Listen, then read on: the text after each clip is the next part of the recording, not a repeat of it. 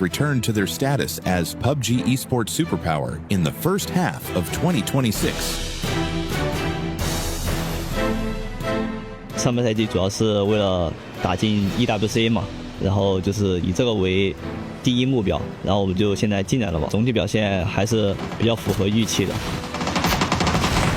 上半年其实整体来说还是可以的吧，因为我们毕竟来了2个新人嘛，然后 PGS 第一阶段打得也挺不错的。我觉得我们队伍在上半年的比赛成绩打得很好，因为我们毕竟拿了一个冠军。17 Gaming, Petrichor Road, and 4 Angry Men. The big 3 teams of the region are leading the way, all of them mixing experience with fresh firepower. 在2026年，我们队来了2个新人，他们是天天和文博。他们2个来我们队的之后，其实我们队最重要的突破点还是就是说前点位的突破能力变强了很多。我的技术点是偏沉稳一点的，然后队伍当中如果有选手比较莽的话，我会拉住他一点点。2个新队友其实整体表现还是可以的嘛，然后可能就是上半年的一些国际赛他们以前也没有打过嘛，发挥的时长可能是正常的嘛，然后整体枪法什么都是一点问题都没有的，4个人相处其实是没什么问题的。你要说游戏方面的话，可能就是沟通交流稍微有点不到位吧。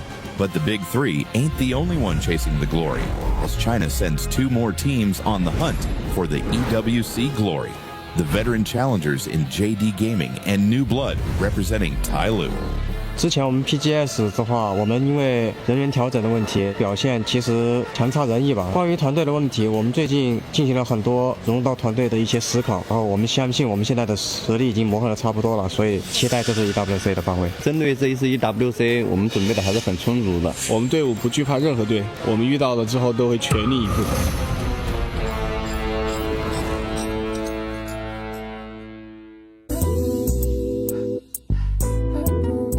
Hey, Carl here at the Esports World Cup 2026, and this time we have got Himas, we've got Sololzi, we've got Delwyn, we've got Destroy. We're ready to go. So let's roll the first clip, guys, and you've got to guess who the players or teams are. First clip. Phải bạn không? Là team đi chết á, bị class. Delwyn might know. Bero class đúng không? Đúng không? TE.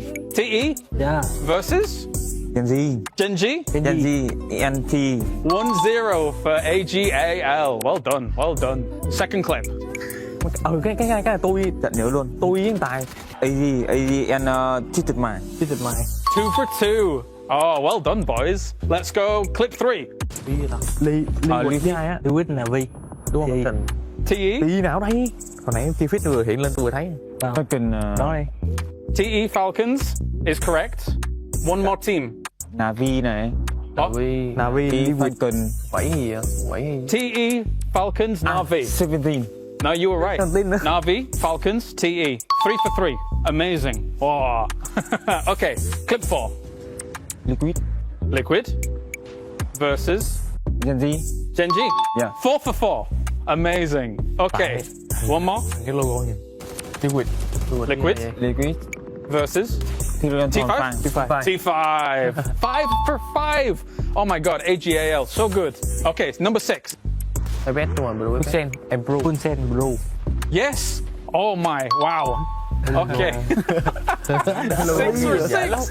Guys, amazing result. 6 before this. Well done. That was AGAL. Thank you very much, guys, here, as you were able to guess so many right. All right, guys, we failed yesterday. We need to make a WOD review and watch our games and make conclusions out of it. All right, let's make it.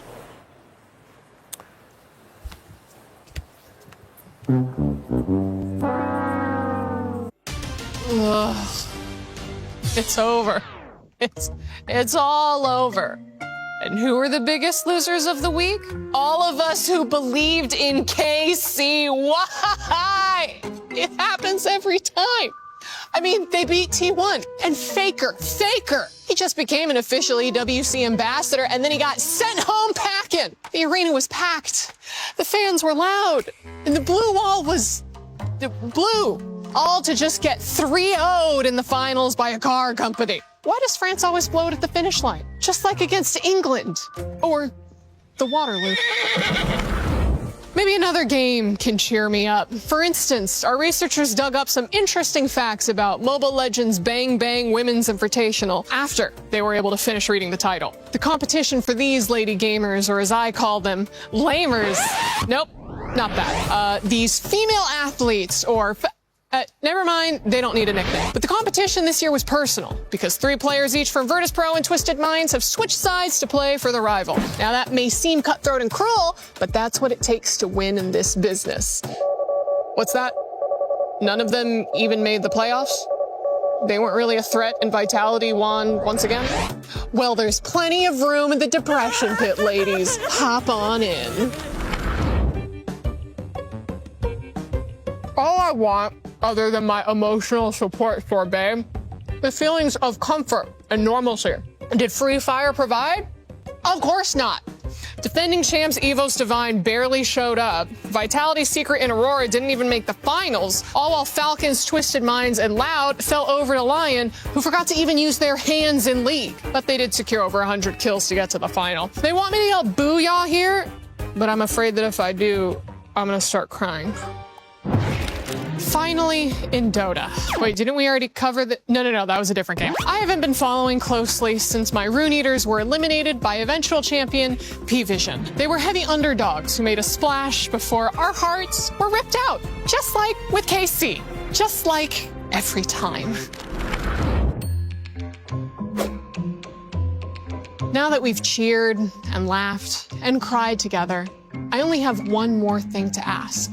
KC fans, can you please stop camping outside of my hotel? I said that I was sorry about all the French jokes. Someone threw a hardened baguette through my window and it hit me in the forehead.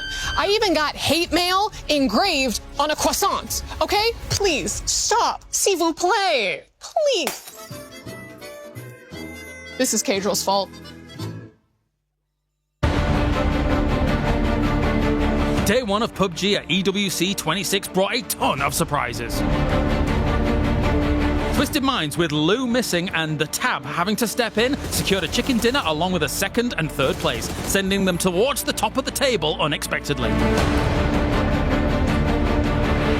Shadow Esports, one of the tournament's underdogs, holding on to a compound, took a win in game number 3. And Team Liquid consistently put points on the board.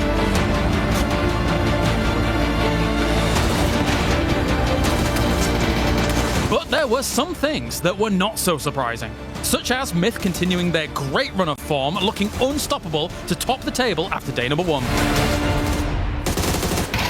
Now, Group C gets to join in on the action as they take on the teams from Group A. The like of 17 Gaming, Team Falcons, and Na'Vi have been watching from the sidelines and are ready to get the competition well underway.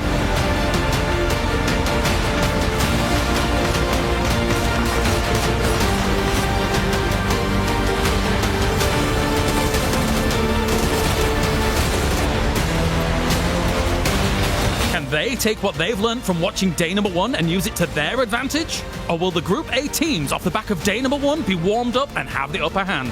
It's time to find out as Group A faces off against Group C with their tournament lives on the... James, I brought you here to find out what it takes to be a PUBG professional. Well, I'll have you know, Barney. I've got a trick or two up my sleeve. Let me show you how it's done. Speed.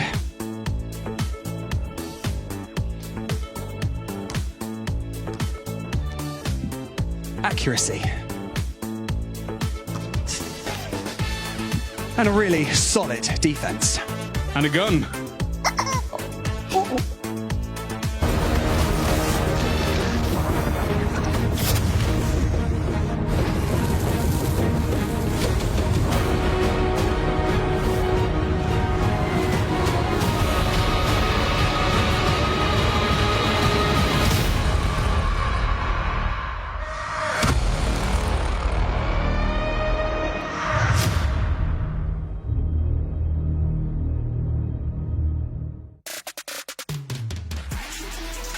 Barney breaking Kalara's ankles. It's also Myth breaking people's ankles in game, because that day one was so impressive out of that squad.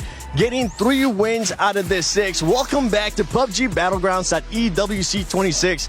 My name is the 7WG and I'm joined by Toffees and Godspeed. Yesterday we had an amazing day, but before we even start talking about that stuff, make sure if you are watching, if you are sharing stuff on social media, go check out the EWC website and the app and use that hashtag EWC and hashtag EWC26, because yesterday, man, I think we might have had the play of the tournament already, because we had some insane plays. If you're talking about the example, ducks the Jeep and smashes a team, yes. And if you missed yesterday, go back and watch the replays, or just hit clip, because it had to have been clipped 25 separate times. They were phenomenal, but also the team of the century maybe appearing, Myth, pulling a trip. Like, that is absolutely bananas that they came out and did that. I mean, Myth just pretty much came out, and as James said, Clark said, they're just going to show us why they've been so damn good, and they continue that consistency here, which is really hard to do, especially in the group that they were in. You know, and I was worried because at PGC, they didn't do great, and I thought when the big money's on the line, perhaps the pressure's too high. They proved that is not the case. Jacob is calling in a way I've never seen, man. He looks better than he did on E-Arena, and with the backup of Kiss, man, it's wire. All right, well, we get a chance to talk about Myth. You know what? Let's actually look at the STC Rewind from day one.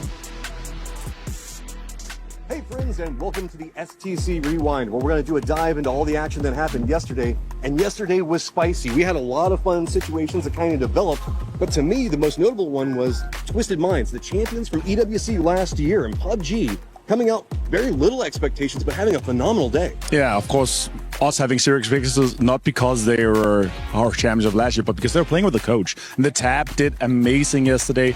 We heard it in the interview with Batulins as well. He said, no, we're just so happy we were able to perform just a little bit. They got a win, they got a second place, they got a third. They were the top fraggers of yesterday. We saw example popping off, so that was amazing.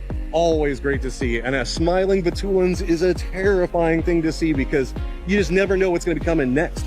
But, I mean, you were talking about before we jumped into this. Myth, man. Myth was stellar yesterday. Yeah, 79 points, 3 wins out of the 6 on the day. Kiss top fracking with 18 kills. They're continuing the form that we've seen from them throughout the internationals this year here. I'm super excited to see what they're going to be able to do in the finals, because with 79 points, they are guaranteed to go there already.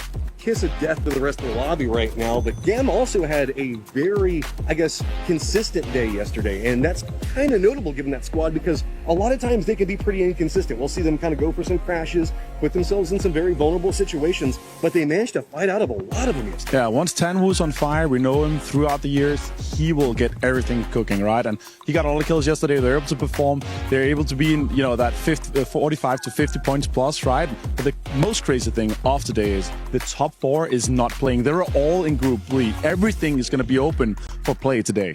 And that is big. Whenever we look at some of the pacing that was coming in, Team Liquid started off the day very, very strong, managed to keep up a decent point total through the entirety of the day.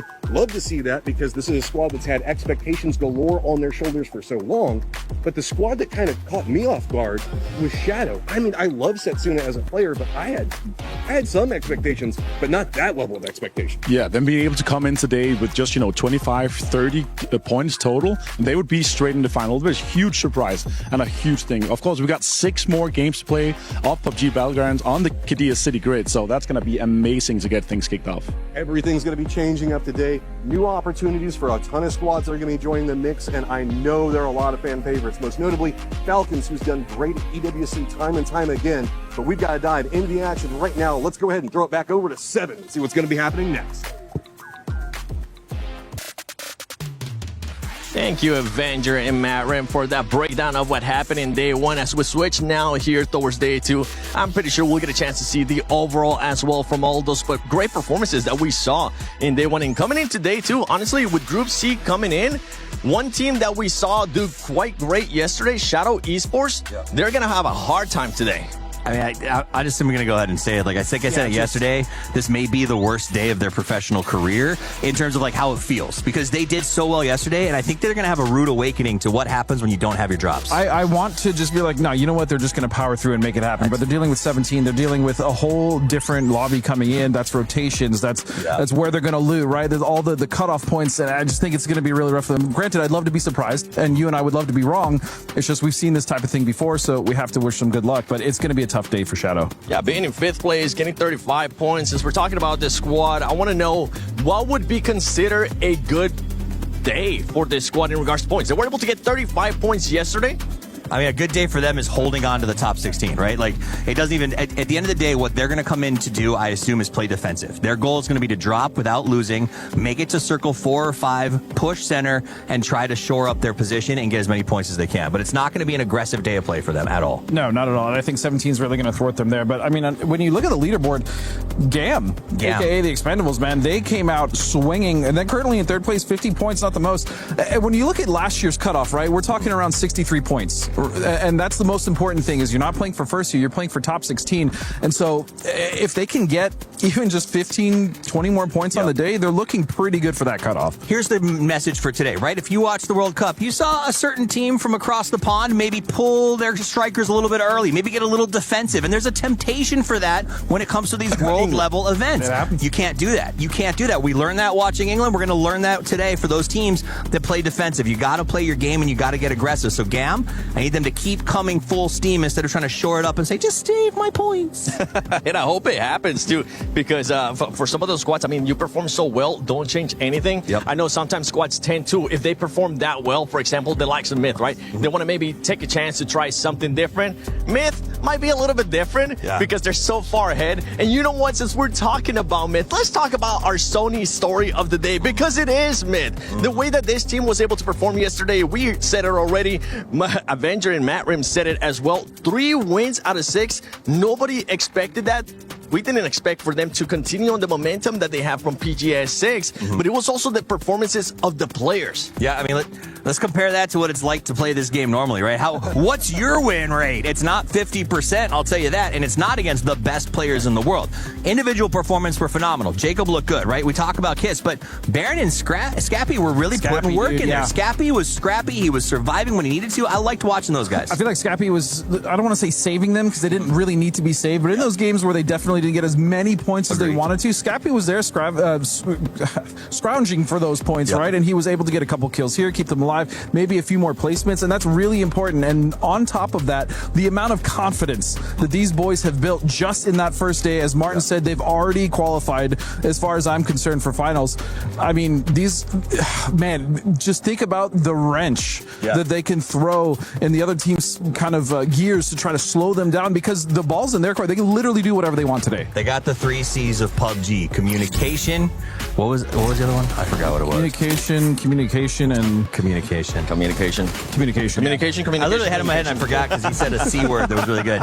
Don't worry. Confidence. That's what it is. Communication, confidence, and killing. Yeah, I mean, the way that this squad was pushing people, they honestly didn't really give a damn what it was in front of them. They were just pushing them, and I'm hoping that aggressiveness continues on today, because it was quite impressive. Another big surprise yesterday was Twisted Minds. Remember, we were talking about this squad, Godspeed, saying how are they going to be reacted the first game super slow, and then after that they were able to figure it out. It's funny that we kind of think of them as a surprise. I mean, even with the tab, you still have that core 3, but I think what's most important is Twisted was playing Twisted's game yesterday, right? They were able to get center early on circles that they wanted to get that early position. On the games that they couldn't, they made sure they cleared out their edge, and that if they were going to go out early, they went out with as many kills as possible. You heard Martin rattling off the stats. They were absolutely fragging. Example, do we really need to talk about him? He's one of the best players in the... He's the GOAT. One of the GOATs. He's the GOAT. If not the GOAT. Yeah, that's a fair argument to make. So Twisted Minds, I think the only thing that surprised us is how fast they came out of the gate versus how fast they normally do, which is much slower.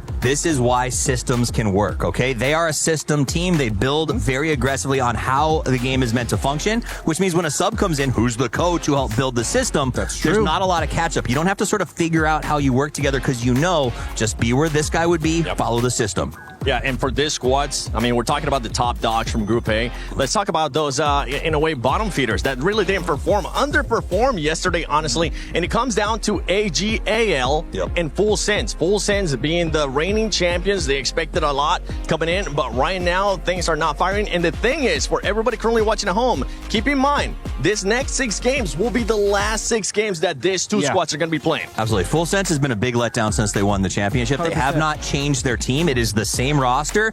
And here's the big hard thing for them is they had to prove themselves. To be honest, the fact that they got a direct bid to the finals of PGC was a hot topic. They won. That's cool, but you have to come out. It's like when Sonics won their championship at PGIS. You got to have a good next year to sort of silence the critics. And so far, Full Sense has not done that. No, they haven't, and at least in AGL's, kind of point, even though they're pretty much around the same points, we saw a lot of good stuff from them, right? We saw that crazy South split on Tego that almost worked out. They ended up losing that game to Myth. That was kind of one of the only good games that they have, but still, when Solozzi and when you have him as like just popping off, they should be a much more tight unit, and they should have been getting more points, but unfortunately they just weren't. Yeah, and for that squad, I mean, they have to get wins. Honestly, they have to find a way to be consistent with what we were able to see out of Myth yesterday, out of Twisted Minds in regards to consistency. We just haven't seen that out of that squad. What is something that you would like to see in regards to points, Toffees, when it comes to those squads that are towards the bottom? We know, we just heard Godspeed saying about that cutoff, right, for top 16.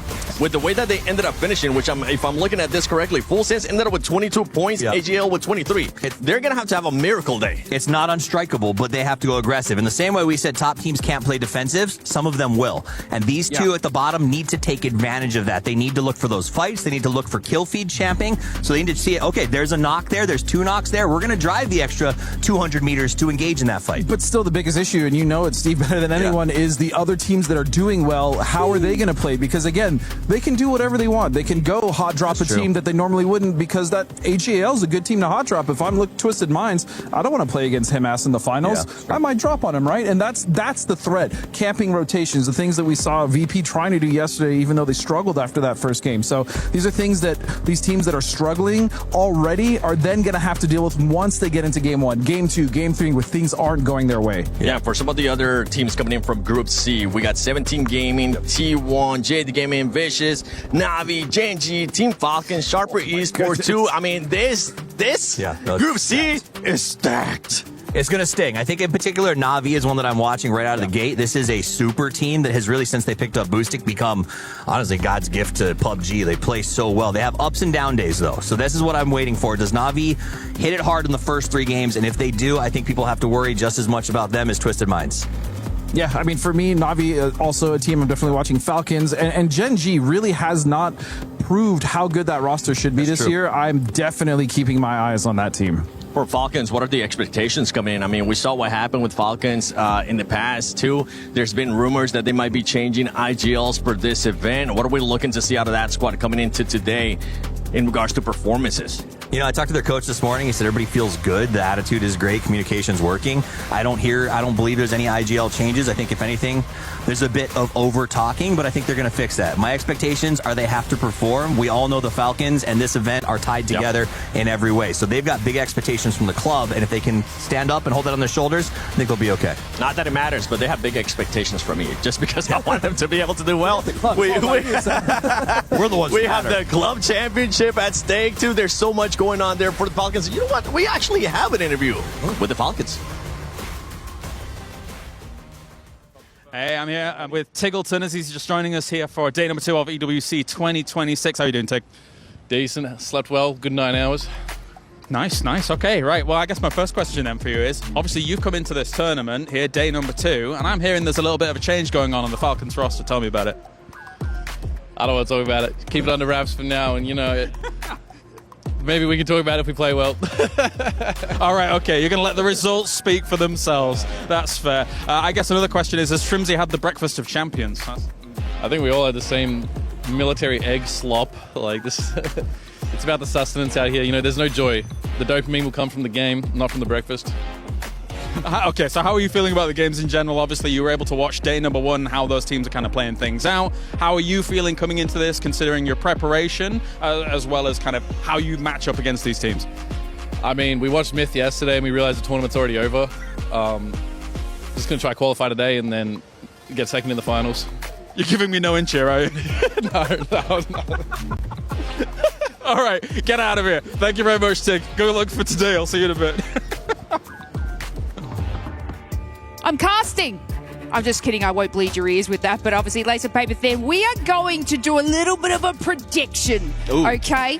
So you guys at home can, of course, place your predictions. Head to the esportsworldcup.com and you can go to Pick'ems. Okay? Now, you can actually place 5 different squads in your top ones for each group stages. So obviously we have Group A and Group C. Now, Paper, I want you to pick 5 squads that you think in today's groups that you would put in your pick'ems. That's good. I like that. I think I'd be leaning towards teams from Group A that need to have a bounce back day, like maybe Virtus Pro, who's kind of hovering on that point threshold where if they have a similar day, they might be there, maybe not. Maybe they'll just put the coach back in. There you go. Yeah. let's just get another coach in. Ibiza, come play. And then I really think that Petrichor Road might bounce back. They're PGS winners earlier this year, so I think they're one of the ones I'm going to have for a big day. Then I'm going to look at Group Z that's coming in here today, and I'm going to go a little bit regional bias for myself. T1. I think T1's going to have a big day today. Big fan of them. I'd like to see Genji bounce back from a rough year, but Thank you. I'm not convinced just yet. 17 Gaming, another team that I think is always ultra consistent and is a good shout. Yes, honestly, I wanted to chuck Genji in there too as well. Obviously, the T1 banter. But you guys at home can, of course, do your own pick'ems on the Esports World Cup website. Make sure you place them on them. And I'm going to also put the Falcons in there too. But I want you guys to do it at home. Everybody's like, what? No Falcons? No, I can't believe you've done this. But that's it from us. Back over to you, Seven. Thank you, Lays and Paper thing. All right, so I hear you guys' predictions. By the way, I just want to verify for everybody watching at home. Made in Thailand, Myth is currently going to be sitting out because they are in Group B. Same is going to be with Twisted Minds. So with that in mind, I'm going to actually be picking some teams. You guys can start thinking about some teams that you want to pick as we're doing the predictions thing. For today, to be able to perform well, we're not picking who's going to be winning the first game. Okay, we're not doing that again, even though you guys were able to freaking nail it yesterday with Myth. But for today, I have to go with what I said earlier. I'm expecting Falcons to actually have a great day. Yeah, I think Navi is going to step up, and I think they'll probably be up there in the top 5 battling for it by the end of the day. It's just hard for me to not pick Navi as well. They've been so consistent. I think their PGS circuit one, I think week 2 was whatever. They just dominated, right? They've been fairly consistent all year, so they're definitely a team that's hard not to root against. But you know what? Because Virtus Pro is still in there, man, I have to root for them as well. They showed us in the first game why they're so good and why we love this team so much. Yeah, they kind of slipped a bit, but they did make a bit of a comeback as well. So I think VP is definitely also a team to watch out for today in Group A, especially because it's their last day of play. I think the key is that the top 4 teams aren't in the lobby, right? So that means that it does blow open this entire chance to come in today and say, we're going to play super violent, and then we get to face those guys tomorrow, but we get to all kind of guarantee a top 8 by the end of day today. So I do think that sort of changes the way that map is going to operate, and I think the beneficiaries of that is 17. The fact that they get to play out of the middle basically all day today with that sort of up in the air with the top 4 not here will actually benefit their rotations and give them a little bit of an easier day. Yeah, for those Groups A squads, I mean, for the teams that are in Group A, once again, I just want to go back to those teams that were able to underperform, that just didn't perform to how we were expecting them to.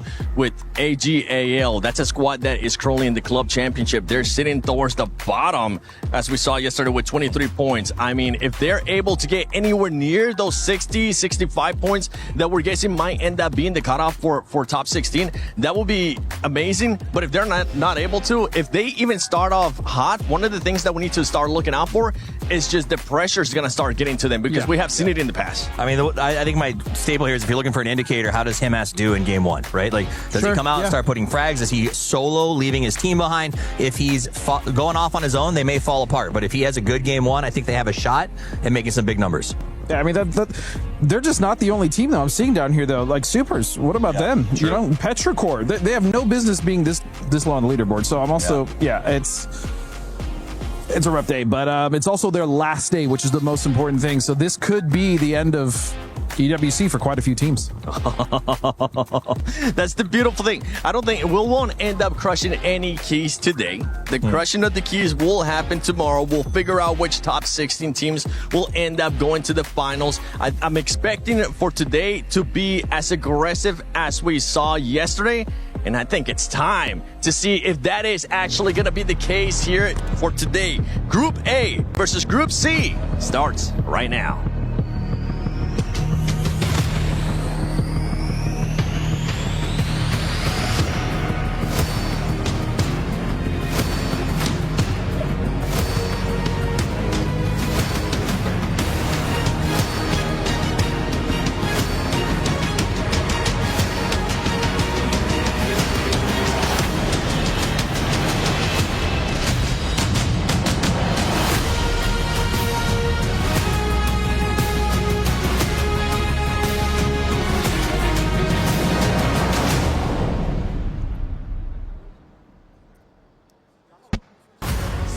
teams took to the stage yesterday and made their mark. And today, 8 more teams will have a chance to make a first impression on the Gadia City grid. In day one, we got some insane performance coming from Mist, Twisted Minds, Team Liquids, and GAM Esports. But today, there is new faces on the battlefield. It is time for these teams to show the world exactly why they are here. The journey to this point has been relentless, but now it is time for them to show up once again. Barney, everything is set, and it's now time to welcome our team to the main stage, starting with 17 Gaming.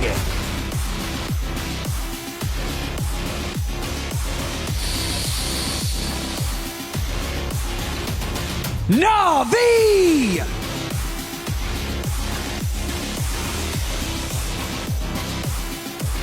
Petrico Road!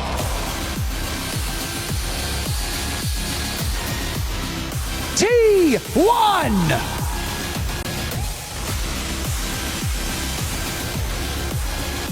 DN Supers!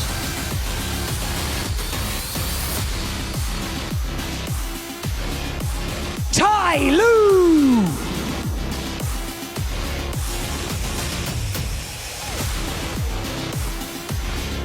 Full Sense!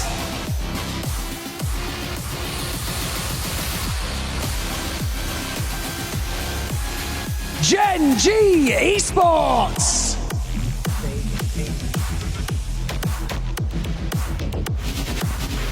JD Gaming!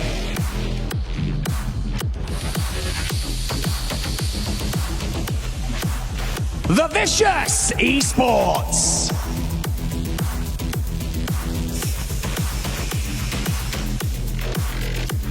Shadow Esports!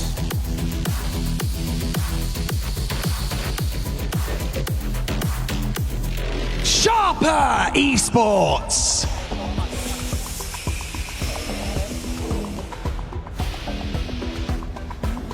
AGAL!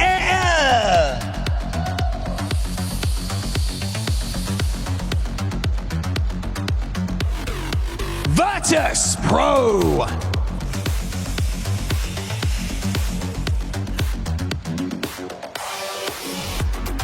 Team Vitality!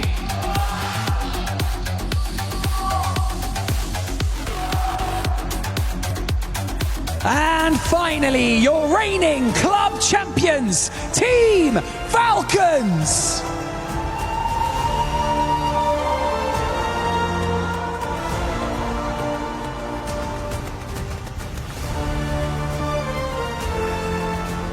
Every point earned today could be the difference between fighting for the championship or sitting on the sidelines. So get ready for fireworks and mortars. For the players who already hit the stage yesterday, these are the final 6 games. After this, their fate is no longer in their own hands. It is time for day 2 of PUBG at HWC here in Paris.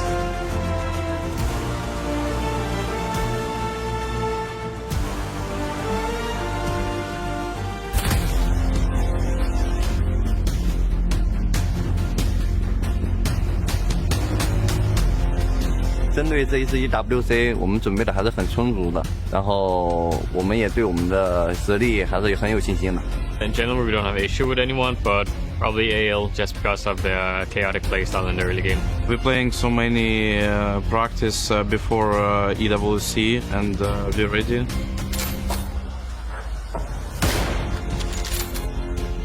Our biggest rival is maybe VP. VP is a very strong team, and they really work hard. Probably say 17. They've been the most consistent team.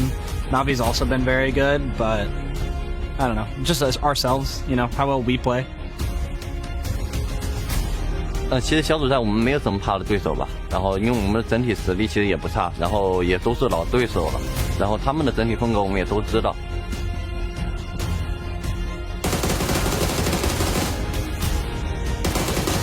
针对这次 EWC， 我们准备的还是很充足的。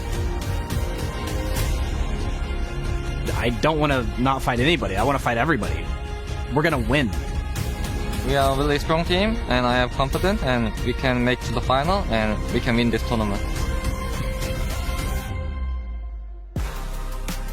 Hello, hello, PUBG fans, as it is time to get groups A and C underway.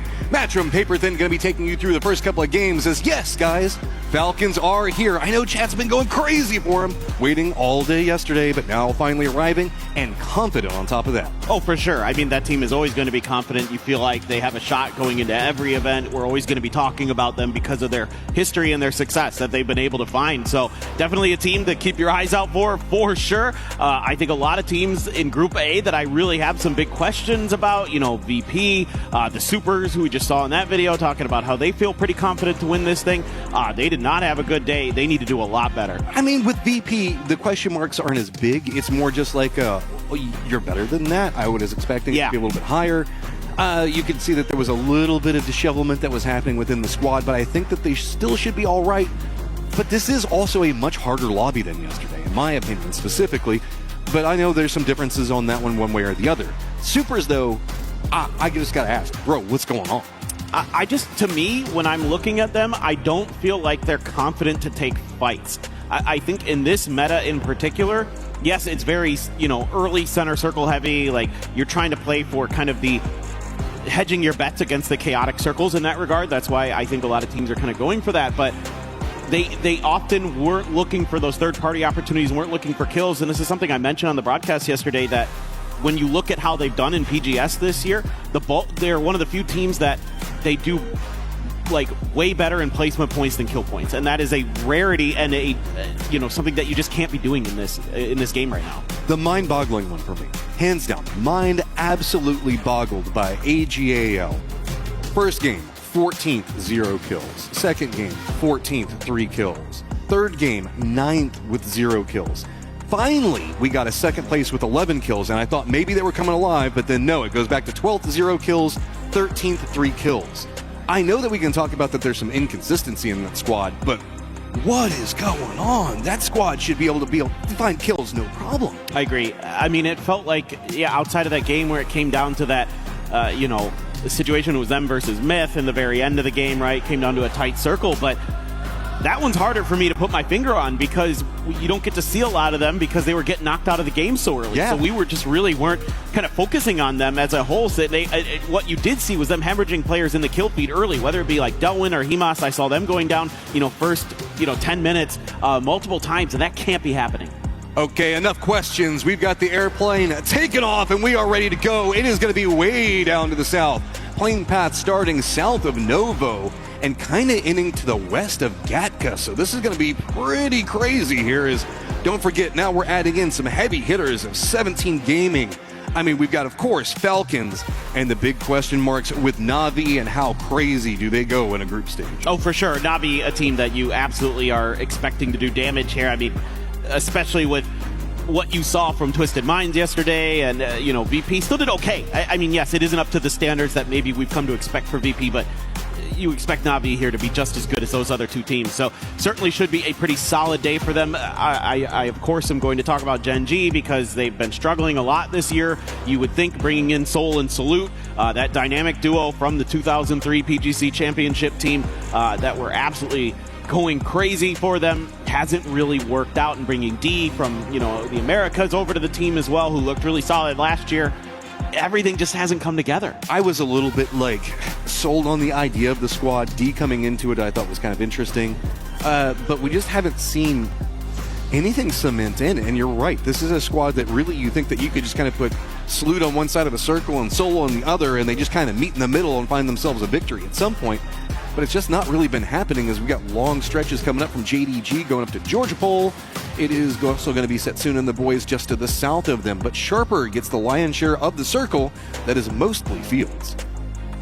Yeah, this one, we had a circle that ended kind of in those fields that are southwest of Pachinki, so still could end up in that vicinity or a field somewhere along the way. That is the large percentage of this part of the map. But again, new circles means we have a lot of different ways that this can shake out at this event. Spyro just going to be doing a little bit of chilling. Na'Vi going for that west of farm split. And they have quite a bit of access to things. Now, Salute right next to Salalzi here. He's going to try to pit maneuver him. Is there anything to follow this up? I don't know if anybody's even got any guns yet. Finally, a couple of shots going to come out, and there it is. Himas down. Looks like he should be flushed in just a second. And anyone's legend, just anyone's target right now. Oh, this is great. I mean, for Gen G, not good for AGAL, but Gen G needs to get off to a good start here, I think, to build that confidence for this event, to be that team that we all know that they have the potential to be. A nice headshot there with the Mutant, with the iron sight from Salute.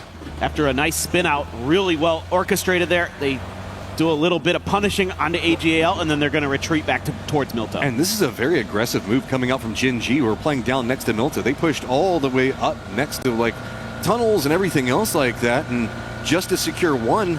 And AGAL, who was needing to get something rolling on the day, this is a terrible start. I don't know what else to say. You're right. I mean, Himas down first is painful, man. No, dude, this is exactly what I was talking about, right? Like, they're losing players in the early parts of the games. They're not being as, coordinated and disciplined as they need to be. And maybe other teams are just seeing things that are sloppy in terms of their early game drops and how they're getting vehicles and where they're going after that. And Gen G just, said, hey, sometimes a coach will go in and they'll be like, hey, I think we can punish this team here because on this plane path they're going to go for this vehicle. And that means they're going to not be able to get access to a gun quickly enough, and another other team might be around them. And I love the fact that Gen G is coming in with confidence in game one. Another team coming in with confidence is going to be Full Sense with a Full Sense right on top of Sharper. Thunder's trying to defend one side. Thunderwatt's taking a lot of damage. He's going to go down. Belmont's going to be the one that found him. And this is just going to quickly go Full Sense-sided unless Thunders can get something to happen. He steps around, and he's going to go down too. It's a great little punish here for Full Sense. You can see VP hovering off screen just a little bit, looking for an opportunity to maybe pick off a player, but because that was clean for Full Sense, they don't lose any players. I don't expect VP to really commit to this. I think they're just going to look and see if maybe they can find a punish. You can see the SKS in hand for Beamy at range, looking around for a potential target. He might be offered up an opportunity, not just yet. They're able to move the car around the corner. Should be safe. I don't necessarily fault VP for going for this one, but Full Sense having a pretty decent day yesterday, walking away with 24 points. They're going to need to step up that points per game to be a lot more comfortable for qualifications, because remember, there is no survival stage. There is nothing else other than the points that you get through groups. So it is the top 16 that go on. Doesn't matter what group it in. Doesn't matter how it's all come together. You just got to get points where you can find them. Full Sense on 24, you got to feel like that was a little bit more hazardous, but Lucarux does find out Belmoth in the open. That was 2 free on the other side of the wall. You got to take that. Oh, this was well thought out by VP. Able to catch Full Sense and trying to position their cars into safer spots, and little do they know they weren't safe at all. So it's the hit and run for Virtus Pro. They will take their point and leave. Of course, as Full Sense, there could be an opportunity, who knows, to maybe get a revive in there somewhere, but they're quite far away. Meanwhile, the Supers having themselves, a 2-1-1 split, essentially. They're going to leave a player up on the mountain, but there is a bunch of JDG up there. They're trying to get some scouting information, I believe, from Rex, who can be great in those 1vx scenarios, but you might not realize what he's going into up there. I mean, Everest does give you a lot of control, so we do know it's got enough space to where you can have a couple of teams kind of jockeyed up against each other, but look at the nades already prepped. Are they going to go a bit too far? Yeah, Rex is going to be playing closer in position. He is very vulnerable up here. The more these nades pop off, the more problems going to start mounting. And even if he has to try to get out of this now, shots going to be coming out from JD Gaming, but on the lower section, Petrichor Road is already moving and might be able to cut off his escape. Oh boy, he is lucky to get away there. Rex really nifty driving, had to go in reverse down that hill too. That is not easy at all. JDG had a moment, they did the damage, but they weren't able to take the point. Quick update, we did see that Anyone's Legend managed to get Hamas back in. They went ahead, rezzed him, he's coming in on the helicopter in just 1 second, so regroup, get him some guns, maybe find some more points for that squad. Rotators right now are going to be, of course, AGAL. It's going to be right up next to Rozhok coming in. Falcons coming into the circle very slow, no rush at all. Pretty much the furthest squad out from this, as well as Gen G and VC just now touching the circle. Yeah, it seems to be a lot more the MO for Falcons these days. They're happy to drop on the extremities. Talking to Gunnar a little bit about it. Part of it is just that way they don't have to mess with the hot drops at the global events as much. Like, they have a little more freedom. They learn how to play. If you're a good edge team, if you're an aggressive edge team, which we know they can be, they can take some points in the kill department, easy peasy. T1 does have a wide split Vitality in front of them. Levante all on his own inside of that observatory, just over the other side of the hill. Quizzy down the road from him, but right now doesn't seem like T1 too keen to get aggressive. Can be a little tricky. There's a little bit of flat open space between you and this compound that he's in. For now, T1 just going to be chilling, taking their little ridge side. Pretty defendable there, as you can see. Have a lot of opportunities to kind of find some ways to hide, and as long as your back is clear, the top of that hill is safe. Depending on how the circles go, Vitality is in a great spot to pick up a couple more kills. Already prepping for the new circle pop that'll happen in about 30 seconds or so. It looks like JDG has managed to do an emergency pickup, but I think that might be a bit too fast. So I think that we'll have to see how the timing on it works. No, I take it back. I think that the timing for it should be just about right, so JDG can do an emergency pickup out of the top of Everest to kind of go wherever they need, and given how flat the circle is with the amount of fields in, no surprise. Late rotators and Falcons, like you were talking about, are going to be coming into this one perfectly timed, as the center meta is staying very strong. Most of our squads playing around there. It's just a little bit of external skirmishing going on as we stay near Everest and the fields. And now you have some decisions to make as some of those teams in the center, like 17 Gaming, do you kind of coalesce into a 4-man, or you try to maintain your split that you have going in the dead center of that circle, maybe a 2-2, as I expect like the Supers to stick with. Petrichor Road is a similar idea. So a lot of teams trying to just maintain their hold on what they've taken. That's going to send Falcons a little bit up to the north, but here's a crash. Right up on top of everybody. Fulsense has one down, and it is a quick massacre coming up from T1. They wanted that, and they took it. Denadol's just running for his life on the outside, and his nades raining down upon him. He is trapped, and Fulsense is out early. Nice crash here from T1.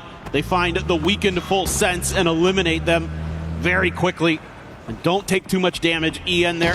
Nice grenades, nice shooting, along with raining to clear out that chopstick. And oh my goodness. Oh, VP had monitor on this for a while, so with the change up in positionings, it's going to be Tyloo that came for it. VP playing the other side, just a couple of buildings between, though. It does look like it's a little bit more complicated to work around on the inside of this, as Tyloo pretty trapped. VP has so many external angles that they've got this under control with. Yeah, this has been really well orchestrated so far by VP. They haven't taken any damage, substantial damage, I should say. A grenade at that door, just in case they were trying to make their approach, but Kong Kong going to be backing off here just a little bit, trying to find a new angle, a new position. Just going to be holding the line. Has a teammate above him, but if they clear him out, wouldn't be too surprised to see VP really try to take Tyloo out of this one. I believe that we saw Lee playing on a glider earlier, so he's going to be external from this now, having just touched the ground. He could move into a backstab position onto VP, but it's hard to get over there. Mostly it's going to be Vicious taking a couple of shots as Lukerux got himself the bullet hose and ready for anybody to peek around, but it's going to be a nade coming out, getting the knock onto Lukerux. Yeah, that might buy enough time here for that backstab to come through. Another big grenade there. Really scary stuff for Virtus Pro. Trying to find an angle in. Hausker looking to set up a smoke. Trying to over-aggress on that angle. No, they're just going to try to cut this off. Oh, but VC is coming back behind this one. That might be a big problem for Lee if he doesn't make sure that he monitors that. I think he spotted it, but this backstab now having a big problem. That means that the two players for Tyloo have to deal with VP in a much closer range threat. No form of assistance from the outside, and VC looks like they're going to set up. Maybe they start taking a couple of shots, but no, it is going to be Nixie that gets Kong Kong down. Now Virtus Pro should really try to remove Tyloo from the equation right now. Hausker is taking a ton of damage from Util. In fact, going to be knocked by that blue zone grenade. Meanwhile, VC out in the open. Tycon looking to get ahead out there. Lee has dodged VC for now. He's able to kind of scoot off towards the east and avoid any contact with them. Lukerux able to find a big knock on the Duckmai, and that means that they are going to have to kind of take a step back and wait this out. I mean, this was just so cleanly played coming up from VP. They saw the vehicles rotate. They were already using the external walls for defense. Even with the knock, they managed to rally it together, get themselves back into a good position. This location now firmly on lockdown. VC doesn't feel safe making an approach anymore. They're going to hop in their vehicles. They're going to rotate away, and poor old Lee is just kind of trapped over here now. Lee is a lot of tough decisions to make, and now you're in kind of salvage mode.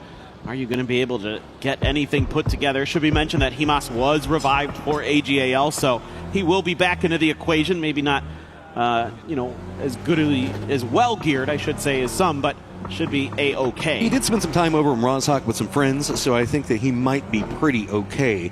Vitality is going to go up right next to Chopsticks. Looks like Nixie's also going to do the same. A little bit of jockeying for position around that. We also did see T1 take the northern section of the western Chopstick. Now also having Everest kind of leave the territory means that JDG still has one of their players back, but Falcons are wanting to use it to get a little bit of high ground control and vision before they jump into the circle and kind of figure out what the lay of the land is in front of them. Yeah, and it should give them a little bit of info now as to where exactly JDG is going to be set up based on where that car is going to be driving off to. You can see Kickstart immediately kind of recognizes that he's going to have a little bit of free space in front of him with that hillside that cuts off the compound from JD Gaming, and going to be using that at least to do a little bit of scouting, a little bit of peacocking out there from the top as well. Some gatekeeping that's going on as VC can't really find any way to approach. Gatka proper is open with Sharper having just 2 players over there right now, and I think that they've managed to explore that, figure it out. Shadow also has to figure out how to get in the circle. They're right on the edge of it with their compounds, but it's a little bit dicey as they do have Super on one side of them and Falcons on the other. But, I mean, Simon for VC is going all the way back up to Everest. The other players just, they can't find a path into this at all. Well, Simon is trying to get some info for them, I believe, trying to find some open space in the circle that his team can get into, and if they can't, they just got to group up and take a fight. So that may be plan B. If you could kind of suss out that it's Shadow Esports in that compound, maybe you try to take that fight. The Supers have grouped up into 4 players inside of those blue houses that are up on that hill, so it is going to be VC on the edge. So we've got essentially a Chopsticks game that's brewing. So T1 in a great position, 17 in a great position for it. Shadow taking the shots at VC, keep corralling them on one side. VC can kind of go up and touch a little bit of Everest and, yep, rotate right back down into it, but that's going to put them on the Supers pathing. There is no way to really make it past this unless you just run right by the Supers as fast as possible. Remember, Supers have been taking shots over at Shadow, so I think that they can squeeze by here. You're now in the fields. Where do you go? If you keep going south, it's right into T1. If you go for the compounds, it's going to be 17. Yeah, I think the edge of the hill here is about the best you're going to get with the tractor and the hay bales potentially, or are they just going to keep going and try to crash something? Or maybe the other Chopstick very open. Nice find here for VC, actually. Oh, they squeak it through and the new circle pops. They're barely in it. Chopsticks just entirely abandoned by the circle, and it is just fields galore in the center of this one. Navi already on the move. Jinji on the other side of it. 17 regrouping, and it looks like those 2 squads are running right for the same compound. No doubt. Pretty funny to watch the Supers there just turn right around to the compound, and here we go. Already a couple down. Bean ran over his teammate. He's going to go down to Ferris. Oh. A huge grenade from Spyro takes down Soul and Gen G on their last legs. Navi just comes in full control on it, finally starting to have a couple of knocks as Salute manages to make some magic happen, but he is in a ton of trouble the way that this is all set. Hackett already knows where he's at. Looks like he's just doing a nade just to make sure and keep some control over the territory. So Salute's got one building, but the way that this has all gotten set up, it's pretty much Hackett versus Salute and nowhere else to really go. Oh, Nathan's going to bounce pretty awry on that. Is anyone's legend now going to get involved? Nowhere else to go. It's time to just crash. Yeah, BP's here too. They've seen that kill feed. They know where this fight is happening. Salute runs out of ammo. They're going to drop downstairs to try to hold the line. AGAL taking down Navi. Salute able to weaken them up enough that he's maybe bought himself a little bit more time in this game, but how much is that going to matter? VP, AGAL, the squads that played yesterday, needing some more right now. Navi in trouble right in front of VP, and AGAL still just trying to deal with Salute on the other side of it. Finally, he goes down. It is going to be Hamas that manages to get him. Navi still just trying to deal with all the utility being thrown right on top of him, and VP is just absolutely massacring anything that they come in contact with. Yeah, playing a really aggressive game here today, and AGAL, though, able to take a slightly better position as far as the circle is concerned. A little bit of a better angle as things go along, and plus VP still has to clean out that second story in their house. It'll be a little bit tricky with AGL having oversight, but Ferris actually takes down Himos there. So all of a sudden, things may be a little bit easier. Let's see what Ferris has in store for us. I mean, he's got the stairwell. He's just dropping smokes, trying to stall this out as much as possible, but VP has enough controlled territory that they can play around the external sections of the building. Looks like maybe trying to prep up to see if they can get some nades onto those points. Already realizes where Delwyn is, and Ferris, man, he is just being a problem for anyone's legend. VP just kind of letting him do the work. He's now kind of really annoyed both teams that are around him still, and they want to get him dealt with. Nixie went for the grenade outside, but couldn't get it to connect, and they still don't have that confidence to try to make the push up the stairs, trying to work it out. Well, I mean, VP can't. They're afraid if they make the push up and Ferris gets the knock onto one of them, anyone's Legend's just going to pounce right back behind it. Ferris knows this, so he's just trying to keep control on one side. Lukerux does get him on the outside, so finally getting some control over that building. AGAL having a much bigger lion's share of the compounds, though. Yeah, the fact that VP doesn't take any damage from Ferris there is really, really nice in terms of having a bunch of players knocked and they can't get back to 4. They get back up and running, and like you said, very important that they have all their players up, and they have that BRDM, so they have an escape valve. They don't necessarily have to take that fight against AGAL unless they really, really want to, and it gives you some safety if you do. Feels like they want it. Delwyn going to be down. Emas going to be holding the windows. Nixie going to be the guy peeking one side of it. This feels like we're moving into fields, so get what you can get before you walk into the killing fields. How these nades going? Not connecting as much as they want. Just still peeking around the windows galore on all the sides of it. Nixie, though, getting a ton of information on this movement.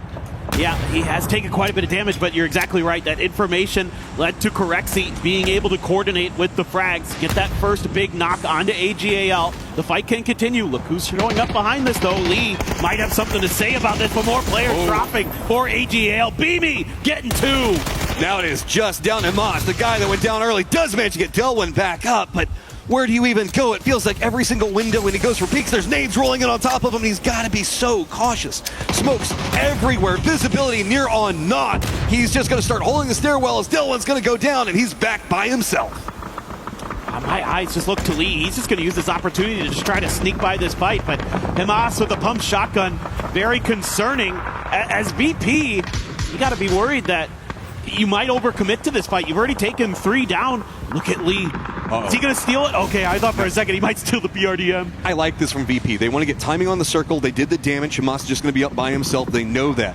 Lee's just going to go right up in front of him, maybe eat a couple of bullets for him. VP, though, maybe looking to finish out what they start a little while, as Nade's going to be prepped up from Lee. What are you going to do against that BRDM? 17 now taking shots at both these roaming targets. It is going to be Vitality that has the center of the circle, while back behind all this, Hamas has spotted out Vicious making a rotate. Petrichor Road trying to hold the line between a couple different teams. The Falcons looking up and over this hill very, very shortly. Chewy throws the molly to try to get something done, but it is Shremzy with the AUG who pops up and takes Chewy down.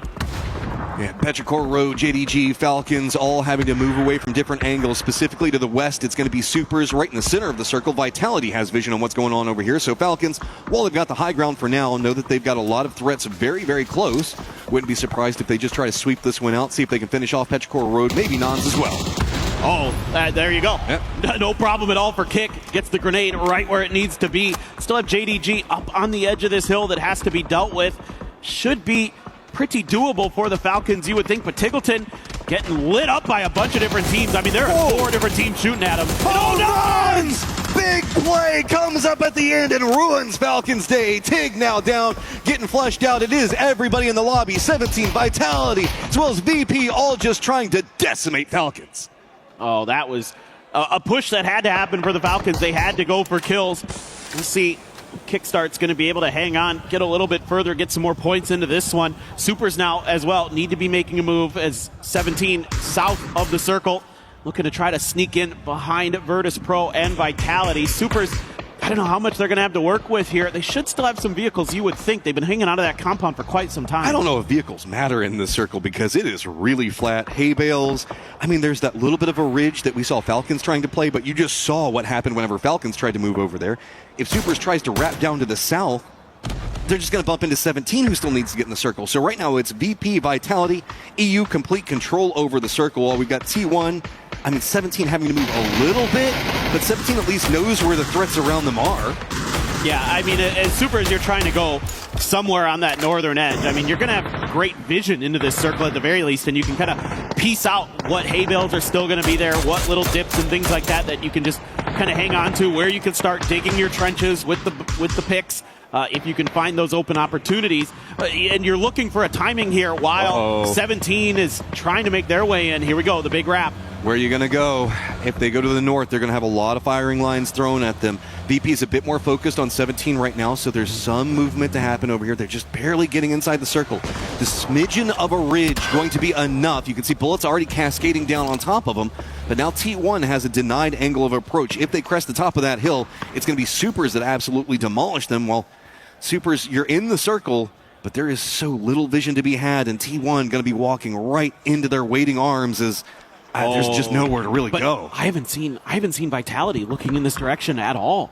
I think if T1 kept going directly east, they might actually be able to catch Vitality a little bit off guard. I mean, they're so dialed in on what's happening with 17 Gaming and Virtus.pro, but here, you're just trying to play chicken with the other teams. You're trying to outweight them make the first move so you can come in to the party last. Boy, we go on old school PUBG right now, using these like bush lines that are set up inside the fields to try to creep through. Full stealth coming up right now for T1. Rex has actually gone over and gotten the crate, so that's going to give them another foothold position to play, as now 17 Gaming has to figure out where do they go. They've got a trench that's kind of dug themselves. It's enough for some safety for now, but Supers does spot out the stealthy T1, so stealth fails in the end as bullets just rain down upon him. Oh man, and Rex has a Lynx. He's putting it to good use against Virtus.pro. He's going to find the big knock onto Lucarux, looking for Nixie, doesn't get him, and gets taken down by Hello My Bad. That shield coming up just in time, as well as providing enough safety. T1 in a ton of trouble. Vitality, who's been playing the center point for so long, has just got turreting position. They just got to spin on every single angle. Looks like 17's trying to get closer and closer, see if they can maybe aggress onto the Vitality defensive line. Circle pops, and it goes down to the south. That means that Supers getting control over that crate at least is going to get them close to the circle. Yeah, and now Vitality has to try to deny 17 some kind of entry. They've been trenching their way a little bit further forward so they can get into grenade range and try to displace them, and they're already landing some good ones. Quizzy down. Winbow manages to drop it. Here comes another follow-up. Looks like the Molotov's going to be just a smidge too short. Levante's just got way too many targets in front of him, and the smoke line for 17's a bit further out. Looks like maybe they were trying to prep it out for a run, but instead it's just going to be nades landing down onto that spot, opening up more cover for 17 to work with if they want it. Yeah, this is pretty well thought out here by 17. They've been able to keep themselves very much alive. The Super still trying to get Rex back onto his feet. I think they just are able to get there, but they're taking a lot of damage along the way because everybody else has been able to dig in, find spots inside of the circle, or create some safety of their own, and that has made it very, very difficult for them, still being on the outside looking in. Another crate going to be dropping in just ahead of them. I mean, it's a little bit of extra cover. You'll take anything you can get as the Supers. You can see there's a couple Doritos up there even for them to work with, but again, like you've been talking about, it's not much, man. It's just flat dips, whatever you've dug into, and Vitality's been here for a long time. As you can see, this is why I was thinking they were starting shooting as much as they were, because it's just too many targets around them. And they're, again, another knock, more meds, more armor being burned. I'm worried about the attrition and really how long Vitality's been here and how long they can keep up the defense, specifically against Supers, who just keeps finding crates galore and manages to find ways to fight their way in. Yeah, it's been rough sledding. Their armor and other things, but a good grenade from Guman. Find Nixie. Is he going to be able to get the flush off the back of it? No. The follow-up grenade not quite where it needed to be. Lucarux, in the meantime, gets back up to that first aid level of health and looking to maybe res Nixie if possible. We're in a bit of a paper, rock, scissors style moment right now where we've got VP eyes on the Supers. They can't move too much because they're in nade range from the Supers. No real capabilities for movement as we're just in a very flat section. So if you've got any way to dig, you can see that that is just the only moment of reprieve that you get. 17 all stacked together. Little Ghost going to be down back behind him as it is going to be Nixie just lighting up. Supers gets 2 knocks, but Vitality can't get any control angles on it as Hell My Bad's trying to creep over there. Just nothing being revealed for him, though. Yeah, the fact that the Supers couldn't follow up onto that knock on Nixie quickly enough has caused them to hemorrhage a couple players. Nixie will be knocked again, but still, it's going to be VP hanging on quite nicely. And now Hello My Bad trying to finish the Supers off. Cannot do so. Heaven going to be able to stay behind the safety of some of these crates and other things that have, again, just barely given Supers enough entry into the previous circle, but they have further to go to get into Circle 8. I mean, Vitality's just barely in the circle. They've got no smokes from what I've seen left. Just a couple of bullets to work with. 17's going to be pushing from the south. You have to assume it's going to be on the Vitality line. Do they have enough tools to work with? I mean, Vitality really wanted to deal with Supers, but they couldn't. VP is just comfy, cozy over there into the east by comparison. They've got a good double up with eyes onto Supers. They've got Beamy with pretty much center control going on right now, and Corexy that's just supervising what's going on between 17 and Vitality. Yeah, and you can see Xiao Wu is on sapper duty here, trying to dig his way forward for his team. What in the world, Rex? Just found a huge grenade. That was that dip that Lucarux and Nixie were sitting in, and all of a sudden the Supers may have just bought themselves an extra life in this game. But look at the path that they have to walk through. There is nothing in front of them. Not even any shrubberies to use. It's just going to be full run and gun. If they lean Vitality side, there's not a lot really going on over there, so maybe they can find some way to just push their way in. Rex down to just one more shot, but he's got eyes on to VP. VP just trying to cling to life over here to see if they can get the shots onto it. Corrects, he's got himself a good angle, but Xiao Wu finds hello my bad. That's the northern part of what's going on with Vitality. Is that going to be the go signal for the push? And yes, it is. All right, here we go. 17 throwing those stuns out early. Wenbo able to take Levante down. Another one goes in. It's Beamy helping out. 17 Gaming just a little bit here, but Quizzy springs into action. Tian can't quite find the finish just yet. Looking for that final bullet. Is he going to get it? Oh, somehow Vitality survives with the assistance on the outside from VP and Supers. Now it's VP full focused, 15 kills. These guys are fragging out on this lobby. Super's got nowhere to go. The Dorito, not enough cover. And that's a huge knock because the timing here getting very dire for the Supers. The blue is just onto Heaven's back, and he's going to be taken down there. Yeah, can't get any further forward. They go down in third. How many more kills can we see VP get? As it is Beamy just charging to the center of the circle, using the cover that he's got set up over there. Peeking back on over into a very weakened Vitality. Backs up against the blue zone, and not much that they can really do to walk out as they manage to find a smoke. But can they even find the angle that they need to take down Beamy? Beamy still one more stun, and that's a big kill on the Levante. Just keep chaining them together. This is just brutal. Creeping forward, there is nowhere to go, and that is going to be VP with a big win. That's exactly what the doctor ordered. A team that started out looking pretty good yesterday and couldn't quite keep it together as the day went through, and they come out swinging. Love the early aggression that we saw from the beginning to the end of that game. VP was taking fight after fight and winning them so cleanly, so well, and that's what allowed them to get into that late stage, have 4 players up, have their spot dug into that circle already, and they're able to hold the line. What did they end at? 16 kills? Something like that? Idea going for you right now is that VP, where we were talking about a bit underperforming from our expectations with them yesterday, they got 35 points on the day. They just got 26 in one game. That's the VP I was expecting. They just sent themselves into the grand finals.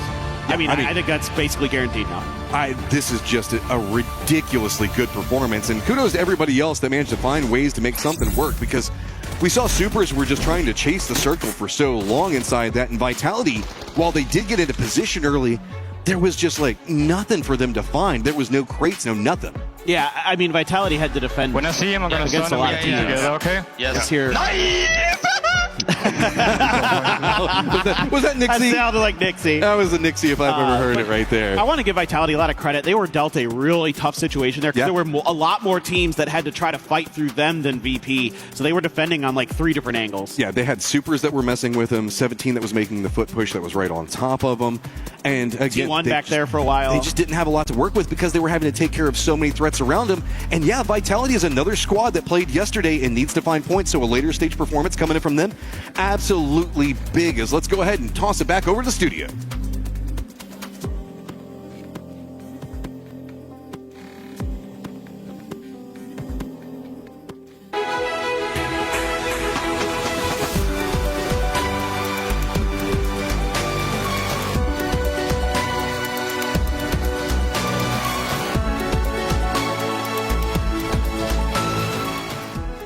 Everyone is playing, you're not yet. EWC Play is your all-in-one platform to compete in fantasy, pick'em, and quests for a grand total of $300,000 in prize pool. Build your dream fantasy team in 5 different games and track your score with live results tables.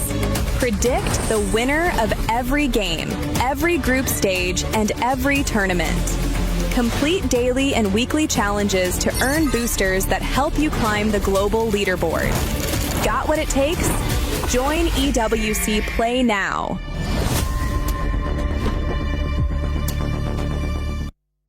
Hey, Kalaris here at the Esports World Cup for 2026, and I've got myself Salute here as well as Maddox to do the translations here before day number 2's games do start things off. So my first question for Salute, of course, is coming into day 2, which is their first day of gameplay, how is Gen.G feeling about their preparation and going into these first games? 일단 살로스 선수 첫 번째 질문은 일단 오늘 파리 경기장 와서 오늘 첫날 또 경기신데 지금 기분이 어떠시고 좀 어떻게 준비하실지 궁금합니다.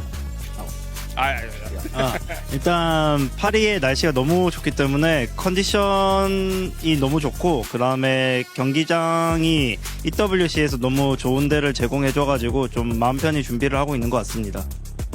Yeah, I mean, the Paris atmosphere is very good and the weather is really clear. So, yeah, I mean, feeling really great. And also, the EWC actually provided a really good stadium for us. So, yeah, it's actually a very good atmosphere to prepare. Fantastic. And I guess my follow-up question to that is, did you guys get to watch a lot of what was going on yesterday? And what do you think about some of the performances from those teams? And are you concerned about some of those teams?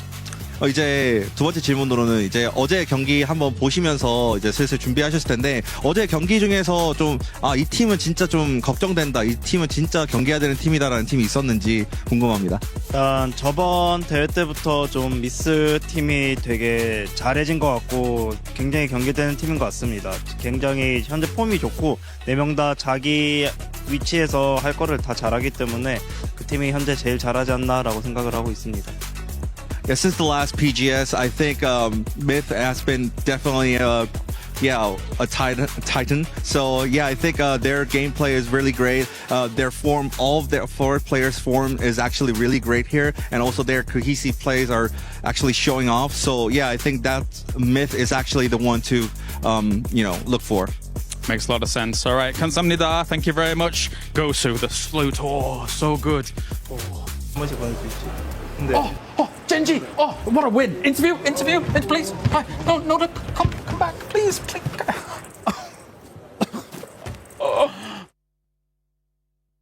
It's okay, Kalaris. You got your chance to do the interview.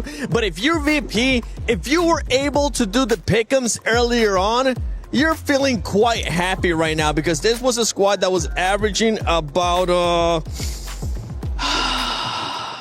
5.8 points, and they absolutely smacked it coming into this one. Welcome back, everybody, to 7WG, joined by Godspeed, Lays, and Toffees. Lays, VP showed up today. Yeah, look, after I'm not even going to say it wasn't a bad day yesterday, right? It was mediocre, a little bit mid-range, but I feel like because they witnessed Twisted Minds and Myth, and they know where the goalposts are, they came out exactly how they needed to and prioritized eliminations in this one because they know what they need to catch from the other groups. And look, I'm feeling just a little bit bad for Group C at the moment because, they're just coming into this chaos. But my God, baby! 1,000 damage coming out of that game. I think they hit just over 15 eliminations when I was sitting there. And of course, I got an earned chicken, right? I earned a chicken dinner, oh my God, what a great start for VP. It was. 7 kills for Beamy alone. Phenomenal. But a lot of that for me came out of that sort of kerfuffle at, I'll call it yellow marker, because that's all anybody ever puts when they rotate. It's like, go to yellow. It's a crappy compound to be in. But what we saw happen there was that sort of Na'Vi fight with Genji opened the doors for a lot of different teams to come in on Crash or Transition. VP left before killing the last man, and they did it at the right time. That put them in a great spot, and that BRDM let them stop right on top of Tyloo, who had just gone through the trouble of digging a hole with a grenade to lay down. They were like, oh, well, thank you, Tyloo. We will take that spot. And that was the crazy thing about that game as well, as we look at the leaderboard here with 27 points for Virtus Pro. I mean, they, as you stated, in that compound, they had to deal with AJAL. They had to somewhat deal with Na'Vi. They had to deal with Genji, right? All those teams are coming down to the southwest. Well, I'm saying VP had to deal with all those teams as they were down there, and then they got that BRDM. They were able to shift into that field, which I also just want to talk about this as well, right? Like, how many times, Steve, would we have seen that field ending before and been like, man, it's just cooked for all the teams out in the open. The fact that there is now defilades and the nades can create cover. You have a pickaxe. This is so cool for me to see because before these fields were it was just death, and now teams are finding cover, creating plays. It's so sick. So, Seven, I know that you haven't had a chance to be on this patch since they added the digging. Yep, I love it. This game was a showcase. Probably one of the coolest. Exactly. Additions. These fields traditionally have just been an absolute, honestly, terrible just situation to find yourself in. Yep. Yeah. The fact that 17 lasted as long as they did, the fact that Soup on the north side, I thought they were cooked early, but the Soup boiled over. They got in the circle, they dug the hole, and they made it work. So I do think this has been a pretty good case study for how the pickaxe, how the destructible trade can be a benefit. I think it's one of the best additions they've added, personally. And when I was talking with Kalaris yesterday after the show, he asked me, what is the one thing that you're enjoying the most so far? I was like, the digging. It just changes the dynamic so much of certain areas. We got a chance to see it yesterday, but as you guys just mentioned, we just saw it perfectly in that scenario. And the BRDM, I want to see a little bit more of that splat maker because I wanted to see them being able to run some people over with it. Yeah, I mean, I think that BRDM has been a huge staple so far this game. Yeah, I'm not the biggest fan of it. Historically, Godspeed has not been a BRDM lover. It has gotten stronger with the nerf to the Panzerfaust, so a few less counters. But it's been very good. We've seen it over and over again. I do think, sometimes the pickaxe a bit overpowered. Maybe a few changes for like the durability or things like that would be good. But the holes, I love the fact that we can change the terrain. Yeah. I also want to give a shout. Another thing that was added not long ago was res beacons. We saw a trap at a res beacon in that game, and we'll get back to that. But right now, props for Virtus Pro, man. 7 kills for Beamy. That's what you were talking about too, Lace. Beamy with those 7 kills. And honestly, a good pick-me-up and a great start for this squad, considering what was happening yesterday. As you were mentioning, not really one of the best days. Today, they started off hot. Yeah, and like I said, they really need to have that momentum because, they know what's coming for them in these other groups, and they really did hone in on those eliminations and all those kills there. But I sort of want to move more maybe to our teams that didn't do so well and that I had on my books. My favorite segment. My favorite segment. The losers. So Gen, I had high hopes for Gen G. They came out, got their first elimination on AGAL. It was looking kind of bright for them. We've got 2 of our Korean teams here today. T1 as well, sort of facing it off. T1 actually did a lot better than I thought they would. They were more up that leaderboard with about 9 points left over. But this Gen G, not a great start for them. It was looking like they were sort of going to move up there. But honestly, Salute was holding that team together in that entire game. But unfortunately, I guess that confrontation where we had, it was AGAL and then VP and obviously all those third parties, it just wasn't looking good for them. I did have high hopes that Salute could get out of that situation due to the third party arriving, but it just didn't plan out that way. The problem for me, and I'm glad you brought up Gen G, is that their whole year has just been disappointing. When you look at the roster, you have Bean, you have Salute, you have Soul, right? You have D. These are players that in their prime, they're really not that far off it, or if they're not still in it. I mean, these are players. Salute at one point with Soul was one of the best players in the world. Like, Soul was one of the best players in the world, right? We all said it. He's incredible. Him and Tig had a little set off. Where is that? I need to see that. They just brought back this roster, no? They sort of rekindled it. All year they have been floundering, and I need to see something more. This is the biggest test they're going to have, and so far, the first game wasn't great. Now, I have to give him a caveat because that circle was rough. That whole circle, Steve, we saw a lot of teams having to go. Those fields traditionally underneath Everest have always been really rough to play around. So, I mean, you got to give him a pass, I guess. I guess. That's right. I mean, I want to see team not be getting a pass in AGAL. I want to see a little bit more out of that squad. They need more, too. They have 5 more matches left, and it's not going to be enough. But I know we do have something awesome coming this year, and that is none other than ENC.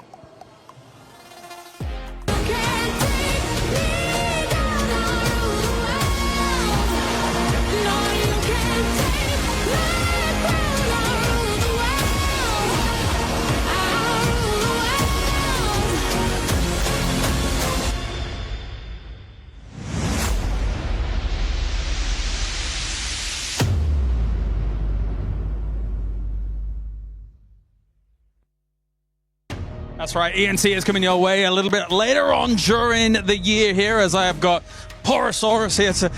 Why is everyone so tall? I don't know, buddy. Or why am I so small? But, of course, ENC on the way. I mean, talking about those regions that are going to be kind of representing, especially across PUBG, who are you looking at to be able to challenge for a title? I mean, look, coming off of a massive PNC win, obviously everybody's looking at Brazil, but I feel like that might have been a once-in-a-blue-moon, just exciting thing. I think you really got to look at Thailand. You got to look at Vietnam, China, South Korea. Basically the East, right? If you're looking at, if you want to put all your chips in the right spot, but you never know. I mean, the West has something to say about it sometimes. Yeah, I'm going to slightly disagree. I think the West has got some power. You think that Brazil might be once in a blue moon, and they looked good being able to do it over at PNC. At the same time, though, EMEA is able to represent in quite a big way as well. If you think about those individual components that will get a chance at ENC compared to some of our prior ones, you've got guys like Nixie and the boys able to put up some kind of numbers as well. So I think there'll be some big challenges. Thanks, Poro, for joining me here. It is time to head over to the casters here for our next game of the day. Bye. Thank you so much. Super hype for ENC this year. Yeah, okay, we just had PUBG Nations Cup.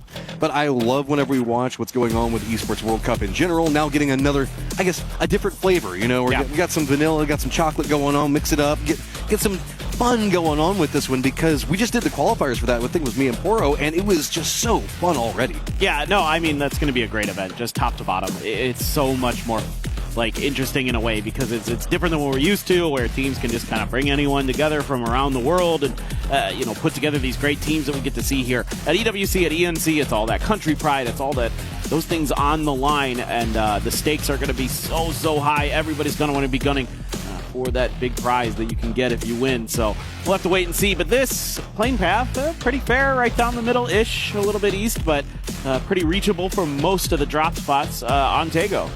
Do we get another Northern Taego? Because while we've gotten the double up on Taego, it feels like it just keeps pulling back over. It's one of two things. We either get Song On with like 50% of it water, or we are up next to Shipyard and Army Base. It's kind of just abandoned the center of it, which I don't have a problem with. That's kind of one of the worst areas that I don't really like to play in Taego. Ah, okay. I mean, I kind of like most of Taego. Actually, the only place I don't like is the swamps by Hosan Prison. That part is not fun to play. I kind of like that area because you can do like all the foot pushes around on those little mini hills. Yeah. Now, competitively, it's a lot harder, of course. Yeah, it's the driving, actually, that ends up just getting worn down over there, I guess. We're up by Shipyard again, though, so Gen.G, that's been their drop spot here for this game, and Falcons going over to the airport, and they will be A-OK once they get situated. I love how the fact a lot of players joke that they don't like to go airport on this map because it feels like they're cursing themselves to go to the airport early if they go there. But Falcons, not necessarily too afraid to play around it, feeling pretty good. This is a circle where we don't have too many teams in it. I mean, really, we've got, a little bit of T1, but Gen.G is going to have inside track on good positioning. While we've got the map up, I want to point out there's a whole bunch of kind of flatter, more open terrain, of course, over into the east, leading into and around airport. But whenever we come into Shipyard, that territory just to the south of it has got this, I don't want to say big hill, but biggish hill that's over there that a lot of teams can kind of fortify around in different sections of, and kind of creates a fortress for everybody that's kind of playing in the, I guess, the river that's more to the south, it's more open and flat, and then to that eastern territory. Yeah. The hill around it is one of the bigger ones on Taego for sure. And there's a decent amount of trees and other things to work with that's up by that Shipyard hill. So there is a lot of room in this circle, even though there's quite a bit of water. There's still options. They aren't great in some cases, where you might have to kind of hang out at the edges of the fields that have kind of those berms on the outside of them that you can try to hide underneath and wait things out a little bit, try to make your moment. But the real thing I have in mind right now is the fact that this circle's so far away from everybody. Like you mentioned earlier, not a lot of teams starting in it means that there could be one of those situations where teams run into each other while they're rotating or something like that. Well, I mean, look, this is a early emergency pickup already called from 17 Gaming. I guess maybe wanting to go to the opposite side of the circle. No harm in that. You know, if you go to the eastern area of Shipyard, you can get your back up against the water, push in, know the fact that you don't have to scout as much, going to make you feel a little bit safer. Maybe this is just going to be one of those things where you have a couple players go up, or nope, it is a full commitment. I was going to say maybe they're just doing some scouting with it. Nah, they want to avoid all of the mess, because we have been seeing Shipyard a lot this year, and it is just dicey over there, man. I mean, we just talked about Pubg Nations Cup. Brazil had a massive game coming out of Shipyard. Yeah. I mean, you can fight out a Shipyard pretty well. Again, going uphill in a situation like this, a little bit easier sometimes, especially with the amount of cover that you're going to be afforded in parts of this area of the map. So, yeah, I think what 17's doing perfectly fine. I wouldn't be surprised to see them, like you mentioned, go to the complete opposite end here. They're going to see Gen.G underneath them, kind of center-ish. So I wouldn't think that would be where they want to get out. I think one of them just got tagged in the middle of the airport, guys. Falcons rotated really quick away from airport. They already have Gustav that's got a foothold in those hills that we were talking about south of Shipyard. But it looks like they've got a couple of rotation options. I think that they're just going to get more control over that southeastern hillside. A couple other squads going to be rotating over there pretty close to it. Petrichor Road going to be right back behind it. Tyloo actually has one Dragon that got stuck behind Petrichor Road, so the rest of the squad going to be in front. 17's pulling, and they are going as far to the northeast as you can get on this map. Yeah.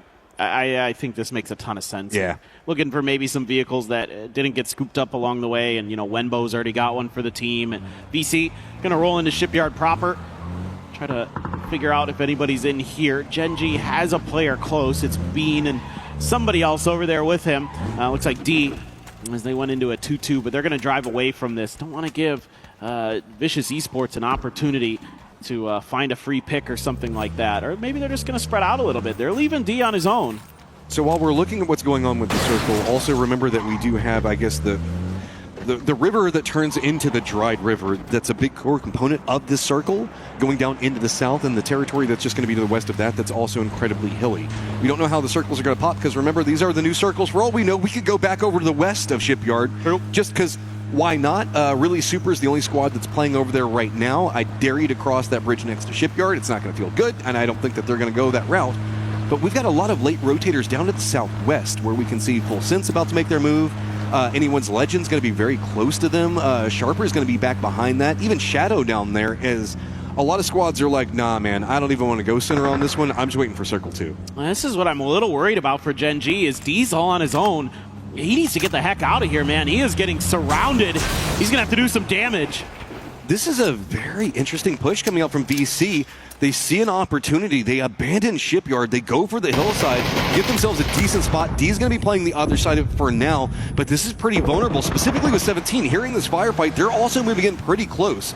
So the longer this goes in, I like this. A side rat coming in from Gen G on the side flank of it. D is going to go down. Is this going to pull Gen G off of it? No, they're going to commit. Bean gets down, duck by. Well, they have to at this point. I mean, D was dead to rights if they didn't get there quick, and being able to at least buy a little bit of extra time, Tycon will at least take the point for now. VC has established themselves. They've got their position taken, and Gen G has to retreat, so that's going to be blue chip on the ground. I like this from Gen G. They wanted to go for D, see if they can maybe get him out. Yes, they have a high ground position over that compound, but they know too many people are going to be vying for positions on this hillside, so they need to get out very quickly. 17's already just going to be in the north of them. Vitality already over into the east. To the south, it's going to be Falcons, and T1 kind of close as well. So abandoning that position, while it did cost them D, does also mean the fact that they can get into a better defended position for all of their neighbors that are due to start messing with them sooner or later. I think the mistake there is just leaving D in the beginning, and I talked about when VC goes into Shipyard, that compound that D is in is actually pretty easy to encroach upon from the Shipyard spot. So that's exactly what happened. When you're on your own, you can't really defend that. Super is going in for an entirely different strategy right now, as it looks like it's all the way up into the north of Shipyard entirely. They're out in the water. They're going to go ahead and wrap into that section of it. Should be pretty okay. So with VC kind of abandoning this spot, Super's going to find it for near on free. Yeah, but the Supers are going to have to get it done on foot now. Not going to have the luxury of having, a Dacia or a US or something like that as they try to make their way forward. Now, the good news for them in a way is that everybody in front of them is a little bit split up for the most part. VC's pretty coordinated, like in terms of being pretty close to each other, but like Sha Wu, for example, who's on the edge of one of those warehouses in the Shipyard, Human can just do a little bit of scouting out there, make sure nobody's coming up behind him. He can watch the bridge a little bit. Hide behind the cargo barges over here. He's got that pier that he can kind of keep an eye on.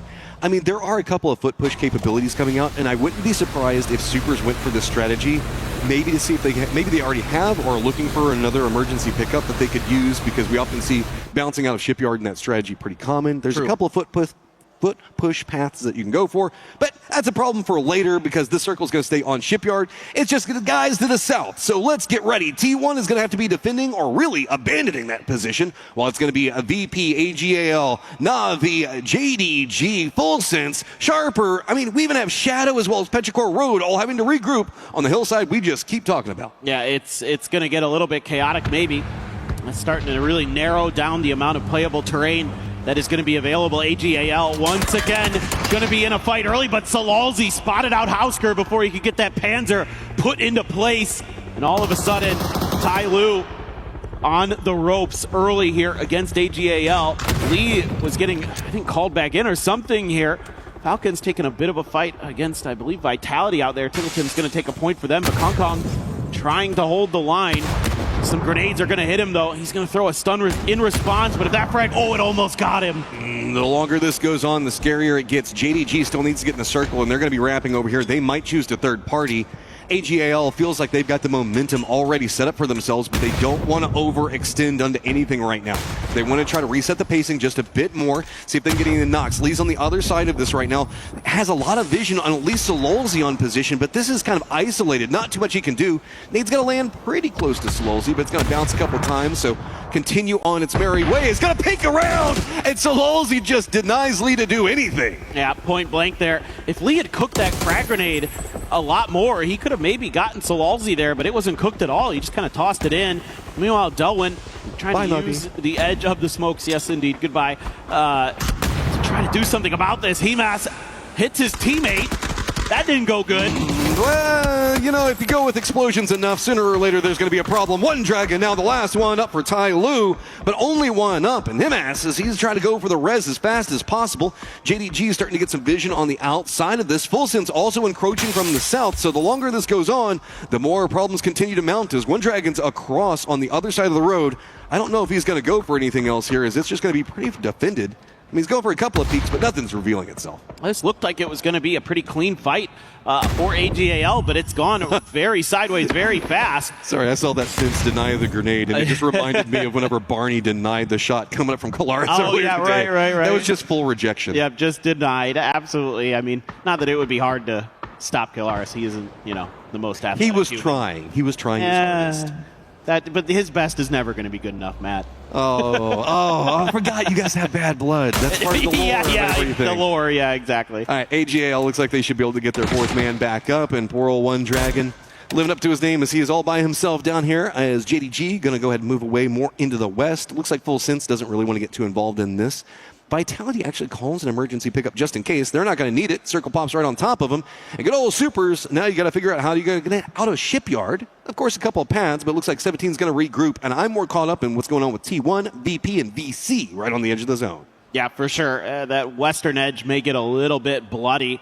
Full Sense now just setting up a bit of a barricade on their edge of the circle to keep AGAL pinned in if they try to encroach on their territory. Nixie just doing a little bit of a fact-finding mission. I mean, this is incredible from Sololzy right into Lee. Really nicely done. Now, if we get to see the follow-up from Himas, it didn't go so good. And this right here, that's your teammate there, bud. I mean, I get it. He was trying to get it around the corner to hit the other player, and Delwyn kind of walked into it. While that was going on, Nixie does get dropped. That's I guess a minor problem for VP. T1 has a side position just down to the south. That's going to stall out. Any knock onto VP on this approach is really going to throw off the pacing. Ian flanking back behind this one. Gets a good angle. Lucarux is going to go down, and VP with two players already knocked and a BRDM just waiting to be stolen. That's huge for T1. That is such a nice find. I mean, we saw how valuable that BRDM was for VP in the previous game, and they're able to deny that one this game. That's awful for Virtus Pro, who played so well on Erangel. Here on Tego, not going to be able to recreate the same magic, most likely. Yes, Beamy and Crexy, very, very good, but as a duo, nigh impossible to be putting up double-digit kills. We'll have to wait and see. Is Heather kind of right behind Beamy, driving in his general direction? Nowhere to go. It is going to be Supers making the push to the south, right as VC is making their rotate, hops inside of a vehicle, and Simon just gets instant drop by Heaven. T1 hears that firefight. Looks like they're trying to backstab, see if they can get a piece of what's going to go on. Falcon's also going to be to the east of this with some minimal vision. Trees are going to deny out a lot, but it's going to be enough to make it complicated. As that's going to be another knock. Nade from Rex drops on top of Duckmine. Yeah, he's able to do some really nice damage up there, is Rex, because Heaven was really in a lot of trouble. Had to go prone into the smoke to get the heal through.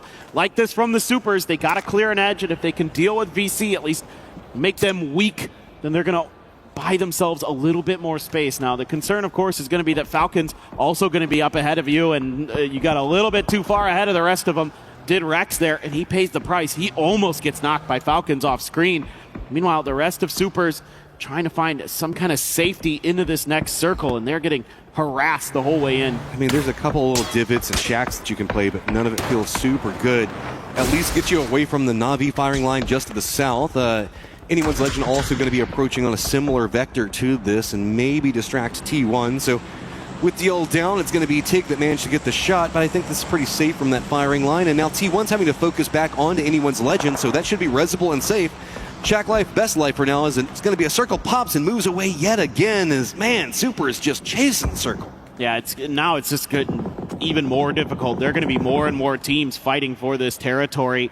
And taking that knock on the DL, really painful. That helmet going to be very beat up. And Delwyn does find E-End off screen. Falcons here just staring down. And anytime the Supers try to pop out and do much, they're just going to be getting lit up. You're a lot of shots. That's going to be anyone's legend getting vision on T1, as whereas Petrichor Road going for a regroup. They were running a bit of a 2-2 split. Up to the north, we also do have Shadow getting very close to 17. A lot of individual fights starting to break out. It's BC now trying to backstab onto T1. Type just denies out as much of that as he can try to get, but there's nowhere else for him to really go. He's got to deal with the looming large threats in front of him. Heather at least has the BRDM, but Vicious is going to go down. Not too many options as Na'Vi realizes they don't want to push into the circle yet. Instead, they're going to push in the face of all those squads that are stacked up on top of each other, see how much more they can get. Look, Human actually gets typed there. It's just that BRDM that's left for T1. They took a prize and they can't do much with it. The Supers fighting on a lot of different fronts and getting knocks, but they're also losing players along the way. There's DL back on the ground again. I'd be curious if his helmet is even still attached to his head at this point. Rex takes a headshot, so all this gear is just getting absolutely destroyed along with their players. Rex falls to Shrimzy's hands. Supers just having to chain res while they walk into firing line upon firing line. Mas up on top is going to go ahead and get more damage onto Na'Vi and force their line and force their hand right into the Supers. Nowhere else to really go, but Shrimzy's going to get a piece of it. Na'Vi is going to go down, and now that's more space for the Supers to deal with, but Falcons are very focused in dealing with Supers, while 17 feels like they're trying to take shots on the other side of Falcons. It's going to get a little weird here on this western edge. Himas, I'm not sure who got that knock. It was Himas indeed who got Heaven. So Heaven out in the blue, and it's going to be quickly bled out. But Beamy all of a sudden springs to life. Virtus Pro split out very, very wide. Beamy made himself a foxhole, and he's going to profit from it. Almost finds another. I mean, this is just kind of hunkered down over here. Remember, we saw them take those 2 casualties early, so they've just been hiding over in this location. Human going to be his closest neighbor now of anyone's legend right on top of him. Falcons can't go into the path of the circle that they wanted to, so it's going to be Jim G and the compounds with defense. 17 behind that one. Falcons just got to send it. It's going to be right onto the other side of what's going to be going on with VP. Corexy right in the mix of it all, and he's going to go down off this rotate from the Falcons. Yeah, this is nice for the Falcons. They're able to get kind of an already established position for themselves. A rock, a foxhole, a little bit of safety. They can potentially get this res unless Heather has something to say about it. Tanadol as well. That's a little bit of damage there to kick. Here goes Heather. Is he just going to drive into that? Oh, he just missed it. If he had maybe ridden into the back of that car, he might have been able to get a knock. Just a heady play coming up, staying on top of the car. No, I thought he's going to flip it. Kickstart, making a kick flip there with his vehicles, and it looks like they're trying to see if they can contain Heather. I don't know, just buy enough time maybe to get everybody inside the cars. Do they have a Panzerfaust maybe in the back of one of them? Well, now they just have to light it up. I mean, they've got to try to wear through that armor, but look how healthy this BRDM still is. I mean, maybe 75% health left here. Gustav lucky. Oh, there's the run over. He got 2. That's big. That is terrible. Full sense just watching on the outside of this. Falcons were having such a good game, finding so many kills, and to have it start coming apart this way, now it's just going to be an easy nade toss right to the thick of them all. T1's Heather as a solo takes down the Falcons. That was such a tricky spot because of that BRDM. The Falcons there. I mean, Gustav got lucky on the first pass through. He had just gotten a health in when he got hit by the BRDM, was able to survive it because of that. And then still the reset there for Heather, and he is going to slurp up a lot of good util. I feel so bad for the Falcons on that one. It felt like everything was going good. 7 kills, 3 players up in the circle, and then good old BRDM T1 rolling right through your life. You can see that they went from feeling good to suddenly like, oh, I don't even know how we could have done anything there a little bit differently. Sharper now on approach to the circle, JDG to the south, as Full Sense has got control over to the west-ish, but also kind of to the south as they're running a very wide 2-1-1. I'm very curious about JD Gaming. What are we going to be doing here? Belmoth at least bullied away from their western flank. The bad news is that Sharper has some kind of angle down into him. Petrichor Road just ahead of this as well. Where's this Mortars up in the air. Is this after the BRDM beast himself? Yeah. Oh my God. Yeah, that's pretty accurate. That's a hell of a shot. That came very close to Heather's BRDM there. And that just moves it a few feet forward. Nah, man, I don't want to play that game. Everything's fine. I wouldn't be surprised if maybe that was Flash and Full Sense that took the shots. I didn't see exactly where it came out. there's just a spattering of solos that are over here. I mean, we can see that Guman's trying to make a play on the flash, a couple of shots, doesn't get the knock. That's very atypical. I mean, usually Guman can get those, so now he's put himself in an awkward spot. Beamy's just going to be the north of that, getting some of Gen G's attention, as well as I think 17's. Okay, there's the mortar. We found the scene of the crime, and it's a surprise from Tigger. It is going to be Guman getting taken out, could not convert. Soul does find Beamy, so Virtus Pro will fall in 10th as well. So Virtus Pro not able to kind of replicate some of that great energy they had from game one, but that's okay. They're doing just fine. But look at this. Full Sense already being aggro onto the other side with Petrichor Road down to the south. 17 manages to just demolish JDG. There's just not much else that could happen over there. Sharper's got control over to the southeast-ish. They're just now touching over here. But this is a more open section of the circle. Is continuing our theme is trying to figure out how you can dig the best inside of some of these circles. We're going to get a lot more of open territory that we're going to be moving into. The circle does pop over to the north. Gen G's got a compound. It's going to be Shadow having the eastern side of it. And Heather in control of, I guess, everything else with the BRD. Yeah, Heather's just very, very excited to still be in this game, to be honest, because he's been able to salvage some extra points. We're already in the placement points as well, and that's definitely something that your team is going to be feeling good about as the next couple of days wear on. Another mortar exploding in the backside there, not really connecting onto anything that I can see. My eyes on the Gen G here with 3 players up. Maybe somebody makes a go at their kind of flimsy compound they've got up on the north side. I'm just kind of confused in what you do down to the south. Okay, you're going to be moving into a more open section of the circle in the south. Even if you get there, Full Sense has got a lot of players already set up. Heather's already got a ridge line of defense. You can see that Petrichor Road's having to deal with Sharper on the other side. Double up blue zones. A ton of frag grenades coming out. Sharper's realized it's going to be really hard to get in the circle. 17's already got vision on them. So they've just got to take down Petrichor Road, see if they can get anything else out of it. And this has just opened up Full Sense to take whatever they want. Vitality, though, does look like they have the same idea as Sharper, but they're going to go after Sharper. Looks like they're sneaking up right back behind him, trying to see if they can get the backstab up, but it's just a second too late. Sharper has to give up this ridgeline now, and that's opened up an opportunity for Vitality to potentially punish them a little bit. And 17 still struggling over there. It's Bean into Setsuna taking the point, and here goes Sharper forced into Petrichor Road. They're falling at the hands of Ming Ming and company. 0-4 getting in there as well. Earth, the only one alive, and Petrichor Road still has all 4 players up. Full Sense with 2 of their players just keep roaming back down here to see if they can steal anything. Going to go ahead and pick up 1 of the kills out of all it. Good old Earth Zapuli now in the thick of everything with Petrichor Road. Looks like seeing if he can get anything more out of it. Not going to get the knock. He's outside the blue. He's going to go down. Ming Ming's going to go ahead and send him back down into the dirt. Now it's going to be Vitality that has to figure out how they're going to get into the circle. As Petrichor Road's at least managed to get a foothold with 1 of their players. Yeah, Chewy's going to see some of Full Sense next to him over there, so he has to start letting loose with the grenades, but all that can really do is just move Tigger off the mark a little bit. Does have this Panzer here. And the fact that he hasn't used it just yet, kind of concerning. I'm not sure if Full Sense has spotted this. Maybe Belmoth got a view of it. I'm worried for Petrichor on the other side. It's been Shadow taking a lot of shots at Vitality, so Vitality just has to go further down to the south, and suddenly Petrichor Road finds themselves pinched yet again. Petrichor Road spins back on it quick. Ming Ming gets the knock on Levante and makes it look easy, but that's going to be a surrender of position coming up from Petrichor Road, and while we do see Vitality fall, Full Sense has got control of the south. Yeah, this has been a really nice, kind of slow and steady game. Tigger will be claiming Ming Ming, knocking Petrichor down in 6th. Yeah, Heather, just vibing. I mean, nobody's going to mess with him for a while. Now, there was that Panzerfaust that we saw in one of those vehicles on the southern edge that Chewy from Petrichor Road had. So I'm wondering if Full Sense was able to scoop that up, and that may be the thing that ends up spelling Heather's demise. Meanwhile, Shadow Esports getting deep into another game. Let's see if they can get another win. We saw it yesterday. They shocked us, and I'd love to see it happen again.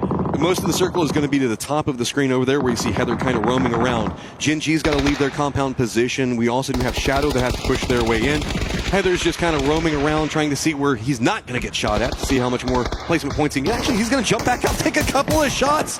Very bold plays coming out. Is I think that Heather's found himself a bit more than he wanted. He's got Full Sense to the south taking shots at him. Gen G to east of his position. I mean, poor old Heather. You just want to be left alone.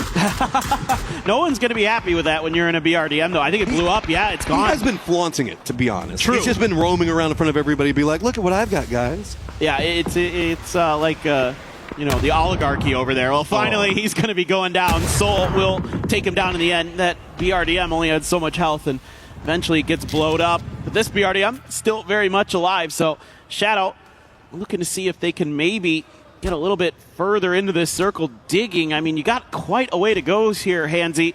I mean, that's a solid 10 meters, 14 meters in front of you there that you have to dig. So could take a little while. Meanwhile, Full Sense, full control because they have that BRDM and quite a nice piece of land.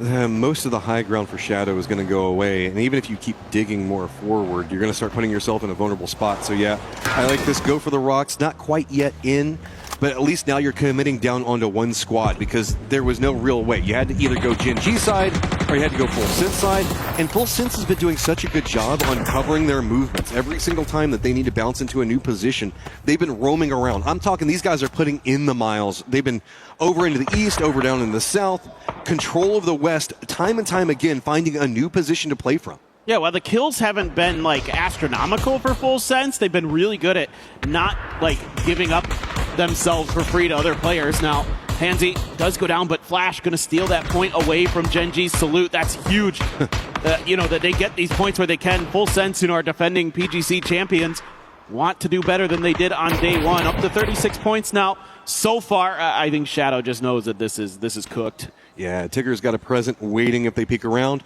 So Shadow's going to go down. The underdog story is still trying to continue right now as these guys make it in late stage yet again, finding some kills. But it's just going to be the lineup between Full Sense to the south and now Gen G to the north. Saw Soul with a Mark 14 there. So he's picked up some level 3 weaponry for himself. Bean does have that Panzer, so if there's kind of an overstep from Full Sense with their BRDM, he might be able to punish it. It's just how aware, again, is Full Sense of that. They might just try to drive at it. I'm a bit nervous for Gen G here. They do have this hillside, but it doesn't feel too good once you actually get into the circle. So they're going to try to go for a counter pinch on this one, but nice shot's going to come up from Tigger. That's 2 down. Gen G had a plan, and it was instantly destroyed. Yeah, they're looking to try to do that exact same thing to that BRDM, and Tigger's having none of it. Trying to take out the final member. Bullying for the end of it, nowhere to go. Gen G is out and Full Sense gets it. Yeah, that's a really just sturdy game from Full Sense. Just kind of navigating a lot of tricky situations where maybe if you overcommit to something, because there's a ton of fighting on that southwestern edge where they're sitting, they're able to just kind of keep everybody else at bay, find their points where they need to, avoid any big damage, any big fights, get that BRDM and get the win. Yeah, I mean, it was just a lot of squads kind of stacked on top of each other, trying to go for full defense, while Full Sense was slower in their roams and approach, and it felt like consistently had control of the southwest, time and time again in these very wide controlled angles where they were trusting each other to just really have each other's backs, and if anybody approached, instantly counterpounce, push them off. Gen G on the other side of that, just kind of holding down the compound for as long as they needed to. Yeah, I mean, Gen G there, again, kind of losing that player very early indeed. The fact that they're able to get as deep as they do with just 3, not bad. Able to find a few kills here and there, not too bad. Let's listen in. Yep, this nice, yep. That's just, again, it was a steady game. I'm so glad we got the victory team comms coming out from that whenever we saw the BRDMs rolling around instead of what we got with Falcons, because those had to be the quietest of calm.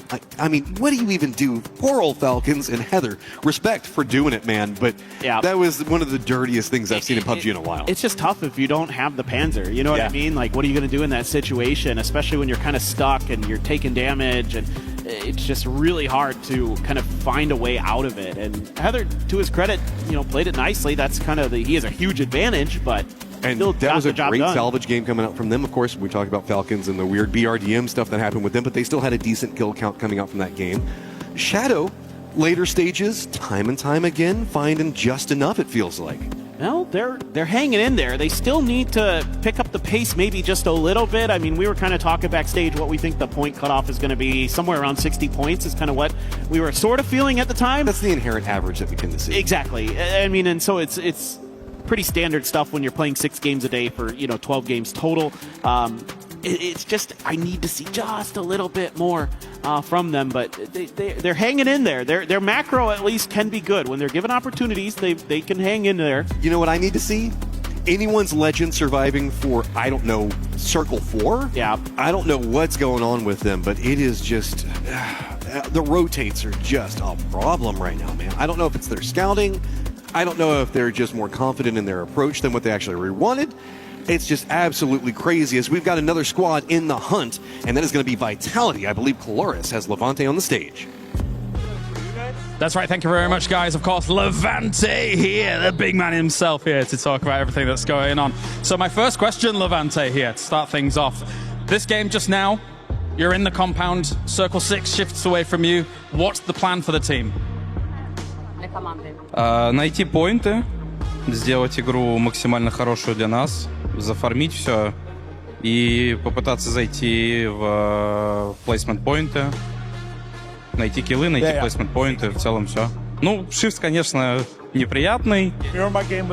Двигаемся дальше. Points to make the game maximally good for us to gather up and to maneuver forward. Yes, indeed, the Circle 6, the form, okay, not so good for us, but we're moving forward. We are going ahead, finding points. That's it. Okay, fair play. And overall, what was your kind of impressions of yesterday? What went down? Do you think that you could have had a little bit more points on some of the certain games? What was your perspective on day number 1? Конечно, мы должны были и обязаны были вчера набрать больше поинтов, но мы допускали в своих играх глупые ошибки, из-за этого где-то не добрали, где-то плохо сыграли, но сегодня дали себе обещание парням, кто нас поддерживает в нашей организации, что мы справимся и сделаем сегодня все для того, чтобы пройти финал. Oh, yes, indeed. Yesterday we must have had to score more points, but somehow we failed to do so. Nevertheless, we have time, we have today. We made a commitment to ourselves, between the players and to the guys who are committed to that we are going to get those points, refocus, gather up, and move forward. All right, well, thank you very much, Levante, for joining us. All right, it's time for a flex off. We do flex off. All right, that's Levante. Let's go.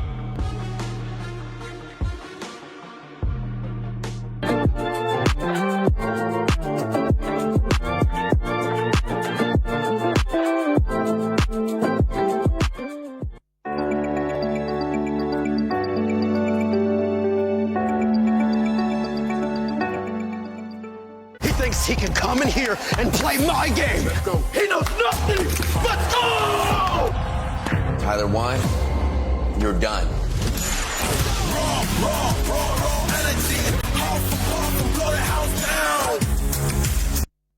Tired of taking down your enemies with those boring regular frag grenades and blue zone grenades? Introducing the red zone grenade, the newest addition to the PUBG throwables. With the red zone grenades, you won't have to worry about scouting the enemy team anymore. Just pick one up, throw it into your enemy's territory, and watch them get blasted from the skies. The red zone grenade, your savior when one explosion isn't enough. Coming soon to your PUBG lobby. This is throwable. Before using, make sure it won't bounce back into your playing zone, and don't use it in a closed environment. Common side effects include friendly fire, blowing up vehicles, and destroying terrain. Consult with your team leader or coach before safe use. Oh man, I want a red zone grenade. They look so much fun. And I mean, a squad that was able to not use a red zone grenade, but finally show up full sends. And for everybody currently watching at home, if you guys haven't already, make sure you check out the Esports Foundation Creator Program. You can join it, go sign up at some point. Maybe a QR code will, there you go. Oh, that was magical. Magic. Just make sure you use, you just scan that QR code, sign up. You can earn rewards, and we might even end up interviewing you on the finals. Check that out, the Esports Foundation Creator Program. Lots of rewards to be earned right there. But talking about earning rewards, a great reward for Full Sense finally showing up. Finally showing up after catching a few circles and, of course, having a BRDM and, of course, having all the other teams kind of take care of each other. But look, the PGC 2025 champions, they showed up.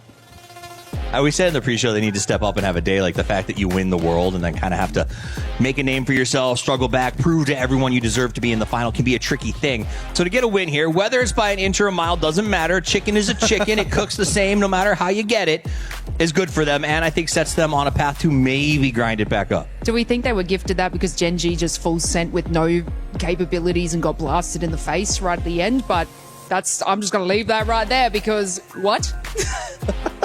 Also, just to point out the fact that Full Sense had that in the fact that they still had that that late into the game with multiple BRDMs coming around, it's like Gen G could not have expected they would have a Panzer there. Right, no, because the weight of the Panzer, and especially like using it lately, it got nerfed. It's hard to move with. It's not the counter that it used to be, so people just stopped using it as much, right? So the fact, you can't expect that. The BRDMs, it's like, oh, when Batulin uses it, nobody stops him.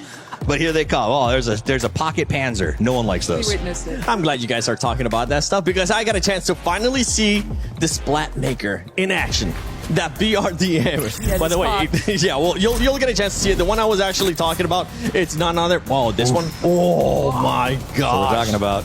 That ending was beautiful. And then there was another one that hopefully we'll be able to show later on because Falcons, my goodness, Falcons. What were we thinking at one point as we look at the team stats right here from Full Sense? Yeah, I mean, we were having this conversation about Falcons before. I was like, oh, they were kind of gifted a great zone, and but they lack that ability to defend their position. And I mean, it just took T1 to sort of use the exploit against them. And Falcons really slow decision making in that altercation with, I think it was Heather. I mean, they did an interview before. They were trolling in that interview, and I'm feeling like the trolling is bleeding into their gameplay because that was questionable. I mean, at the end of the day, Heather, I think he knew what he was doing. He was like, I'm just going to try to pick up a little point here. Be a little bit of a, for lack of a better word, a butthead to these guys. And he drove around them in a circle. And yes, Gustav and Kickstart jumped out at the same time. And I think it just was a miscommunication. Trimsy had the right eye. He's leaning out of the car. He knows he's not a threat to being run over. And I think maybe the other two just thought the other guy's taking that seat. I'm going to jump out and try to make the assist here. And it was just one of those situations where when you're in the smoke, you can't see anything. We've all had this, right? The fire alarm goes off. You wake up. The whole house is dark. You try to run to the door. You smash your shins on the side table. Like, it happens. Where are you living? America. This is what happens. America. I don't think I've ever really experienced that, but this but it doesn't look like this. This was just a mess. I don't really know what else to say. Heather, Heather played well. He managed to get 3 kills off the Falcons. Yes, they were in smoke. It was a sticky situation, but I kind of expected a different outcome. But you know what? Heather takes those. PUBG happens. Yeah, PUBG happens. And the thing is that Heather just kept running into trees, too. He had so much time. This is what I said about slow decision-making from the Falcons. Well, I don't think he thought he was going to last that long. Like, honestly, exactly. I think he was just trying to harass us. Yeah, 100%. Do something before he goes down. And I think he may even thought, like, you can kill me and take this BRDM. Well, you're not taking me until you blow it up kind of thing. And he was surprised. He hit the tree because he didn't think he'd make it around that circle. And Gatsby, we were even saying, why didn't just Falcons go on top of the rocks? They could have just ended up... Well, they couldn't go to the very top because I know they were getting shot. That's why they had so many smokes out in the first place. But, I mean, to stay on the ground level, especially with that thing just circling, it's rough. They had a ditch. Look, it is what it is. I don't want to harp too much on that. No, but I think the key here is I wouldn't call this like a call problem, and I wouldn't even call it a positioning problem. I would just say that was like a comedy of errors. It happens. Yeah. And that's where, like you say, PUBG happens. We go next. And that's the beautiful thing about the game, right? With your friends at home or on these teams. Sometimes you drop. Sometimes you have a bad match. You get back to lobby. You reset. You go again. So that's what these guys are going to do, and they're the professionals who can do it. That being said, they at least had, I think, 7 kills in that game. So they still had points. It's not like it was just a complete donut for them. So, yeah, it wasn't an awful game. It just ended, unfortunately. And for Falcons, they're kind of allowed to do that because it is their first day of groups. This is only the second map. They still have a lot more to go. As we're looking at now, the overall, obviously, for everybody tuning in, for some reason you missed out yesterday. You missed out on absolute dominance from Myth, but they're currently not playing here today. We have Virtus Pro now being able to pop up. Lace Virtus Pro in 3rd place. I mean, Virtus Pro is pretty much qualified at this point. Yeah, like it's just like an exceptional game from the start, and this is what like a lot of teams are sort of lacking focus on, is taking those massive games in the early stages, and that's exactly what VP are doing. Like I said yesterday, it was kind of like a mid-range game for them, but they're sitting up in that top 3 because they know their competitors from yesterday. Let's talk Shadow Esports for a second, all right? Because they got to the late game that time. They're at 44 points. Here's why we have the conversation.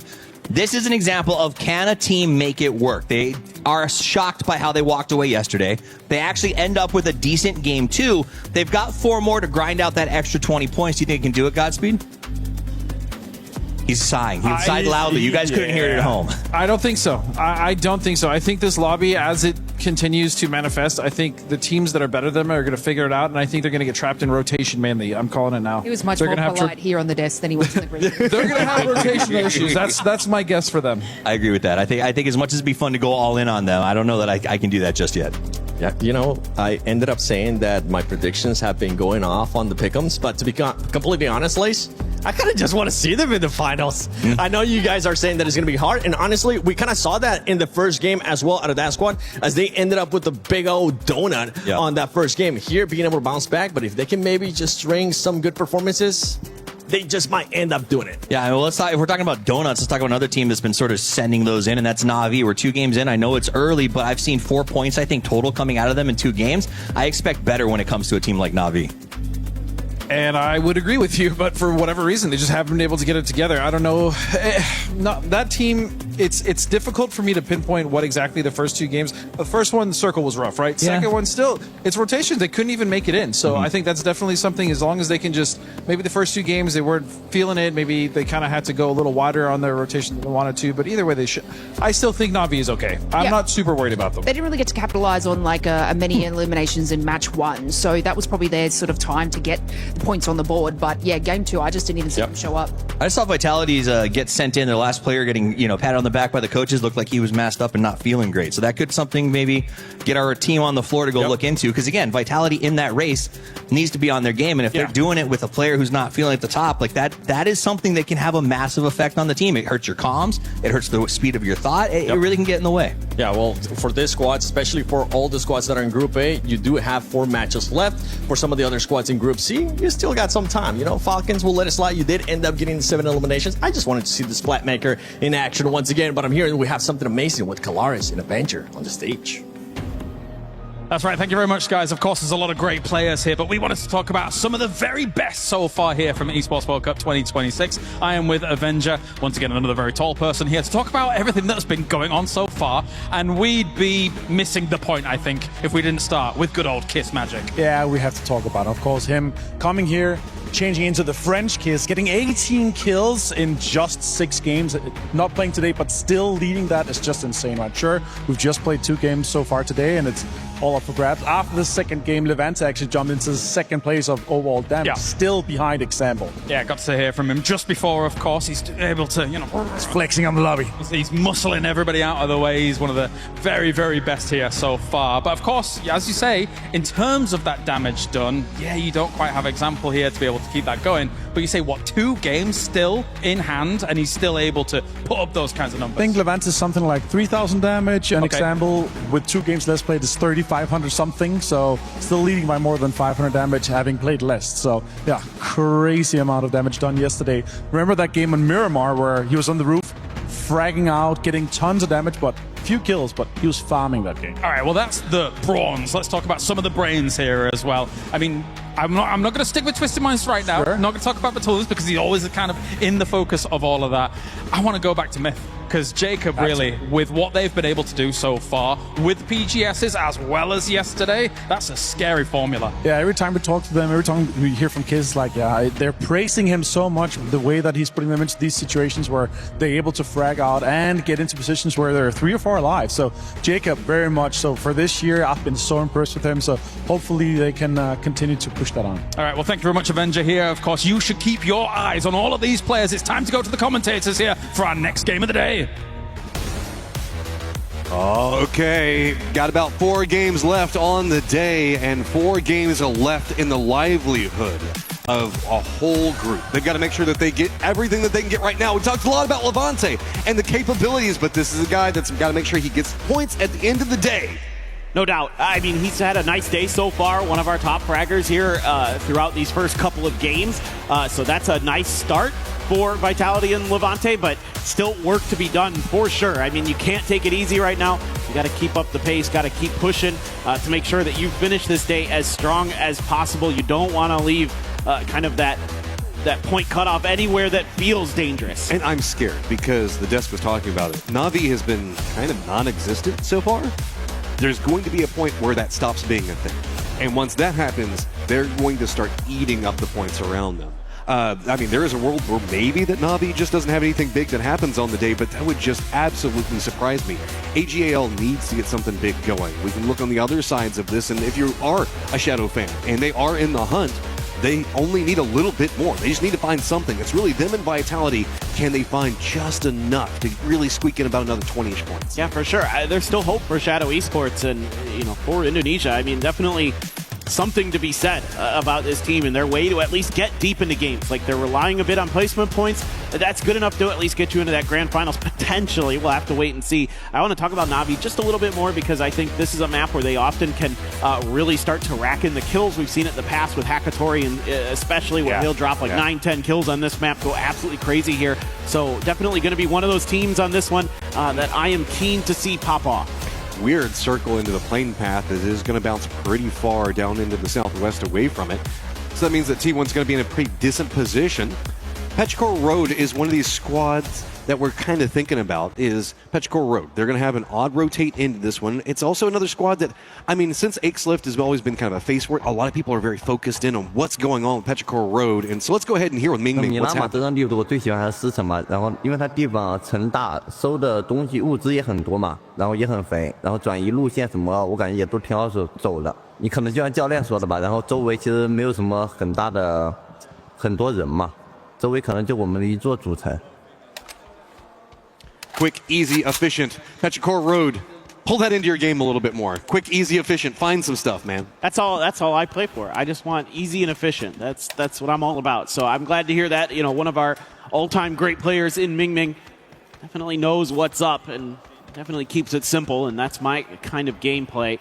So they start out in Impala here, but the circle went west. More Monte Nuevo. Okay. I got a hard question for you. Okay. Is it good for Petrichor that they're tied up with Anyone's Legend right now, or is it bad for Anyone's Legend that they're tied for Petrichor Road? I think their power levels aren't too far off in a lot of ways. I think it's really well. Really? Here's the way I'll say. Look at me, Asia Paper Thin, and say that sentence to me again. That you think that Petrichor Road and Anyone's Legend are comparable. Hear me out. I think AGAL probably has a little bit more firepower, but I think the brains on Petrichor Road are maybe a little bit better. Okay, I think I'll kind of give you that. Yeah, I think Petrichor Road could play a little bit safer and be a little bit more reliable, but when it comes to who has the higher ceiling, it's AGAL. Yeah, I mean, if Petrichor Road doesn't qualify, I'm not going to be hurt. If Anyone's Legend doesn't qualify, there's going to be a lot of people that are going to be really surprised by it, I think. I mean, those are two teams that I had on my radar for today. You know, when we were doing the pre-show segment with Lace, I was like, I think both of these teams have a lot to prove here today, and for various different reasons. And they're very good. You know, each team has a superstar fragger with Ming Ming on Petrichor Road and Himas on AGAL. Two players who can take over a lobby when they're feeling it. It's just we haven't quite seen that big pop-off from either of them yet. How stylish is it? Of course, it's Levante in the Golden Marauder. He just looks great. He's just flexing on everybody. Yeah, it's a natural fit for the man. I think we should find a way to get him a gold card in real life, yeah? Okay, we're going to have Vicious in the center of the circle. JDG's December 12th, also kind of getting over there. The area east of Monte Nuevo is getting a lot of the attention in the rotates right now. A little bit further east of where we can see Vicious going is going to be 17. North of that, T1, Falcons, a little bit of Vitality over there as well.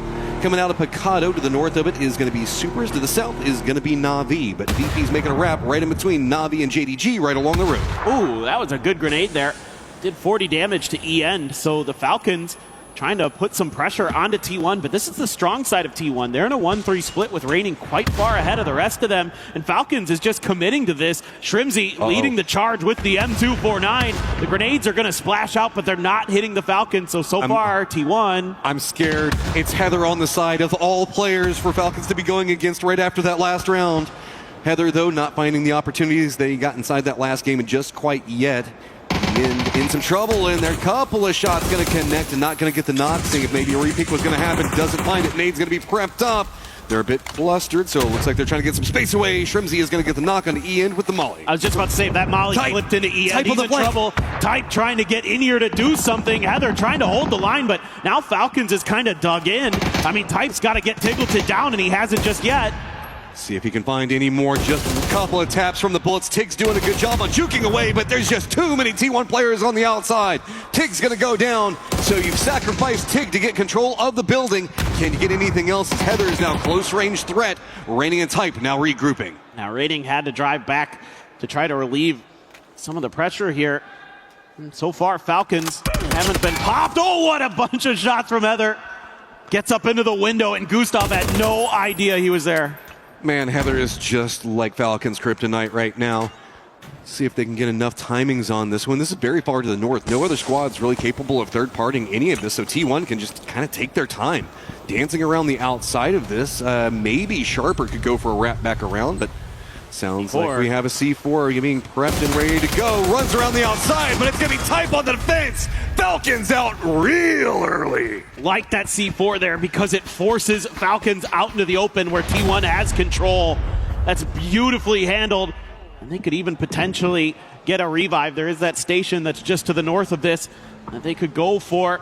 We do have Vitality, who eventually made their way over here, but if they were looking to try to third-party this fight, they are a little bit too late. They will at least be able to take the space for all the trouble that T1 just went through.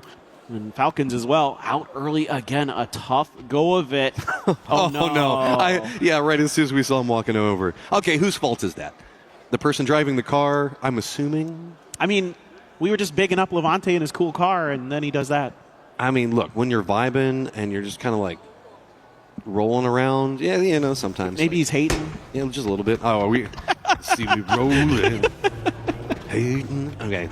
Showing age here as Petrichor Road is going to be wrapping down to the south. Full Sense is going to have the upper area of Chumacera under control, but nobody else really holding down Chumacera. Monte Nuevo is going to be Tai Lu, and then it's going to be Brickyard for AGAL. Most of the other squads kind of a bit spattered across the hillside. I'm very curious about Shadow Esports way up on the north doing a very wide wrap, but that's off map, and that's kind of like them playing for Circle 2, you know, trying to get a pre-rotation in potentially.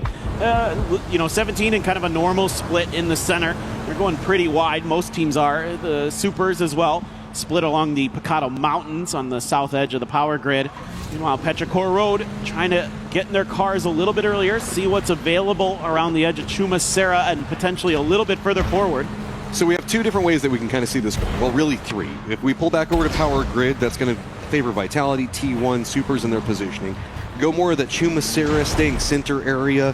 Really, that's going to make the power grid players a bit sadder as they're going to have to come down from the hillside. And we go power grid, so that means that this is what I was afraid of. Look down into the southwest. All those squads are now going to be wrapping into a more open area of that power grid hillside to the west. I mean, sure, there's a couple of trenches, or you have to commit back in the lower sections around Picado Graveyard. This is really weird because we've got that giant hillside that comes south from San Martin leading into Picado. Yeah, this is a tough circle because, like you're talking about, Matt, that area in between Monte Nuevo and Picado, you want to take space early, take compounds early, because if it ends in there, like you were mentioning, that it becomes really difficult if you don't have a compound to fight through that part of the map. But now there's a lot of mountain in place, so there's actually quite a bit that teams have to work with.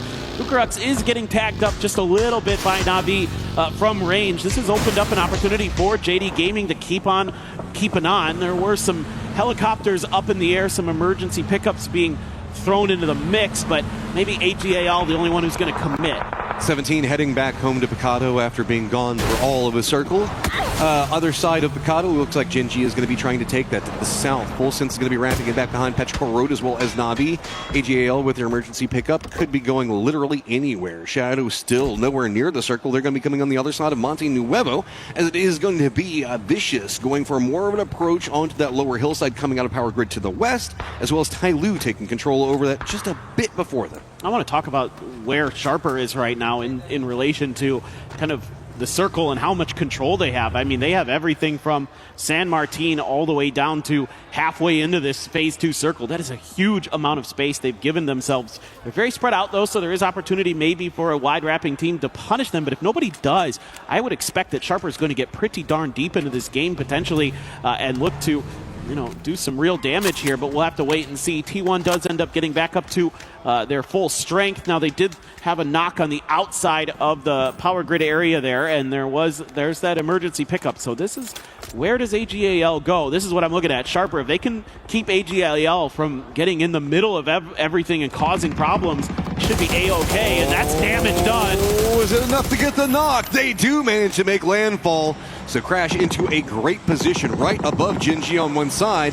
Well, I say a great position. It's at least a safe position now, and it gets them away from all of those crazy reps that they wanted to do. Is this just the solution? Anyone's Legend, their rotates have just been detrimental. Let's just call it honestly. Every single game. So maybe emergency pickup just crash somewhere and get control over it and just start fighting your way out of that. As you can see, AGAL recognizing that their eastern edge is dangerous, so they have to put up those smokes so they can try and find a way to not fall underneath Sharper's grasp. You know, they're worried about players getting into grenade range there. Jedi looking to see if he can get anything, but right now AGAL going to use those rocks nicely. The problem is staying on that edge of the rocks can be a little bit tricky. You can find some holes to hide in for sure as AGAL. Okay, more power grid, more problems for everybody on the outside. Specifically, if you're south of Picado, it sucks to be you. VP, they're going to be on approach. Looks like they're going to be leaning into the VC side of all of this. Navi's just going to be the other side of that. Full sense tail in. Petrichor Road just full on send as JDG airborne for the time being. And good old Shadow going to be back behind it all. Looks like VP is going to go for a more northern wrap, try to bounce around the western section of what's going to be going on with VC. And I don't necessarily fault that. Gen G looks like they're mirroring it over into the east. JDG is losing players in the air. I'm pretty sure that Levante got the kill as they were parachuting in. Yeah, indeed. So that is a rough go of it for them. They're trying to just find something inside of the circle. Now, there's a few dips and dives on the outside of the power grid that you can take, but Navi is crashing right into them. Oh, rolls right into the face. Suze doesn't get the knock, but Hakatori, a boost stick will. That was just an aggressive play coming up from Navi. They lost Ferris for it, but that was a power play. Yep, that's kind of maybe what you needed here as Navi to start getting a little bit of wind behind your sails for this match, for this day. Here comes some mortars. They're not even going to land on screen, hitting behind all of this. VP is making the wide wrap around to the north side. T1 still dug into the firehouse on the north side of power grid. They haven't moved a muscle since they won that fight against Falcons. Meanwhile, I really like this from VP. They had two options there. They could have gone for the emergency pickup. I think if the circle had gone east, maybe they had done that. Instead, they want to go north because they realize that there's going to be some open space up there that they could rotate into. Well, we were talking about VP as well as Gen G going for that more northern wrap. They are going to be right next to each other now as Gen G is going to stop off, get some vision of VP right in front of them, with Vicious going more north to get away from the firing lines that were happening down to the south. That's going to get even dicier as there is nowhere for Shadow to go, and they're going to be bumping into full sense down in the south. This is the test for me with Shadow. This is a circle that is very hard to deal with. If they can find points and a way to get into it, this might be proving that they deserve to qualify. They're at least able to punch back here. Jexy did take down Tanadol. So, you know, for Shadow, kind of a tough couple circles where they were trying to make some, later rotations to see if they could catch a hard shift. Instead, it hard shifted away from them. So now they have to do a little bit of fighting. But again, good news is you at least made Full Sense pay the price. He took one away. And Full Sense does have one player in the circle. Tigger is there. Let's take a look at how this happened maybe. There's the crash from Na'Vi. I mean, just out of the cars and a lot of dead players from JD Gaming on the ground. And you're right, Ferris actually falls to Tai Lu there. But overall, just a clean drive-by. It gives them center of the circle in a great position on the outskirts of power grid to work with pretty much whatever they want. Here's Shadow continuing their roam into the circle. They did manage to get away from Full Sense, but can they survive the new set of threats that are going to be around them? Petrichor Road coming up a very close range back behind. All of it is power grid yet again, being the focal point, and Vitality just loving every moment of it. Oh man, maybe we get a little power grid finish. We get a little death match going there. In the end, that would be rather fun. I think, let's see, VC circling the wagons, looking for an opportunity, but really they don't have a ton. They've got a little bit of safety at the bottom of the hill, and Tycon up in the top in a shack. Not ideal. You got to kind of play a little bit of defense around the backside to make sure that you can't jam enough players in there. Really, one is only going to be safe. I mean, the way that this is set, we've got some very big rotates that we're going to be looking at. 17's got to force their way into the circle, and that's going to be kind of close to the supers. I don't think they can really avoid that. AGAL has to force their way in a much more open section of the circle over into the east, where Sharper has been holding them back for quite a while. And then down into the southwest, we've got Shadow, we've got Tai Lu and Petrichor Road. Yes, there's a couple of ridgeline sneaky areas that they can play, but it's also a lot dicier because they could be in much closer range and a bigger firefight and nade range, most notably, than I think any of these teams want to be. 17 might actually find the northernmost warehouse. Well, they're running right into Sharper. Oh, they're going right into Sharper. Sharper going to have an opportunity here. AGAL might have some vision into 17, who's trying to figure out anything that's safe. Meanwhile, Pau just going to make his own safety, taking a little bit of a foxhole there. Okay, well, 17 makes their rep. Petrichor Road also managed to get very close to Powell, so maybe that dig-in could be important for him in just one moment. Shots now starting to come out on the 17 on all of their approach over there. Jin Ji is also going to be the new target of 17 in their rep. Petrichor Road at least finding some safety, and here we go. We've got 17 now stacked up. Jin Ji going to be right in front of them. They did at least manage to bypass Sharper as well as anyone's legend, but Jin Ji, where are you going to play from this one? They've got to be careful. They don't want to overpeak because it's going to be T1 with supervision of this. Yeah, those are good shots, though, by Soul. He did more damage than he took there, so he's at least able to afford himself the opportunity to move his car back just a little bit while 17 has to regroup. Knew he was in grenade range, so wanted to try to get out of that as best as he could. Get a better firing line from the rest of his team. Meanwhile, VP cutting in towards Full Sense. Full Sense trying to dive into the power grid proper. Nixie running out of bullets there. Might have popped a tire, but Full Sense at least gets to the fences. Where we started with Falcon's death is where everybody seems like they're focused on getting to. Full Sense does find a nice little position to play for now. VP is going to now have control over everything into the west. Tyloo still got to get into the circle, and it's going to be Shadow. Actually, Henzi he's gotten all the way into power grid by himself. The other players for Shadow are right on top of Tyloo, and it looks like they're just full on stealth as Tyloo's literally driving over them right now. I mean, I wouldn't think that would be possible, but it is. I mean, they've done it, and Jexy actually finds another kill there. Type knows that Full Sense is out there. Jexy gets two, one with the barrel, one with the Mark 12. Looking to see if he can finish this off. Tyloo getting absolutely shredded. Another angle is found there. It's actually Beanie from VP who gets that. A grenade almost finishing off a player of Petrichor. Circle is popped. We're keeping in most of power grid, but we're going to move into the more open sections of the south and the hillsides into the east. Petrichor Road still has to vault over what's going on with Supers as well as Vicious in front of them.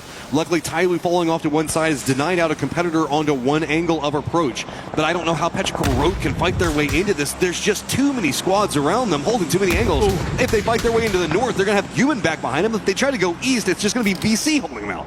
Yeah, Rex is driving way on the southern edge of this right now. DL was watching from the high ground, giving a little bit of just couldn't quite get there in time. Yeah, so he's going to go down, and Human trying to do what he can here, but now the Supers are at a man disadvantage compared to Petrichor Road. Grenade not going to do much there to our IGL, and he looks over towards Chewy. Can't do much. It's actually VC putting him down.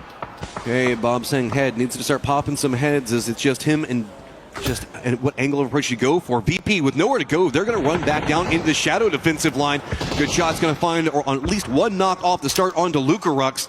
But you can see VP already has the information. They know exactly where they need to focus their targets, and Nade's already running right down on top. Jexy doesn't get the knock, but running in is going to be Kamal's right into the face of VP. Not finding the angles yet, at least getting some damage though. Oh, actually, I think Hansi is getting some damage into the backside of Virtus Pro here, who are trying to fight tooth and nail. This is kind of turned into a tricky situation for VP. Looked like maybe they could have taken a favorable fight, but Shadow, little do they know, had an extra player already up towards the power grid proper. Jexy going to confirm the point and use these blue zones to scooch ever so much closer into the threat range. There is a res that happens for Virtus Pro. Okay, also Vitality has some angles of vision what's happening over here. Nixie, though, just shuts down Kamal's. Nothing to be had there. VP on a rampage, trying to push their way forward. Jexy taking a lot of damage. He's going to go down. That leaves just one up for Shadow right on the edge of the zone, but VP still needs to get in the circle. They've got VC in front of them, and they're trying to avoid the Vitality firing line. Look how weak Beanie is. I mean, he's 1 HP here, so anything that hits him is going to put him on the ground and basically put him out of the game with the circle that close to them. Meanwhile, somehow the Supers have kept themselves going, took Petrichor Road out of this. They only get a couple kills out of it, but still in the game. Maybe can get into placement points if they can find some level of safety there on that eastern side. And there's that shot connecting into Beanie. He's down. Nixie in trouble as well. Tycon springs from the shack, instantly deletes Corexy, and Nixie just going to go out. VP gonna fall. VC just too defended in their position. They were having to hold down this for so long just due to the way the Supers were playing this. Supers are just sitting at center of the circle. Well, no, maybe let's just go all the way to the north of the circle. So let's make it full on Korea over here as it's gonna be T1, Jin Ji, and now Supers all right on top of each other. All right. I mean, T1 is now gonna finally have to make a move. The circle has kind of kept that compound in for some time, so they're making some fortifications that they can, but these are outside of the new zone. there is a little bit of ability to potentially go into that northernmost warehouse where I think the supers are going to go right now. So they're going to be beat to the punch there just a little bit. AGAL on foot, looking to maybe do some damage on the edge. Clear 17 out before they have to make another move, but they still have Sharper, danger close, and there you go. Getting some shots towards them as they try to cross. Soul might also get some vision if they're not careful, so the foot push has got to be aggro and it's got to be fast. Pimas can get into this angle. I think that he's spotted out. Does he know exactly how much he could get? But 17 moves quick. Looks like maybe Zhao Wu spotted it. Quick counter move, and Soul is going to be able to get the knock onto Heather. That's going to start the catalyst of things happening into the north, as a couple of shots are going to be enough. 17 now moving closer to Jinji on one side of it. Tian just walks right up in the face, gets the knock onto Soul, but it's getting dicey over here. He gets counter knocked by Bean. All right, Bean at 5 HP, takes down 2, the barrel, but he's going to get backstabbed by EN. D trying to hold T1 back to save his team, but he's the only one alive. He's in the blue, and he's in trouble. 17 ends up getting taken down by Destroy's grenade. D just trying to throw everything he can at this, but it's not going to happen. AGAL wanted a piece of that and couldn't really get it. Delwyn still having to hold back Sharper, and T1 just dominant position over in the north. 8 kills already, and they're starting to stack them all together. Anyone's Legend doesn't really want to approach on that angle anymore. Instead, use the hillsides. They're starting to focus more down onto Sharper in the defensive positions that they're playing, while the supers, who were all the way up next to T1, use the fence row to come all the way down and get into a great position, center of the circle. I mean, if T1 doesn't lose any players here and they can keep those vehicles relatively healthy, they're going to have a lot of outs potentially to get outside of that warehouse and lock it down if it does a hard shift to the west again. AGAL swinging back down towards Sharper now, looking to take more fights, looking to rake in more kills. They've only gotten 1 here for being so fighting so heavily out on this edge for so long. That's not much considering the caliber of this team, and Tanawat putting him back down, and he's getting shot from a bunch of different angles. It's EN who gets the knock.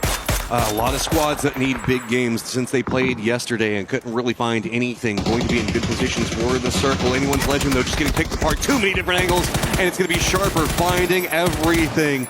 What do you even do off of this? Now Sololzi looking at T1. Type's got control over the warehouse. Sure, we still have Shadow up and Hansy looking at everything, but Vitality's got such a great position in the circle as well. It just feels like Sharper's got all of the East on lock, and there's nowhere for Sololzi to go. I'm loving the way Sharper's been playing this game for the most part. They know Sololzi's on his own. Ian wants to finish what they started. Don't want to let him go over to the blue, and not going to happen. Heather's grenade is going to do it. 10 kills for T1 in this game so far. Ian immediately has to prone down. Here comes the grenade barrage from Na'Vi. Knew that VC was going to be getting close. The follow-up, still not going to find any knocks. Good movement there to avoid much damage. T1 active, really quickly running into the face of Sharper, realizing the way that this circle's popped, they want to go for it. But Denawat's going to defend. Ian's going to go down. Hakatori's got eyes onto VC, trying to get control of the southern area, while it's going to be Na'Vi trying to keep control over everything in the center. We also have movement happening for Vitality, going to be keeping eyes on what's going to be going on with Supers. All of this just stacking on top of each other, while VC finding an angle of approach. Yeah, this fight, though, for Na'Vi's position, one of the most important in this circle. Supers are going to go down to Vitality. Tanawat getting over there, raining down with Earth. And all of a sudden, Sharper continuing to thrive. T1, a nice game in the kill department, able to get decently deep into it. But Sharper has put themselves into a spot where they can continue to cut through some of these other teams. Na'Vi, 3 players strong, holding against VC so far. How long can Shadow solo survive, and how much can Vitality get here? The solo is going to be creeping up in the warehouses around Power Grid, while Vitality just wants to make sure nothing's going on over into the north. Sure, Navi's got control over the circle itself, but really it's going to be Vitality and point totals that we're going to be keeping an eye on. As Hansy, I think they know where he is. Picks around the side, and that's going to be all she wrote for Shadow. At least managed to make it into placements. Very decent, but here's our top 4. Sound cues gave that away. I could see Hello My Bad tracking him with his arrow from the map, so he knew and heard him. So Hansy not able to keep himself obscured long enough from Vitality's detection to get any further into this one. Decent salvage game again, up to 50 points here for Shadow Esports, so they very much could be in that grand finals. They're on pace to get there. They get 6 points in this game, I believe, if memory serves me correctly, and that's plenty to continue to have the point pace you need to find yourself playing in the last 3 days here at EWC 26. And PUBG Battlegrounds. Tanawat takes down Hakatori. This team is on fire right now. Yeah, Hakatori going down is going to make the defense of the center so much more complicated, but Boostik's still up. He's in a vulnerable spot. He goes for the peek onto it. Sharper going to be trying to put the damage in. That unlocks VC to counter-wrap to the south of this. Navi's position that they were playing from was so strong, but VC's got a man advantage on position, and this has also drawn all the attention down to the south and allowed Vitality to get out of power grid. Tycon here looking to take Spyro down, but it's Tanawat's blue zone that is going to find it. Tycon looking to steal the point. Clicked on the head once. Just needs a couple more bullets to land there, but there's pressure from Vitality. Navi gone. Tycon doing some heavy lifting there in front. Sharper needs to recover. And it's Levante that got the angle onto them. So we're looking at this hillside. An approach to the north from Sharper down to the south. It's going to be VC and Vitality that wanted to go for the center. Maybe balled off a little bit too much. They're going to retreat, try to get Gadrux back up, as it looks like it is going to be a 4v4v3 to end this all out. This is a key game for Vitality. Yeah. Getting deep, getting some kills. If they can get the win, they're going to be feeling a lot more comfortable about that grand finals positioning. Sharper, VC have something to say about it. VC's looked really good to me, taking some really nice fights, being really disciplined with holding their line, not giving up some of that space. You know, their spacing's been really good. That's the biggest thing here for VC. They're not opening themselves up to some opportunities to get just, fragged out, shot down. They're being really proactive. Saw Quizzy with a mask on, and we also saw him in between rounds with that mask, seeming like he doesn't feel the best right now. Getting a good game here is going to make it a lot easier whenever you're feeling sick. So hella my bad with eyes on to Earth's positioning. VC, though, just using the standoff in the north to take more control over everything. Tycon going to be the guy leading the way. Sharper one side, looks like they're making the focus onto Vitality. Vitality doesn't have much to play in the circle, just the outer walls, and Tycon is going to be corralling him in. He does get the knock onto Levante, and that is a big knock onto Vitality.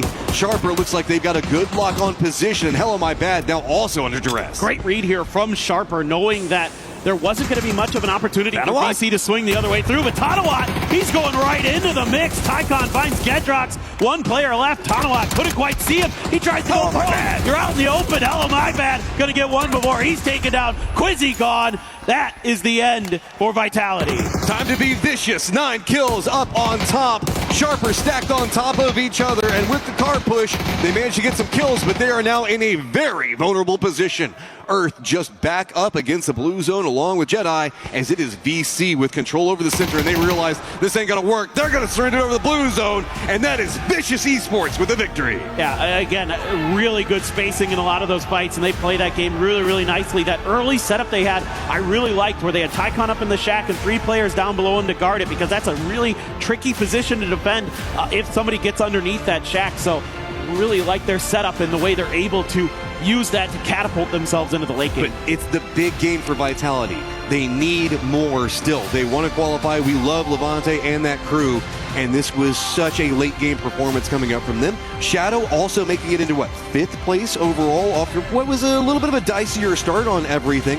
They understand what the win conditions are for them to succeed in here, but can they keep it up with 3 more games on the day? It's a great question. I'm very impressed that they just kind of keep chugging along. They're the little engine that could here at UWC, and seems like they may be able to get to that finish line, at least to go into the grand finals. But also Sharper, again, I talked about it in the very beginning of this game, around phase 2, where they had complete control over that northern edge of the circle, and that's the reason one of the reasons they're into this game later as it goes, because they have so much space to maneuver. Even when it hard shifts away from them, they still have so much control that they have, the ability to recover from those ping-ponging circles and things like that. And they do precisely that. Like, they're playing out in the open really, really well. And again, a lot of my focus today has just been on Group A. Where do they end the day point total-wise? Because they aren't going to be playing tomorrow. So whenever we have some squads like Sharper, they're popping off.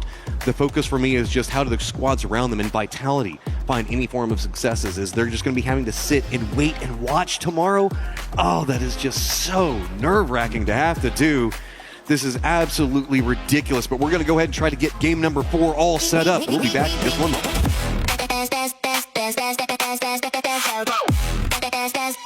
We booked Esports World Cup up.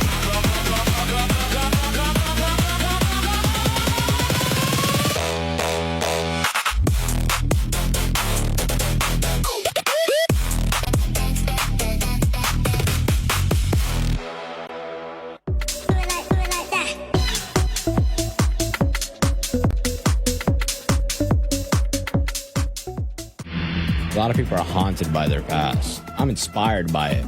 They're not just playing for themselves, they're really playing for their entire family. They have defeated their demons! They have crushed the curse!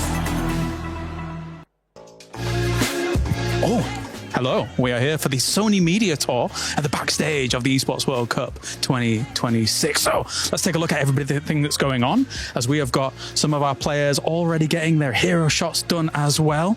As you can see here, made in Thailand, 2 times BGS champions.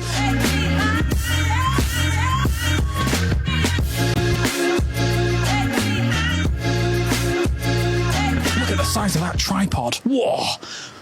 For such a small phone. Size does matter. All right, let's take a look a little bit further on.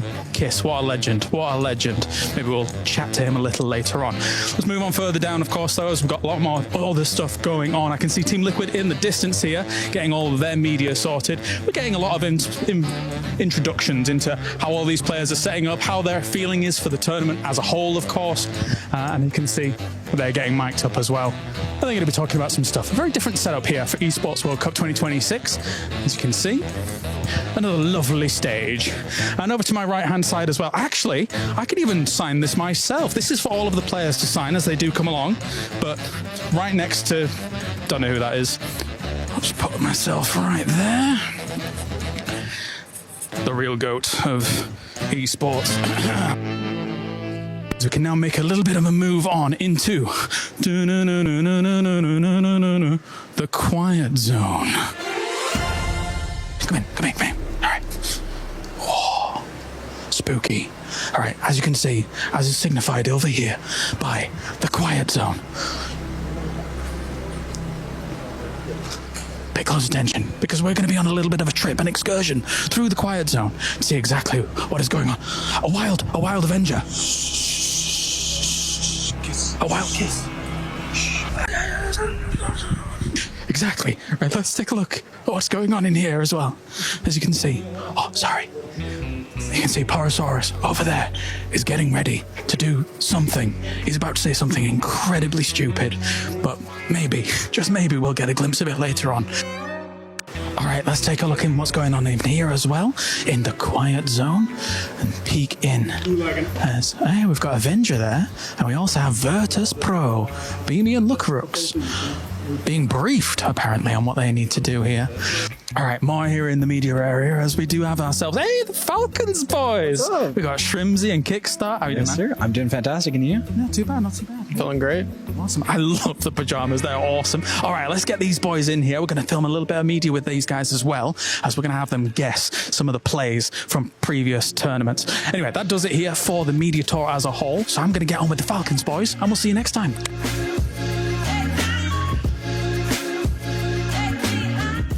All right, guys. It's going to be the quiet. All right, let's try that again. Absolutely not. Absolutely.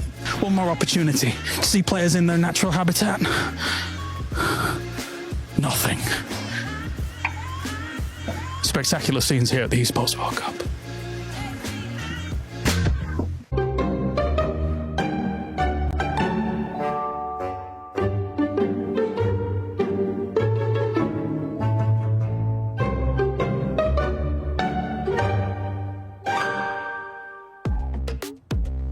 Welcome back, as we have decided to just go and explore Paris a little bit more. We find ourselves on the rooftop of Novotel. Shout out to them for actually letting us use this spot, because it's amazing. But as we have hit the halfway point of PUBG Battlegrounds at EWC 26 group stages, honestly, we got to recap a little bit what's been going on. We just saw the Vicious being able to get a chicken dinner. But if we go back to day one, I mean, that storyline was just straight up myth. Yeah, I mean, if that's what we're doing, if we're saying let's take that halftime, let's look at where we're sitting in the tournament right now. Myth and Pacific Twisted Minds we can get to. These two are insane, but Myth, 3 wins on one day is unheard of, and the fact that they could come back and do it again tomorrow, let me say, every legend starts with Myth, and these guys are close to taking that title for themselves. Name change in the future, I think. Yeah, I mean, they sort of started out after match 5 at like about a 7.2 elim average, which is it's not bad, okay? That is exceptional. But before that, they're actually on a 5.5, and that was because of the several chicken dinners that they have and that amazing match 6 where they got like 5 eliminations and that win. And I mean, that's exactly why this team is bringing it home. They are going to be bringing it home. And the scary part, if you're a Myth fan too, or if you're just scared of Myth, with their performance, is that today they're getting a break. Yeah. Today they're getting a chance to see what everybody from Group C is going to be doing. And Myth is just looking at them like, all right, chill. Let me see what you guys got going on because we're going to come in hot tomorrow. And they got no stress. I mean, the fact of the matter is we've played 3 games so far, and Myth and Twisted Minds still haven't been caught by the 9-game teams, right? Like VP, yeah, they're having an okay catch-up time, but they still haven't closed the door on those 2. Like, it is crazy how far ahead Myth was at the end of yesterday. Yeah, for some of the other teams, we talked about it earlier, but we need to touch base as we're kind of recapping everything here. Full Sense finally ends up showing up. They get a win today, but they need to start being more consistent because now they're going to be going into their final 3 matches, and if that consistency is not there, tomorrow they're just going to be sitting down, watching the show list, just biting them nails. Yeah, I mean, today is all for them, so they need to really do something there. I mean, it was a little surprising, I guess, from the first kind of group stages that we had, but, you know, they do know what's ahead of them and what they need to pick up on, and look, it's an okay job, I feel. Like, it needs to be a little bit more aggressive, I feel. The problem is when you look at the leaderboard right now, you think, oh, maybe they're okay, maybe they're in 7th, but you got to remember they have 3 games up on 16 of our teams, and that is time that has to be made up somewhere. So for those teams, even Shadow, our defending world champions, everybody who's got those 9 games played, just because they look like they're in a good rank now doesn't mean it carries over, which is even more stress-laced because that means they don't know what happens tomorrow. They have to put up, I would say, easily 12 to 15 points higher than they expect to make sure that they are still guaranteed the advance. Could you just imagine playing this and then watching the games just from your hotel room going, no. Did we make it enough? Did we make it enough? I mean, it's crunch time right now, but yeah, I would not want to be in that position. They definitely need to amp it up. If they have the Novotel view, honestly, it might not be that bad. You're not wrong. Actually, I know teams who, when they're in that situation on the 3rd day, they'll just go to lunch, or they'll take a day at the zoo, or they'll do something like that. Their coach obviously is like watching the whole time to give them updates, but I've met teams who are like, you know what, we don't even look until the very end, and then let's enjoy our day. Let's not have that stress looming over us. How about some of the other squads that have came in today? 17 Gaming. I mean, they've been putting up some points. We just saw what Team 1 was able to do in the last one, and they ended up eliminating Falcons early on as well. Yeah, I was sort of touching on this. Like, we looked at match 2, and obviously Heather just being able to pop that grenade into their situation, and it looks like T1 is just clipping the Falcons' wins at the moment because coming out of match 3, it was just an obliteration from them too. I mean, they're from my region. I love the Falcons, boys, but this has been a very rough start. Now, I'm not going to write them off. How many times have we seen the Falcons sort of thrive up and go full phase Sunday, if you will, on that last performance day? So I'm not going to write them off yet, but it's been a very tough run for them. T1 looks so good to be as high up on the board as they are. 13th place with only 3 games played at 30 points. That's the same track line that we had Twisted Minds and Myth on yesterday. So these guys can feel very comfortable. Another team that's in that same situation in regards to what we were talking about, being in that Group A, maybe not performing that well. AGAL. You got to remember, for AGAL, this squad, yes, you have been able to step it up a little bit, but it hasn't been to the point that we expected to, right? You're thinking about insane players that they have in that roster. Hey, Maz, we need to be able to see them being able to bring it up. So you know what? I think it's time. We want to continue talking on. We might stay here at the top of Novotel a little bit longer, but for now, I want to see what's going to be happening at the stage. But Bosh, it is time, of course, as we have a few more games coming up here for the halftime. But we want to kind of touch on exactly what was going on really there. For the Vicious, I mean, you've got Tycon finally being able to step on up back on the international stage here, Match. I'm always good to see Tycon. I mean, dude, you gotta love Tycon. I always have like mental images of that clutch that he managed to do where he got like, 8, 9 kills, 10 kills by himself, and then clutched out the game. I got in trouble because I think I said some naughty words at the end of that cast, but I mean, it deserved. Tycon's that good of a player, so it's great to have him back in the forums. Yeah, look, and especially you and I had casted Tycon, I think, in one of his first games, right? And we go back to those times we said, hey, this kid's going to be a superstar. Now I'm hoping he has the team behind him. And so far, the way they played that south edge, the way that they kind of pushed Vitality out, they watched for the other team coming across, which of course was sharper, and they were able to capitalize. And winning that game is going to be a huge boost of confidence for them as well. To think the first time in Fantasy that we ever played, and Tycon was a sub on that during 10K. Do you remember? He was the cheapest. Didn't you also pick him up like super early and rub it in our faces? I may have heard. Sounds like something James would do. Yeah. I'm sorry. I've got my ear to the ground, as it were. But let's talk You're about... so low. You should. Sorry, I didn't. Yeah, I mean, That's it, I'm because off. you're so much shorter than As me, I'm someone going to who's so enjoy this round, I joke. don't know if I should be speaking. Let's talk about some of those teams that are on the bubble here for this one. Of course, as you've got teams like Tyloo, AGAL, and Petrichor Road all really needing to step up. It does feel like Tyloo's probably done here, though. I think Tyloo is done, unfortunately. I mean, even if they have an incredible last 3 games, they're still going to be behind by a full 6 games on the other group coming back in. On top of that, I haven't seen anything from them that makes me think they're going to do it. Final thoughts? Same. I mean, Tyloo's just not getting there. Petrichor Road finds something. Anyone's legend, pull a trigger, man. Yeah. Please, They're the kind AGL, I'm begging you. Just shoot. They're That's all the we kind want. of team that can have 30-point games in the past. We've seen it before. It's time to head on over to the commentators here for game number 4 of day 2. Hello, friends. It is I, Porosaurus, joining Mr. Avenger on the cast for these final 3 games of Groups A versus C. And it is last chance saloon for those teams in Group A that may need to make that cut line, which is looking very, very difficult for some of these squads. Yeah, the fact is, I think we're going to be sending 2 or 3 teams home, and they are going to be having no chance, even being outside that top 16. The bottom 8, of course, are going to have their dreams crushed in our crusher. But yeah, 3 more games to go here for them. And we're going to be kicking it off on Rondo, Paul. What's your thoughts on this? Never would buy a condo there. Okay, too much violence there? Or Too much violence, too loud. Right. I got a dog, he's just I need sleep. Barking all the time. But, not a great map to want to start on if you really need to make a push to get some things going here, especially if you're looking at what we were talking about Tyloo. We were talking about who are some of the other Group A teams that we've got our eyes on here. Virtus.pro's not playing more of these 3s next one here. Tyloo, AGAL, Team Vitality, Supers, Full Sense, Petrichor Road, and Shadow has their last 3 maps to be played here at Esports World Cup 2026 in Paris. And honestly, on Rondo here, back over to Tego, and then on Erangel, finishing things up. We were talking about the hypothetical cutoff line yesterday, Paro. Yes. I said 55-60. I think 55 is going to be plenty safe, considering how much points the top have taken. It took Virtus.pro 3 more games to catch up, and they have now tied Twisted Minds on that 69 points. Nice. Yep, nice. Virtus.pro has been having a bang-up day, for sure. As has Vitality. As has, who else has had a good day? T1. T1 has been popping off today. 30 points on the day so far. But, still work left to be done, obviously. But with 3 more maps to go, I think those guys could be feeling a little bit more confident. Yeah, we're giving a little bit of a hard time to Falcons here, but the fact is there is 6 teams below them that have had worse performance. That is Gen G, it's Navi, and it's AGL. But let's hear what Tyloo has to say. 船厂的仓库物资比较丰富，然后转移的路线会比较偏多一点。 Well, there you go. Yeah.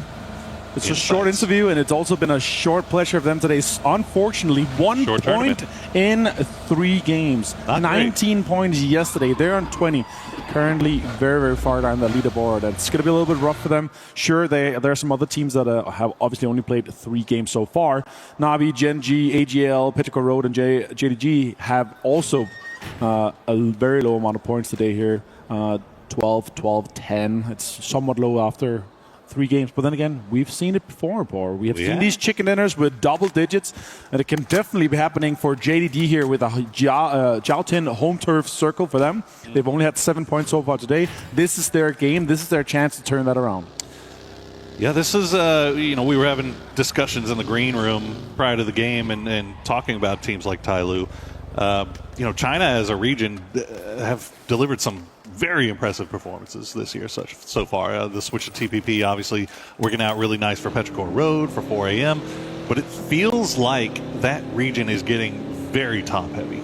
And once you get past, Petrichor 4 a.m. 17, it starts getting a little loosey-goosey down there as to how much success you're going to see from them at an international level.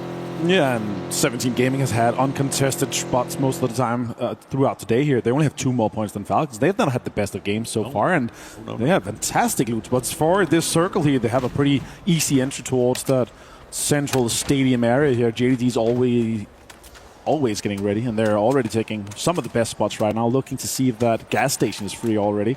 AGL coming in from that northwest side over to Bailey. They're going to have quite the space here, and considering how far northwest this circle is, Poro, I'm really wondering how many teams are going to try to backfill it. You know, we have Falcons in the north, sure, they're going to come in from that, but how many teams are going to try to swing around? You typically see this on stadium circles like this, where everybody immediately tries to send. You see such a cluster towards the center because those positions of power, those strong positions, are so at such a premium that these teams are willing to make those high risk, high reward sends right towards the dead center early because they're so convinced that it is going to end up paying off for them. So we'll see now that we're getting a little bit later in. It's 4.5 minutes. That's late at this point in a circle like this, but so many teams still outside, still fighting their way in.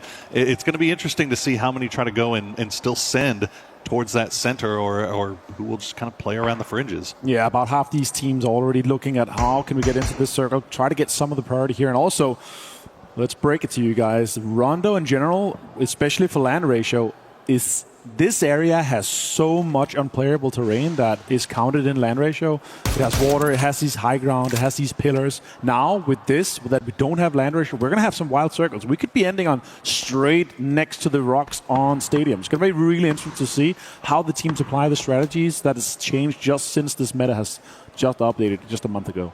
Yeah, it's going to be really interesting to keep an eye on as we see the stadium already starting to get a little bit compacted here. Mr. Guman all by himself as Vitality is arriving.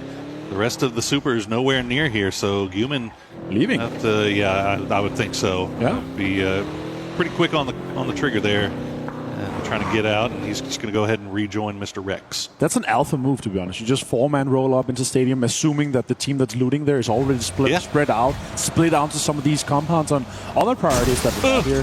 T1 rolling in, try to get topped around. That actually works. So. Someone's going to be able to take that later on. And he leaves it. He doesn't want it. You want the electric bus. You want the Dacia. You want to get that rolling. I'm not creeping up on anybody anytime soon, right? Well, this is actually kind of surprising to me that this compound in particular is just completely wide open. Whoa! You do see, there you go, Winbow.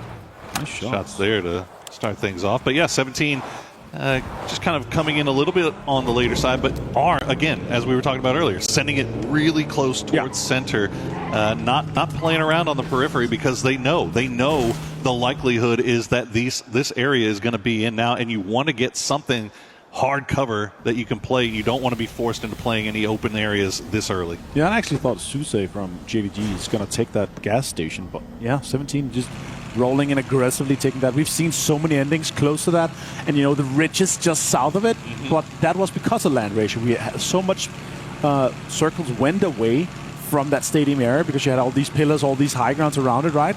But here, that might change. We can see it go absolutely anywhere, and it's going to be amazing. We've seen some of these crazy circuits where it ended up closer to the river as well.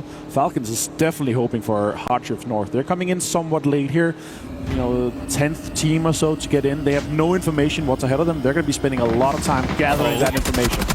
Oh no, not the time to go to a replay. Well, T1, it looks like it will scare Navi off, but Navi will be okay as we see 04MB just dying to nothing, but it looks like he was able to get rezzed once again. But T1 able to keep Navi at bay, so Navi will continue to roll around on that eastern side. They know that the door is now closed. Don't want to try to get any further into the circle. We'll just play here from that southeastern side. See Falcons, as you said, coming in from the north. But yeah, I mean, you keep bringing it up, and for good reason, right? Like the way teams are playing this right now is based off of old circle logic. Yep. And now that we have the new circle logic, those hard shifts could come into. It almost feels like an inevitability at this point that we're going to see it break away. Now, if it goes hard north, hard south, it's going to be interesting because they're so compacted on each other. So if they do end up having to move, it's either going to be you got to do it instantly and try to get out of there quickly, or you play it slow and just don't want to be the first one to get caught out. Yeah, and you're kind of innovating as you go here. New positions are going to be a power. priorities, and you're going to have these high grounds, you're going to have these area around the rivers and the floods. Look at that northern ship. There it is. Oh my God, Falcons are laughing. They're loving this. This is their chance. You know what? I can give you the live commentary of the comps right now. It's going to be like, guys, we're fed. We need to win this. Blessed. Hashtag blessed. Well, immediately you see them turn back around. They're going to go for whatever high ground they can find around there. You can see just off to their northwest are those pillars that they can play around. And it looks like Kickstart already in the glider kind of looking over in that area. But they're going to see a boatload of vehicles down to their south starting to head that way. So they need to make a decision quickly as Virtus Pro is going to run into Sharper. Sharper had a great game last round, and they're going to start off here by getting the knock on a Nixie. Getting a big name down right there. He had 2,500 damage when he started today here. Sabalui gets it. Lukarux also has been found. Noxon confirms it coming through. VP, sure, they've already gone through. They're already in the final here, but they still want to get points. This is still the absolute best practice you can get if you're already qualified for the final. Goodness gracious. Once again, just a portable red zone of grenades being sent over here. The utility being such a major factor. And Sharper not scared to go ahead and send everything they have in the bag there to go ahead and secure those 2 points off of Virtus Pro. Virtus Pro, the rest of the team will go ahead and escape as now we see 17 running into Supers. They've got Falcons just off to their north, and you can see Shadow just off to their east. So this is not a fight that I think either of these teams really want to invest too much time in. And yeah, there you go. Both of them are going to pull away immediately. Smart. That's the way to go about it, right? You want to make sure you can stay alive as long as possible. Full Sense here going for an E-pick up on the southern side. This is huge. We could see so many teams coming in and taking away these pillars from some of these teams that are on the lower ground, right? Kickstart, sure, he's in the glider, but if 4 guys land on the high ground pillar above Falcons here, that's going to put so much pressure onto them, actually. And we have the river in play, also doesn't matter with the land ratio, but these 3 or 4 really tall pillars around the compound where Falcons is, that's going to have quite the impact if Full Sense is able to grab 1 or 2 of them. And it looks like that's what they're going for right now. I would if I was them. And they're going to actually, I mean, if they can get up there, they're going to have time to set up too, because we also have another E-pick up that's coming from east to west. A little bit farther distance, but I mean, they're going right over the top of the same spot, right? So if Full Senses has the time to really sub, and now T1 has popped one as well, so multiple E-pickups there. So Sharper, or Full Sense rather, could find themselves in a really good spot, but you see immediately upon landing, they're just going to have to drop down on their bellies as a number of teams already looking over in that direction. Yeah, Falcons hunkering down this compound. This is quite a strong compound here. You have multiple sides of cover. You can be in the roofs. And it's really difficult to breach unless you breach from that northern area where the rocks is. Just this direction that Gustav is looking at. But they're fully aware that Full Sense is taking some of these northwest pillars. But we're going to have this next circle pop. Let's see where we go, Paro. All right, we're going to get another hardship. Wow. We will. Going to cut all the way over to the west. And that's going to leave a look at all the pretty big chunk of Bailey in. Where's Vicious going to go? Where's T1 going to go? Obviously, Full Sense has landed on top of that pillar.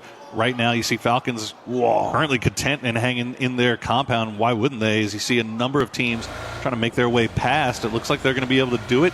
Vicious not going to pop the chutes by the towers. Instead, they're going to continue going all the way over to Bailey. I'll have to admit this. I've never seen such a northwestern circle, especially with the back-to-back hardships like this here. Look at that, all the fans here in Paris loving the games going on the Qiddiya City grid. I need to get a beret, man. Yeah? Red or blue? I mean, honestly, the red one is looking pretty nice. You have to go to the lipstick as well then. That's kind of crazy. But look at this, 17 being absolutely getting in here as T1 is flying in above them. Delvin finds 0-4 and B from Petrichor Road. Shots coming in. AGL, they need to have a good game. We have just 3 more to go. Happening on the south side of the circle, you can see there's still 60 alive left in this game as there are a number of fights going on here. T1 have run into 17, and 17 proven to be a little bit more of a hassle to clean up than Falcons was for T1 last time. In fact, they will go down as T1 gets eliminated in 16th place. We'll see if 17 has the time to get those revives on before they get crashed. T1's had a good day so far today, so they can afford one, but now look at this. Vicious also finding 17. Beamy finds JDG as well. So much fights happening here in the northern side. 17 Gaming's out of 15th place as well. Tycon is back to being him old self. 2022, 2023, Tycon is back. Beautiful timing there by Vicious. They're able to get there before 17's able to do any type of reset whatsoever, so they'll pick up a couple of kills there as I-26 V6 will get the knock on a Rex. That's going to force Supers to pull back off, but they don't have time for this. Vitality is coming in. Petrichor Road is coming in. Tai Lu is sniffing over in that area as well as Falcons, also third party on this fight. So the entire south side all kind of playing a game of chicken right now to see who's going to commit to a fight so that the other ones can then third party on there. So many sharks in water driving around, just being ready to pull up or drive by. Team Vitality here trying to maintain control of that eastern side just of this high ground road here. It's going to have quite the impact on DN Supers. Nice to see them driving around here. It's going to be a little bit difficult for Deal and Forcing having them back. Yeah, they're going back south here. They're actually going to go straight towards AGL and Petrichor Road. And maybe Tai Lu on that southwest side here. Having popping some tires. It's going to be annoying for Vitality. Also a headshot coming his way. Damage is done. Difficult for Vitality to recoup. Hello, my bad if he's going to go down out here, but I think he's going to be fine. The blue zone is not taking more than 1 damage per second. Until we get to the next one, just 10 more seconds. We're going to go to triple that damage, so you need to get into that circle just now. Super's one of our teams that's on the clock. 43 points overall right now. And only this game with 2 remaining to try to make sure they're above that cut line as the circle will bless up just a little bit here. That's great news if you're full sense, as they still have 2 on that high ground, but they've sent Belmoth and Thanadol down low to kind of that as well. We'll see where Falcons decide to go, and when they decide to go really is more the important question. You don't want to be the first one there, right? Yeah, Fulson's also on the clock. 3 more games to go for them here, and that's exactly that. Need 10 more points so they could be safe, and they could definitely get it from this game here, or with having high ground control and also having all the eyes in the sky. Being on 2 pillars here is quite insane. Now Falcons are moving on the north side of the road. Vitality driving on the road on the southern side, but that's going to be a fight between AGL and Vitality just shortly happening here. Looks like Petrichor Road is sent it towards the middle as we get a quick replay here of 17 quickly dispatching with T1. T1 did manage to get a couple in return, but that was very well played there by both squads. It really just turned into a 1v1 at the end as we see a number of teams just kind of playing along that roadside. The high ground on the east and low ground on the west. Kills just picking one off here and there. Now Na'Vi focusing down on Kamal's. Coming in from the south side, no one really there to support Kamal's. The rest of his team is a distance, and there you go, he is going to go down. Yeah, there's just trying to slide straight to the center. Vitality out in 12th place here. They were way too aggressive but going too deep, and they lost out on everything. Himas with the links as well on Gedrox. Jedi finds Ming Ming from Petrichor Road. And Na'Vi lost Ferris here from this position on an all. Shadow really trying to hold them out here. The usual Na'Vi would do a straight pull up onto this position, but they have so much strong terrain here from Shadow. They're inside the circle. They have rocks to peek from. Very difficult to take away from them. That actually might be a come up for AGAL as well, as the Lynx, he was able to take him out of that BRDM that Vitality was working with earlier. So AGAL may have acquired themselves a new toy, as Falcons will play just underneath the tower. And now Na'Vi continuing the push up, but you see Shadow. Oh, you don't want to stack up like that. Boostic cooks a perfect grenade. Hansi now the last player left alive as the utility continues to stream over the top. One more for Boostic. Could get a triple nade. Nah, it's just more damage than the knocks already, and they're going to try to make the most of it here. More damage is being done to them. More nade coming their way. That's a great peek. He gets Spyro down. It's just Boostic. He gets him down. Hansi out. Shadow Esports out in 10th place here, and now it's 7 kills for Na'Vi. Good work there from Boostic. 480 damage for him. 4 kills in the bag. 7 total for Na'Vi as they starting to find their footing here late in day 1 for them. Rest of Full Sense not able to really pull everybody together and respond to that. So Belmoth just holds on to the high ground as we center up once again on the circle. Donut indeed. Sharper and Tai Lu sparring off to the west, but they have to find a place to play now. You know what? The slice of pizza on the south just looks like perfectly it's AGL's. This could be their game. Look at that, yeah. They have quite the control in the corner there with the intersection of the road. That is such a strong position. You can reach up and you can look over the ridges and just apply so much damage to everyone. Delvin already setting up that spot, so that's great for them. Falcons now considering, are we going to make a move here? We're going to try to make more control here in that eastern side. I don't think they're fully aware that Thanadol is close to them, but they're definitely aware that Full Sense is up there. Let's see what AGL does, though. Yeah, AGAL, I just briefly saw him on a mortar. Not sure where those mortars were being sent to, but you see Falcons stacked up the way they are. It gives you pause for sure. As we check back in with Full Sense with that high ground. They are going to have to leave it now, though, but they do have a foothold in with Thanadol just on the other side of this column from the rest of the Falcons. Well, it looks like Sharper is going to make their move now, getting close to VP, or what's left of Virtus.pro. Corexy and Beamy on the clock. Sharper trying to get close to VP, as you say here, with two guys just being alive, Corexy and Beamy. Shots coming in and connecting. Coach is on screen here. You can see Gunnar somewhat nervous, it looks like, but he knows how important this game is for them. This is definitely a double-digit potential game here. AGL is setting up quite aggressively. Tyloo actually getting close to sniffing this out as well. As you see, Beamy trying to boost up and survive. He's got an AUG and a Panzer in the back. Virtus.pro don't need the points, but definitely want to try to compete against these teams as, of course, can they get more kills? Can they stat pad and get a little bit more confidence from the 3 last games they're playing? Look at that, the BRDM on Delvin. That's going to be so impactful throughout this late game. One they stole off of Vitality. Lynx coming in huge for AGAL. 4 kills for them so far, 3 in the pocket for Himas. Complete control over this road as VP is going to make their move. And fortunately, they do so at a time when AGAL was kind of moving on their own. So nobody really looking at them. And now Falcons actually has a line of sight on them. So more shots coming through. Tyloo has wrapped around on the south side as well. So eyes on here. Shots being taken from range from one side of the circle to the other. And honestly, Full Sense and Falcons could benefit from coexisting on the high ground and low ground. If they could shoot at everyone from everywhere, it could be happening. Earthstopaloo finds Corexy, though. Belmont finds Spyro. So Navi is down to just Boostic. And have quite the impact here. And Vicious also in the northern side. They have quite the control. Sharper in the west, Tyloo in the south, AGL in the southeast, and the road. So much control. And Falcons, Full Sense just next to each other as Belmont finds it. Look at that, Himas also in the mortar. They moved it, they took it with them. Where is it going to land? It's going to have an impact. I don't know if he was dialed in on that Pagoda, but the first one landed. Oh my goodness, one dragon. He gets knocked out of the, I'm not sure, was he in the car? Did he get knocked out of the car? I'm not sure. Either way. Navi out. Got to leave, but yeah, Kong Kong on one as well. So Tyloo sending mortars off somewhere. We'll see where they are going. Just a little bit shy of the high ground. I think that's, yeah, kind of aiming over towards Full Sense. But the new circle is going to pull Full Sense in once again. So this might be a Full Sense Falcons fight that's going to have to pop off here, as they'll try to drop some grenades down. He's going to do big amounts of damage.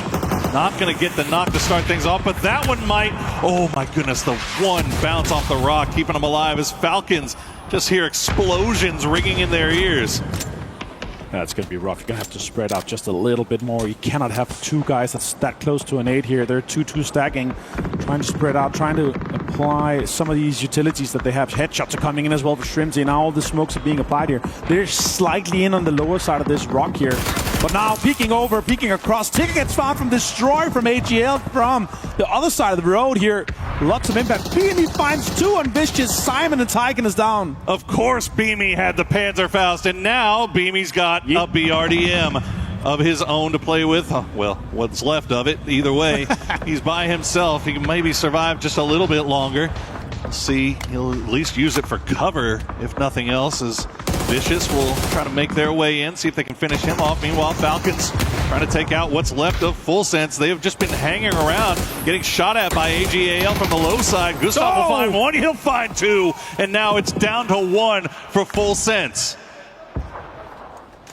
Tigger left alone here now. He's going to have to make a push for it. Can he make it happen here? Shrimsy on the absolute front here. Utilities being deployed. Now nades are coming out as well. Cook it. Shrimsy might have... Oh, great peek on him, but the nade's going to do a little bit of damage, but they're going to be fine here. Now they're inside the zone. They're going to be able to reset a little bit, and they're taking the PGC 2025 champions out of this game. 6 teams left, 20 players left alive. That was a good fight for Falcons there. Clean fight. And obviously, AGAL was kind of pressuring them, so they weren't able to set it up the exact way that they wanted to, but they were still able to come out on top, so well played by them. AGAL just exerting so much control over this lobby from this southeastern side right now. They are a problem that everyone is going to have to deal with here eventually, but right now, Falcons the only one that have their eyes. Himas finds Kickstart, the Lynx. Tickleton finds Dogby. Vicious is in. Virtus.pro is out in 6th place here. And what an effort from Beamy here. Well played by them.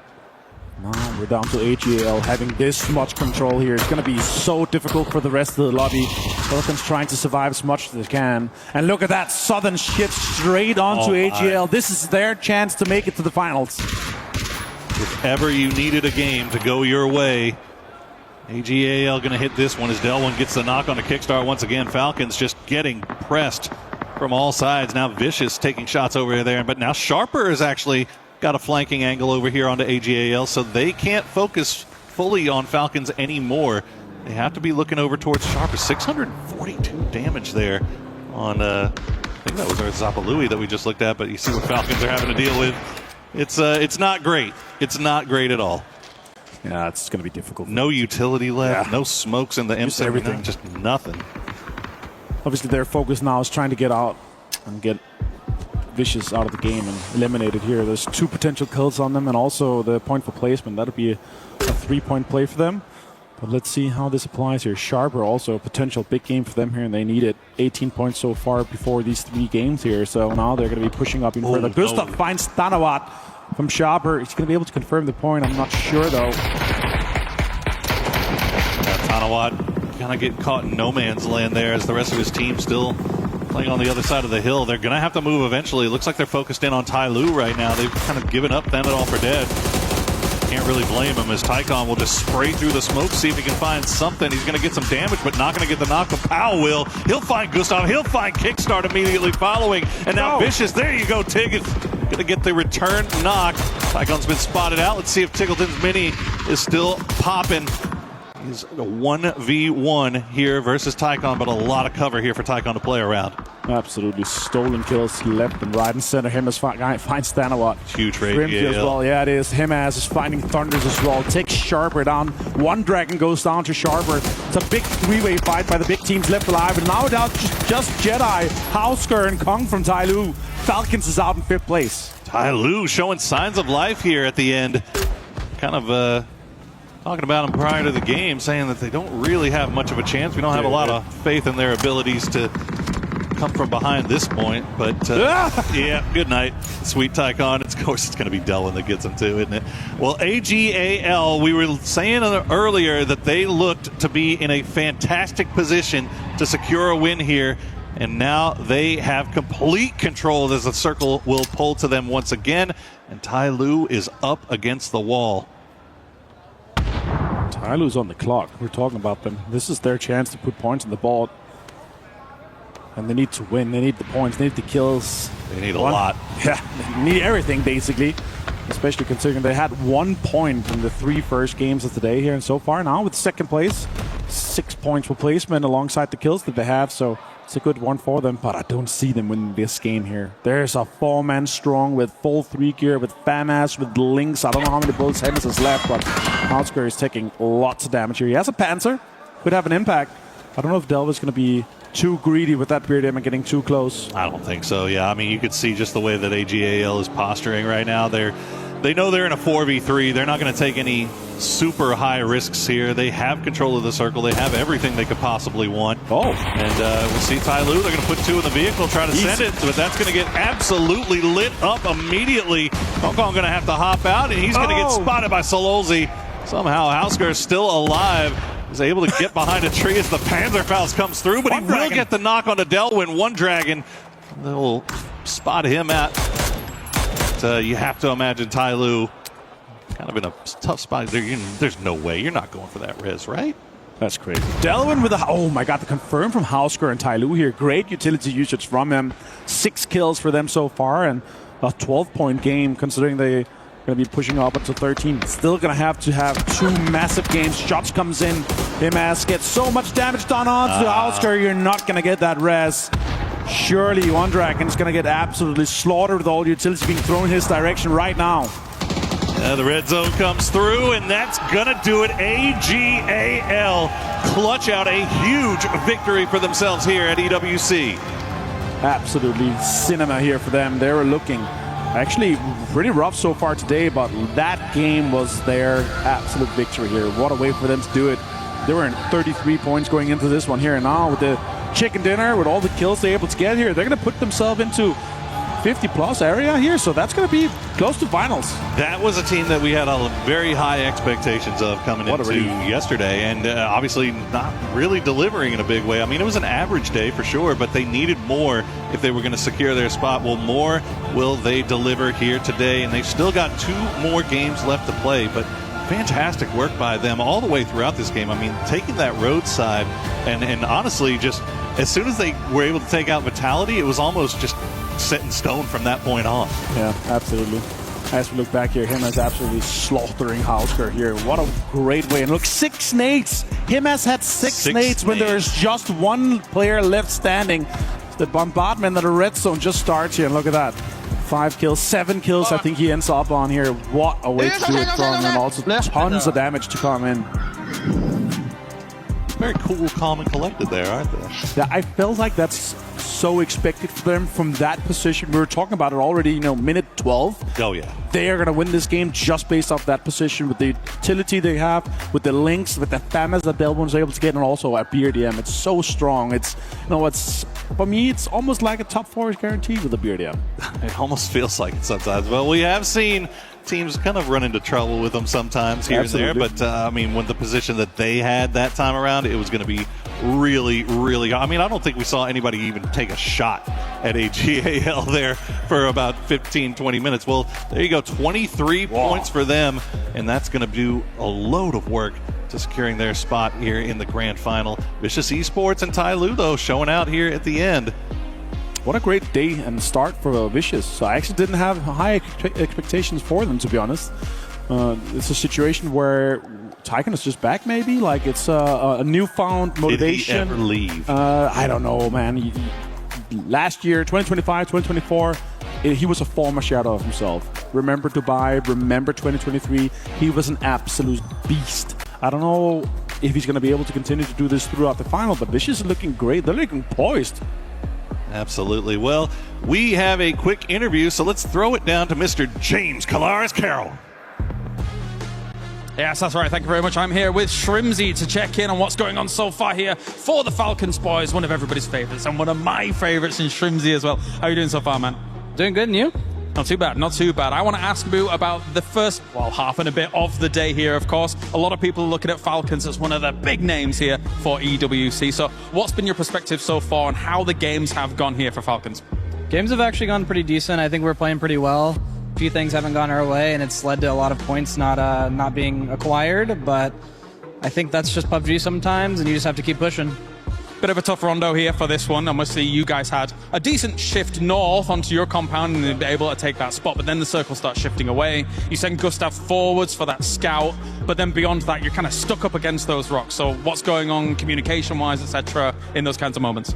It's just pure chaos, Like, there's just so much going on all the time. Mortars, BRDMs, people above us. We're just trying not to die and trying to get as many kills as we can, but I mean, it's just crazy. There's a lot going on.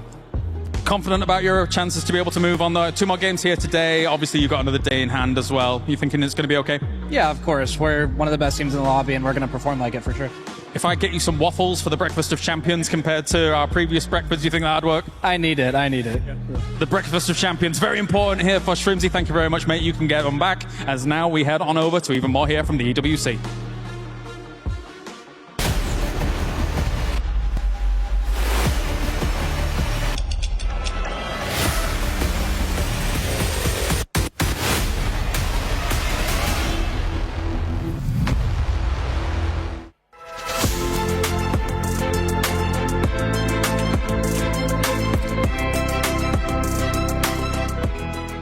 Everyone is playing, you're not yet.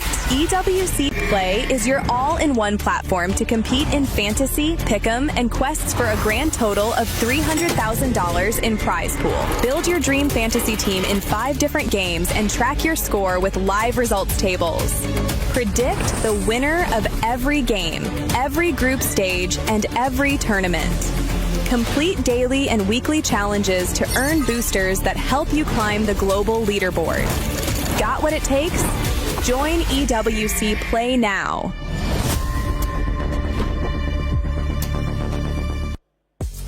Another week of EWC means another week of club championship updates. We've got new games on the table, and we are hanging out with Ton to give us a little bit of insight about what's been going on over at the Lenovo Legion Gauntlet. Yeah, MLBB very much underway, starting with our group stage, which we've got going on all week long, into playoffs next week. But we're very early doors here in MLBB, but it's going to be really interesting, especially when it comes down to club championship. We've got a lot of the big boys in there, and some of the teams that actually really need to start putting their foot down. I mean, similar situation to what we've got going on for PUBG as well, which means that when we're looking at the Falcons, AGALs, the squads that need that win in order to be eligible to claim the trophy, this could be a huge pivotal week for them. Yeah, I mean, Falcons, speaking of them, they've got 2 teams within our tournament. So one of them did come through in week 0 of WC, actually. Managed to make it through the qualifier. They've got those 2 different teams coming through, but only one of them is really in contention to be going for the win. For them, not being the greatest of starts, though, for both the Falcons squad, you would have liked something maybe a little bit more clean cut. For teams like Vitality, Team Liquid are our favorites when we're over there. They need to start getting going as well. They're not quite putting up as much of a fight as they have done in 2024 and 2025, but realistically speaking, they are a team who should be getting 1,000 points in MLBB. Whether or not that happens or not is another thing. Yeah, and they're one of those teams that have done well in years past for club championships, so we'll have to keep an eye on them and see how it goes. But of course, lots of gameplay left before we can even get into it, so we'll check in just a little bit. Well, if you had AGAL, one of those club championship teams, on your pick'ems, congratulations, because they are bouncing back, getting over 10 eliminations in that last one. If you haven't been able to put in your pick'ems, make sure you go ahead and do so. Go to the EWC website or the EWC app. And if you're sharing stuff on social media, don't forget to use the hashtag EWC. I want to start featuring some of your guys' stuff that you're sharing on social media. But, I mean, the main topic right now, Toffees, AGAL. Man, they needed it real bad, right? This is one of those that not only for this, but for the Cup in general. You heard the Cup update. They're a team that has to sort of put some points on the board for the organization. They actually managed to do it that time. Now, they did it with all the tools that they could possibly get on the map. The BRDM, they had a Lynx in their pocket. At the end of that match, I think there were 8 grenades left on Himas, so that was crazy to see. They played it really, really well. And while Tycon and Himas aren't on the same team anymore, it was nice once again to see the old Tycon-Himas show as those 2 teams went head-to-head at the end of that match. Listen, we're enjoying this rooftop so much. We decided, you know what? Let's just stay here a little bit longer. We were expecting Falcons to make a bit of a comeback. We just heard on that interview they still have the confidence. Kalaris asked him, you expected to make it to the finals? They're like, yeah. Yeah, look, I'm just enjoying the sunshine, but not so much the wind. You guys don't have hair like I do that gets all up in your face, but you know what gets up in your face is, like, obviously we had full sense on the height there above the Falcons, and this was kind of like a little bit of a difficult situation for them, obviously being embedded under the rock, but I mean, they were kind of causing that chaos, and the Falcons were able to sort of hold them off. They, full sense, used so much utility on them.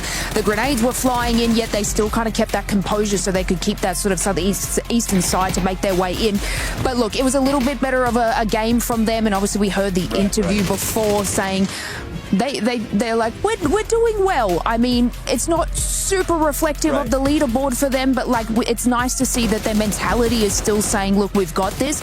But look, I feel like we've got 2 matches left. They're going to have to do something crazy in the next group stages. Yeah, I mean, full sense is, all right, sorry. Falcons are used to being on top of the mountain. That's the way they breed, right? When a Falcon's on the ground, they're at their weakest. So full sense up above them, covering them, keeping them locked up against the rocks. There wasn't much they can do. I liked Shrimzy's attitude in that interview. He said, you know, the game's going the way that not how we wanted to, but we're not mad about our calls. Like getting to that rock, being run over in the last game, this time getting stuck underneath full sense. It's not necessarily bad choices. It's just unfortunate. Like we said earlier, PUBG happens. That mentality to bounce back and make a move is what matters most. And that's one team that we expect to be able to bounce back and continue that consistency. And honestly, they even said it. They are one of the favorites. They're going to end up being on the finals, and I don't expect anything different from there.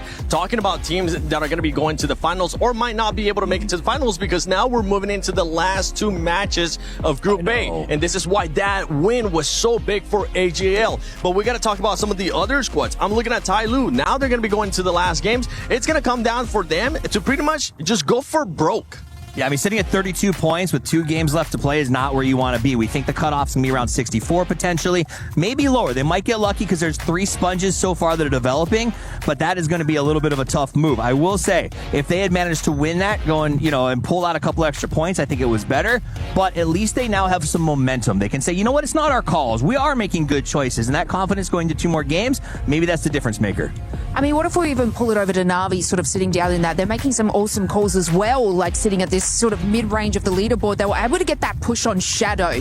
But you were talking to me about this, but at the cost of what? They took pretty much the entire team just to be able to get those eliminations happening, but that was down to 1, and they weren't able to sort of, I guess, resurrect themselves from that play. When we talk about the Na'Vi situation, right? So Shadow set up a pretty good trap. They're tucked up against the hill. They get Hackatory. And if there's something you want to do when you fight Na'Vi, it's kill Hackatory as fast as possible. They did it. The problem is you have to remember, never go full stack. They stacked up together on the side of that hill, and it was one boosted grenade dropped on their toes. They looked down, they said, oh no. It was like one of those movies, like you're watching Saving Private Ryan, where all the guys are like, oh, it's over now. And they go. That's the end of them, and then Navi's able to sort of salvage up some points. Navi, I think, is in the same position, I think, as the Falcons a little bit. That 20 points right now after 4 games, a 5-point average is okay. That puts you at 60 on this track, but you say these are all bad games, right? You got to have one good game out of 12, surely. So if they get one game where they average 9 to 12 off of that game, that puts them into a spot where they will probably qualify. I mean, what I'm seeing from like Na'Vi is they are trying different things and they're making these decisions. And I'm not saying the Falcons aren't making the decisions. You heard them. They are happy with what they are doing, but it looks like Navi's just pulling out everything and throwing stuff at the wall and seeing what sticks, which is what I like to see from a team. No, that didn't work out so well for them, but they'll go back to the drawing board in these next matches, and I feel like they could do something a little bit more in our match 5 and 6. I think the thing I like about Na'Vi is, so we talk about Twisted Minds as a system-driven team often. Na'Vi, and I actually heard this, Twisted Minds wasn't stoked because Na'Vi came in and sort of memorized their system, adapted it a little bit, and has used it for themselves.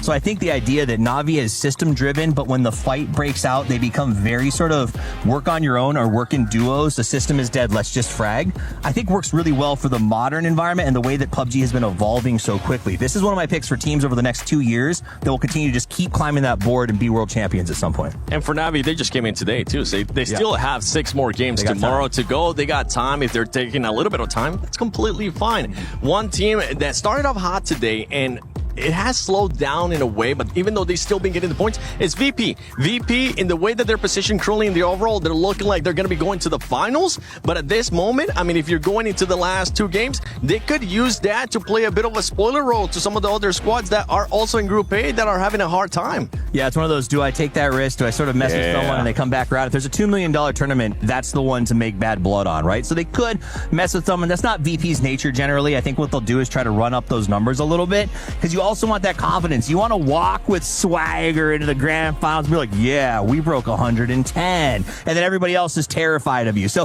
I think that's what VP is going to look for the next 2 games, is to crack up above those 100 plus and say, we are the guys to be scared of when it comes to the grand final. And earlier we saw Full Sense being able to bounce back a little bit too, getting themselves closer. Shadow Esports is in that range as well. For some of these squads, I feel like if they can possibly end up clutching up a win in the next 2 games, Slays, that could end up meaning a ticket to the finals. Yeah, I mean, it's absolutely huge from these games, and we saw it coming out of like the first kind of group stages and stuff like that. They have really turned things around. They went back to the drawing board, and they are showcasing it today. And I know you've been a big fan of Shadow, and y'all saying it in the green room, but they are absolutely turning up.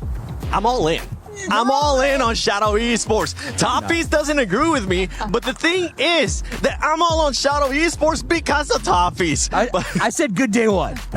Which they did. So after that, I was like, this man knows what he's talking about. That's why he's here with me in Paris for PUBG Battlegrounds at EWC 26. But I know we got something cool going on the stage with Barney and Luti. Erangel, Miramar, Tago, and Rondo. You know, if me and you had a map, what would it be called? I mean, we can do like everybody else. Like, we take our 2 names and we smash it together, like Looney. No. Okay. Booty. Oh, no, definitely not. Yeah, no, maybe. Okay, regardless of what it's called, what about the terrain, okay? So, like, you know, teacups everywhere. Of or like course. the Eiffel Tower in the middle. That's a good idea. And it's like destructible, so in every game, it just gets smashed to smithereens. You want to destroy the Eiffel Tower? That's rude, bro. Like, imagine if I said the same about Big Bob It's Big Ben. Oh, yeah, whatever.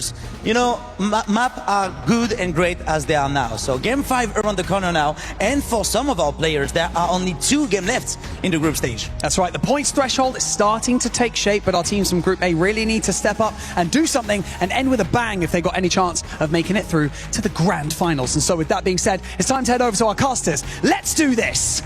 Right, come on. We can destroy the Eiffel Tower. No, buddy, we're not going to destroy the Tower Eiffel. Oh, fine. Yeah, we won't talk about Eiffel Tower destruction or the destruction of Big Bob, but we are going to destroy a couple of hopes and dreams here if these teams aren't careful. 2 games remaining for our squads in Group A, and there are definitely some that are going to be sweating going into these final 2 matches, Martin. Yeah, that's going to be Tyloo. Very much sweating here. 32 points. Petrichor Road, 34 points. That's Supers, a shocker to me. 46. That's a shocker to me. Yeah, there's some names here that should not be down here. And after what we see from AGL, then 56, they're safe. Full sense is looking good on 52. So yeah, it's very much and very nervous for the teams at the very bottom here. Well, 2 games remaining. Tego is where we are going now. We'll see if those squads that are in the hunt, in the chase, that desperately need something to go their way, they can find a little bit of Tego magic to bring them where they need to be. Plane is in the air and it is hugging the western side or southwestern side, so probably, hopefully, maybe not another shipyard circle. You know what I love about Tego? What's that? We get to say, it's time to Tego, guys. 2 more games here, Paul. And you know what? Can't avoid it. From the southwest to the south side here, a lot of teams are not going to be able to get to Kangyong Airport, Shipyard, even to Yeongcheong here. It's going to be a stretch in a car for VP. It's going to take some time to travel. Might see some contest for cars in some of the areas where teams are not used to. So definitely going to be difficult for this one here. Tyloo, 2 more games to go. Currently at the bottom of those teams that have played 10 games. And yeah, they're going to be close to Gen G, close to Vitality. And Vitality's been looking great. They're also have played 10 games. And 57 points for them. Guaranteed to go final in my book here. Sure, they're going to get a few more points. I think the cutoff, considering how kind of top-heavy we've had it so far, I think the cutoff might be a little bit lower. Yeah. Maybe the 50 to 55 point mark. So yeah, we'll see. And we get a southern side shift here. And look at that. Look at the team straight smack bang in the middle here. It's going to be absolutely interesting to see what they're going to be able to bring. Look at that. Yeah, I was keeping a very, very close eye on this because anytime you see plane paths that really kind of tend to hug one side and really cut off a lot of normal drop spot locations, as you were saying, airport, anything up to the north, that's when you start getting a little bit worried because looking at these drop maps coming into this, it's the alt drops. Right. Where everybody is kind of like piled on top of each other. Everybody says that Songam is their alt drop. They got like 4 teams saying Songam is their alt drop. Well, fortunately, it looks like everybody kind of got the message and they found different ways to do it considering this plane. So looks like the luck in their favor this time, and we won't see any early game shenanigans here. But as you said, Petrichor Road, they're in a really nice spot here. They got Chewy 7-1 right in the middle. The rest of the squad over in Buksan, and they're going to come and join him very quickly. I quickly want to talk about your biggest surprises so far we've seen. We've got 2 more games to talk about Group A here. What's your biggest surprise in Group A so Shadow far? Esports. Shadow Esports, 51 point, Poro. I mean, it's just not a even few a doubt. more and they're good. No, hands down. They've been very, very impressed with what they've been able to bring here. And yeah, sure, so far today it's been 16 points, but yesterday 35. They were actually the team coming into today here, considering we brought out and taken all of Group B out. They had the most points going into the start of the day here. Sure, they had a not as good of a day, but they still got 2 more games to go. And I'd say, again, with 51 points now, with 2 more games to go, they know they just need a few kills. They're going to set up and play around that. And with a home turf circle like this, where they're able to do School and Sangam alone, they're going to have all their prior compounds. My biggest worry is for this one and for Shadow, don't go too greedy. No. Like, I would even go as far as saying 4-man stack. If someone crashes you, as Delvin finds Earth Sapalui here, a lot of teams are going to be fighting outside the circle because they have no priority on that southern side. They're going to be fighting everywhere else in the map outside of it. Keeping eyes on Vicious Esports, getting a little close to Supers right now. It looks like they're just trading shots, but Vicious looking like they might actually want this. I think they realize that they've got Supers in a disadvantageous position, but Supers will retreat to the coastline, and I think, Vicious is going to see the other squad members from Supers starting to arrive, so they realize that the time is no longer there, and they're just going to go ahead and pull away. It's probably a smart play there. That's some alpha move, just driving straight at them like a game of chicken here, as you say, and they're like, oh, we're bowing down. I'm like, okay, well, these guys are afraid of us, so let's just go towards the circle. The Supers, as you say, 43 points, Boro. That is not enough. They got 2 more games to go here, and it's a team we've been discussing throughout the year here. Like, we're thinking of them as a team where, okay, they're actually going to be able to do some damage. Now Levante getting into a secret room, and I see a 3-West. I see everything going on here for him. He's absolutely stacked with a Groza as well in hand. Full 7-6-2 setup for him. This is going to be a huge game if everyone else is able to set up Levante on Team Vitality. Tell me your secrets, Levante. Only if you have the key, Boro. Only if you have the key. And that's obviously a new addition here in esports. It's awesome. Played a lot of it in ranked, and I actually really love it. It's high risk, high reward. Some of the areas are hard to get to. It's hard to contest. Some of them are a little bit more secret. And all the teams not fully prepared to, like, you have to remember, oh, where are these areas actually? Because we've been playing with them in esports where we didn't have the keys, where you couldn't get in, and they were really weak positions. But when being able to open the door, being able to play from inside, is actually way, way safer. So that's interesting to see. Sure, here it doesn't have a big impact for Vitality because they're going to go back to their 2-2 split or 1-1-2 split. And on screen here with Na'Vi, so far, of course, only have been played 4 games, but only 20 points. It's a team that, just by the sheer brute force of mechanical skill and pull-ups, they don't need placement points. They can just kill everyone. But they have only had 15 kills, 5 placement points. Is that enough for a team of this caliber?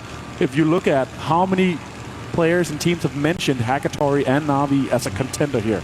Always, yeah. No, I mean, but this is kind of always been the case for Na'Vi, hasn't it? I mean, Sure. we've kind of looked at him and you're like, oh my God, Hackatory. If not one of, if not the best player in the world, especially when he's really, really on. And we've always kind of said, like, he just needs somebody else there. He needs some support. And there's certain days that Na'Vi, the rest of the guys are able to keep up with him. And now that with the addition of Boostic, obviously, a lot more firepower, a lot more mechanical talent being brought in. But it's still it feels like the story's still remaining the same. Like, you'll have Na'Vi will put up these 70-point, 80-point days where they just look unstoppable. And then they have these where, 20-point or less, just stinkers. And it's if they can just find a way, and tomorrow they could come in here and drop 80. That's the thing. Like, you never know with this squad. No. And for this game here, they do have some pretty good terrain here, but we have such a big southern circle here. A lot of teams already inside. The teams that are out right now trying to get in, let's talk about it. As you see, 17 Gaming flying around the gliders. We might have some air combat here, and I do love that. It's 17 and Na'Vi, so it's actually good for Na'Vi there. It looks like it's going to be enough to force 17 to continue their rotation, pushing off to the west. So Na'Vi will hold strong. They do have Petrichor Road kind of off to their south, but looks like they've got a decent spot to play here just off center. Yeah, Falcons also drawing in, trying to get into position from the northern side. They're potentially going to butt head with T1. Tyloo coming in from the southeast. 17 Gaming is coming in from the north right now, inside the circle of Hosan here, but they're going to be having VP flying straight across from them from the helicopter. And the emergency pickup, of course. And all the teams already very, very centered up, close and around Song Am. A little bit nervous if we're going to see a western or eastern hard shift. We've seen these, hospital kind of hard shift to the east. Maybe have these Song Am endings. But I would love the southern side, like the area between School and Song Am. This high ground kind of king of the hill fight. One of my favorite areas here on Tego. And I feel like a lot of these teams may be thinking with those new circle changes in play, all right, what's the worst case scenario for us? It's that if this thing hard shifts down to the south. So let's put ourselves in a position to where if it does do that, we can kind of play around it and we feel better and more confident coming north. But it's not going to matter. It is going to hard shift down to the south. So 50% unplayable. And right off the bat, Falcons are going to run into T1. And once again, T1 running into trouble early. This time, it's going to be the Falcons. These two teams are just butting heads all day here. It's crazy. Type goes down here. Big names to take down. And Raining and Heather's going to have to drive away. That's 2 easy points for Falcons with BRDM as well. The way you can just brute force your way with that is just insane. So well played for them. 2 points in the bag. And now with this circle be this southern, they have no priority. They have no rush to get in there. They can loot. They can get the chips if they want. You can just get all the utility and just recoup just a little bit. Time's still knocked out there. That's going to bleed out eventually in here in phase 2. But sure, Tickleton found him. It's going to be looting out. And now T1 being down to just Raining and Heather. Sure, they've had a absolutely fantastic day so far with 31 points in just 4 games. If they can replicate that tomorrow, it's going to be fine. Red zone straight on where we potentially could be ending up. It's going to create so much destructible terrain and areas and dips and foxholes for all the teams to play later. You can see Virtus Pro, all hands on deck here, all pickaxes in action as they create a little bit of space for themselves, but they have to stop here momentarily as 17 has arrived, and 17 will lose Little Ghost. Nixie with a good spray will take down one. We'll see if the rest of 17 could escape. Looks like they will be able to, but where do you even go? AGAL off to the west, now Vicious down to the south. 17 just finding themselves in the middle of no man's land. AGL has set up a great spot here on the mini palace on the southern side. They're going to get so much points from here. Boosting gets stopped by a red zone. Xiaowu's out from the glider. Destruction is happening everywhere here with the red zone straight on to like 20-25 players. Absolute insanity. Oh my god! How many do you think Booster could probably count on one hand the amount of times he's been knocked by a red zone? I can tell you it's not fun. It's not great. You're never happy about it. Well, fortunately, nobody was really pressing them. They're still off to the east. They're going to get that revive up pretty quickly. Falcons, though, I wanted to ask you, so coming in so far from the north, right? You see the shift all the way down south, the second shift going all the way down south. At what point do you say, okay, now we're kind of in salvage mode? Right. We're not really feeling like we can maybe get a win off of this just because we're coming in so late. What point are you saying, like, okay, now let's just go for kills? Everything just changes because they have a BRDM, right? They can play around it with where the BRDM can go in front, he can scout, he can see, okay, where's teams, and try to avoid the pants, of course. Here with this, they can kind of brute force their way through the circle where they still get space here. Even Tyloo shooting at them now here as it is. They're going to divert a little bit. They're going to kind of try to set up and still get inside the circle here. So they're going to be absolutely fine. Look at the utility here. Delvin finds Wenbo.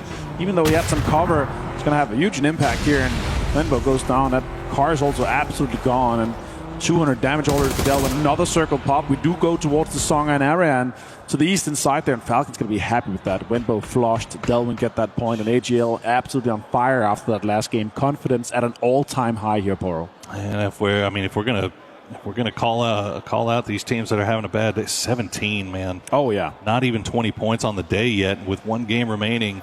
Well, this one obviously, but only Tiantian left, and it is they're leaving themselves with a lion's share of work to do here tomorrow. As we see the new circle is popped, most teams already in. I did want to point out T1, Falcons, after they took out those 2 players from T1, did not destroy the chips.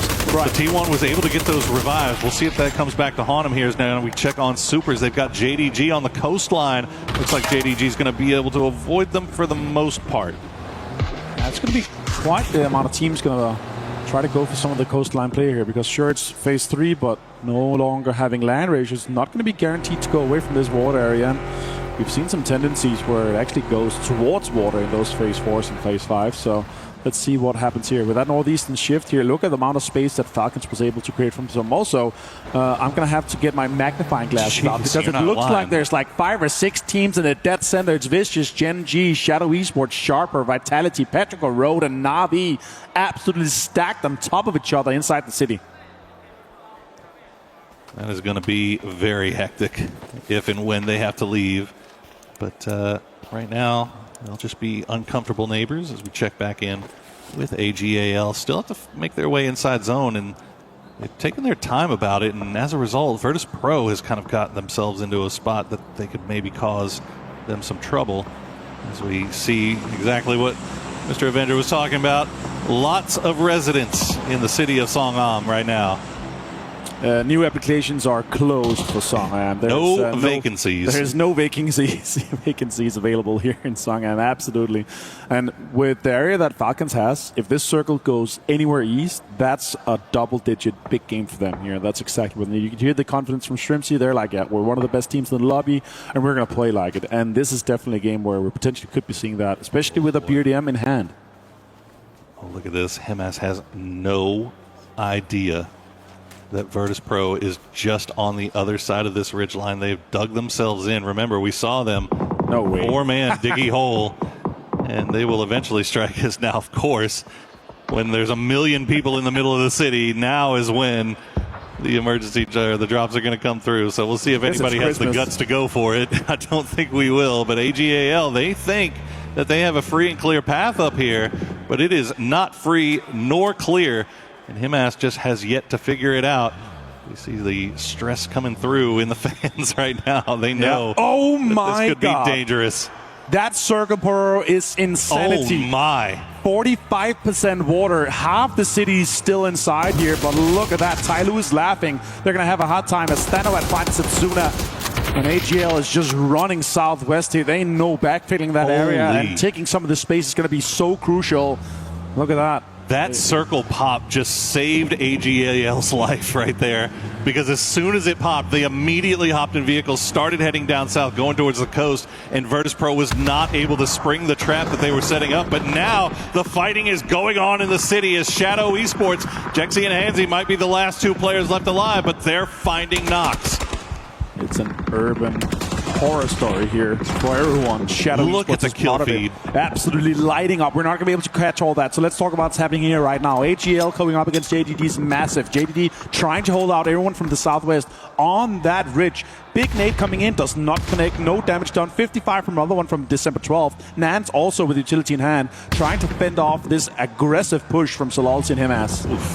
That would have been a great grenade had they been actually standing on that one. But fortunately for JDG, they have pulled back.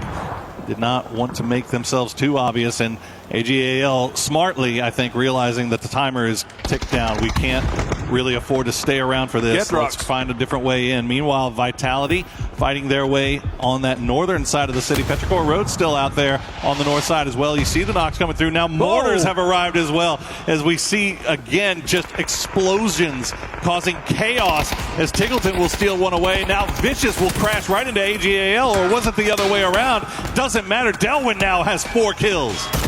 Oh my God, it connected just a little bit here. Some damage done as well. Dogmai flush here from him as Hausker finds Tanadol on the other side here, but Himas finds another Panzerfaust out of the vehicle.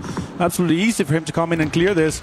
And now he's going to have to run, try to disengage from this fight here. Trying to find him here. Tycon, oh my God, he's going to know. He's going to throw a molly straight to him. That's potentially going to do some damage. Tycon got out of it though, and now he has utility as well. Smart feet from Tycon.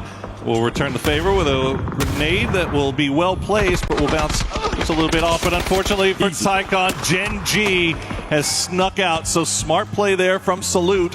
Might be the last player left alive, but he is trying to get points any way he can. VP decided to get involved in the city because they're already qualified here for 76 points. They haven't reached after 10.5 game. Where Myth left yesterday. 79 points for them is insane here. But yeah, absolutely qualified there. Might as well have some fun here inside the city. Vitality, though, has a double crate gun. So Kurosa, a P90 on all of it. Oh, Falcons, they're making a push now. And Tyloo is spread across that ridge line.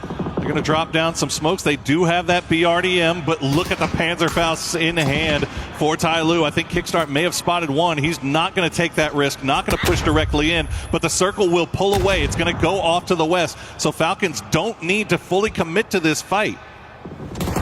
Tyloo need all of it. They need so much to get everything in here. Gedrak finds Tano. Tano's been knocked 14 times so far in this game here, so he's also going to be flushed quickly here from Gedrak with the P90. Jedi finds Gedrak now, though. That's a P90 out of play.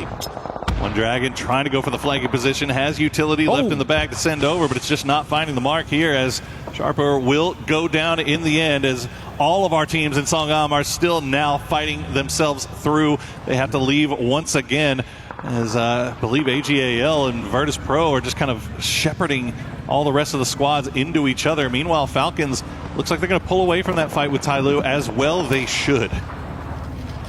He's going to continue to plug all that beer. He's going to be absolutely not going to have anything left, He's going to have nothing left. Beamy finds Destroy. Delvin also down with another nade here from Beamy. A great push from VP here. Both of these teams are qualified, but who can make the most of it? They're playing the high-risk, high-reward game of trying to play the edges of this city. And unfortunately, they run right into each other. And there you go. AGAL gets wiped. 6 kills now for Virtus Pro. And they should be able to reset. Shrimsy and the boys came on to T1, but they will lose 1. Reigning now the last player left alive. Tiggleton allowed to stay alive, but he's going to go down. Falcons get picked out. That's insane. You would expect so much more from that. Tyloo held that eastern side so well, but had to try to go for a center push with that BRDM, but everyone was just shooting at them, especially Na'Vi from that northern side. Songham on fire. Hello, my bad. Tons of damage taken here. Correction with utility. That's double nade straight on him, or double stun grenade straight on him. Go. More utility being There thrown. it is. Finds it. Levante goes down. Hello, my bad. Right behind him is Quizzy. Will have to retreat to the hard cover.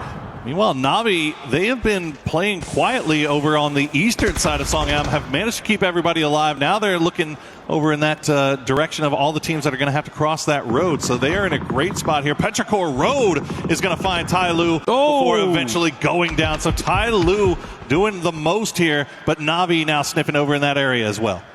Tyloo 2 kills, potentially more to be had here, but DN Supers are sniffing out. This could be huge for Supers. Yeah, but look at the nades coming in. Triple 4 nades coming in. Hakatar Ferris gets the most of it. Now it's just Lee, and DN Supers is backfilling his position on that eastern side. They want to get it out of here. JDD and DN Supers is looking great from this position here. They have so much control from the water side. Oh man, but the problem is 0 kills. Nobody has really revealed themselves to them. Everybody knows to expect a full squad down there. The only team that they can really have to worry about right now is JDG, who's playing the western side of the coast, and now JDG is going to have to move over in that direction. But we are playing a wide open field. T1 down to a duo, have basically the only cover to find right now as Na'Vi trying to retreat. As our city scrappers, Virtus Pro, they're going to get another one. They'll finish off Gen G. And this is just Virtus Pro farming at this point. 8 kills on the board, and they are cleaning out what's left of Songham. I can't believe it's still being 4 alive here. That's insane. The utility being thrown at Jaxi, and that's Shadow Esports out in 8th place. BP continues to farm the lobby here. Absolute insane. Shooting inside the smoke, maybe thinking there's more alive, but no, you just hit your teammate just a little bit, but that doesn't matter. Now Na'Vi, VP, and T1's going to have a fight. Oh, JDD! Oh, nice grenade from Suze, as that's going to kick off the fight on the coastline. We'll see if Supers can rebound, but Na'Vi doing their best to try to hold out Virtus Pro right now. They see the smokes. If they can time the grenades perfectly, they might be able to get them, and a lot of damage comes through, but they'll be able to keep that UAZ alive and reposition as JDG continue their push. Heather finds Corexi for the confirm. Reigning also finds Spyro. T1 with a 2-man just fighting everyone still. That's huge. JDD finds Rex for the flush. And now he's pushing December 12th. Well, more utility being thrown here and committed to this fight here. On to a 3v4. Super's able to get one of those reses off. Weren't able to get Rex. They are just laying down the smoke, trying to slow things down, trying to slow JDG down. See if they can maybe get something here. But a nice grenade from Cold will take down Guman. And they are once again on the back foot. The smokes aren't going to help them for that much longer. You got to wonder how much offensive utility JDG even has left at this point, as they're being very, very cautious about how they take this fight with Supers, because if they can come out of this clean with all 4 up, they are perfectly positioned for a win here. Yeah, they're realizing, is it worth betting on us winning this 1v1 fight or 1v1 team fight with them? Because if we can coexist here, we could farm the rest of the lobby and then fight later on. I don't know if that's what JDD wants. Beamy finds Boostic though. Now he's under some pressure. Tyloo still has Lee alive inside the circle, and T1 still 2-man stand. And Chan also from 17 surviving on that western side. Surely eventually he's going to be farmed by VP. Yeah, that's who I'm looking at right now, because VP, I mean, they came from the city. They have no idea to even look over in this direction. Tian just being the sneakiest snake right now. Heather will find Boostic as the grenades from T1 just going to, I think that might have been a freshly rezzed Boostic, so not a lot of damage, but it gets him back up. But that one he'll finish him off, and he's going to get the knock onto Spyro. So Na'Vi, once again, backs up against the wall here. It's actually impressive that Virtus.pro was able to keep 3 alive and make their way into the circle, but Tianchan could strike at any moment. Well, how much this circle. Yes, this is a crazy circle as well. T1 still being in, Na'Vi still having a Rich to play. That's huge. Actually, next fight could be JDD and DN Supers, because they need to move both of them. And let's see how they approach this one. Tianchan, yeah, could have an impact. Look, Human slowly pushing towards this rock here, trying to take space away from it. And even if they try to kind of wrap on the eastern side, that's going to be JDD trying to maybe put some bullets toward them. Yeah, this is interesting, though, because JDG has also sent Cold 119 back over to the west to kind of look back to see if that's an available rotation. No way! As T1 is going to hold the line. Virtus.pro tried to sneak up on him, but so far, so good for them. 17's Tianchan will get spotted out by Cold 119, so that snake will not have the opportunity to strike. But T1 and Virtus.pro now fighting over the shack. JDG, they're getting the call from Cold 119 to come over here, because this is a lot more, this is probably an easier game-winning play if they can take out T1 while they're looking. But what a hold from the duo from T1 to take down Virtus.pro.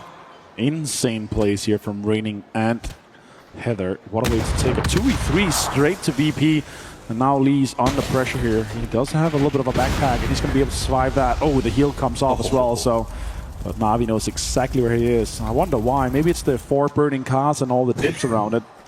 could be a little bit of an indicator there, couldn't it? So I'd say, hey, I'm being sneaky over here behind all of these smoking, burning husks of cars. Yeah. Well, look at JDG. Okay, so they're going to allow Supers to live for now. After the pressure came through initially, Cnons and Suze have been left behind to try to see if they can find an angle onto DNS whenever they're moving. But, I mean, JDG, they're positioning themselves for late game while also keeping eyes over here towards Supers. We'll see. It doesn't look like anybody's got angles on them. T1 has eyes only for Na'Vi right now, and the same is true in reverse, as Na'Vi looks like they've run out of offensive utility to send over towards Lee.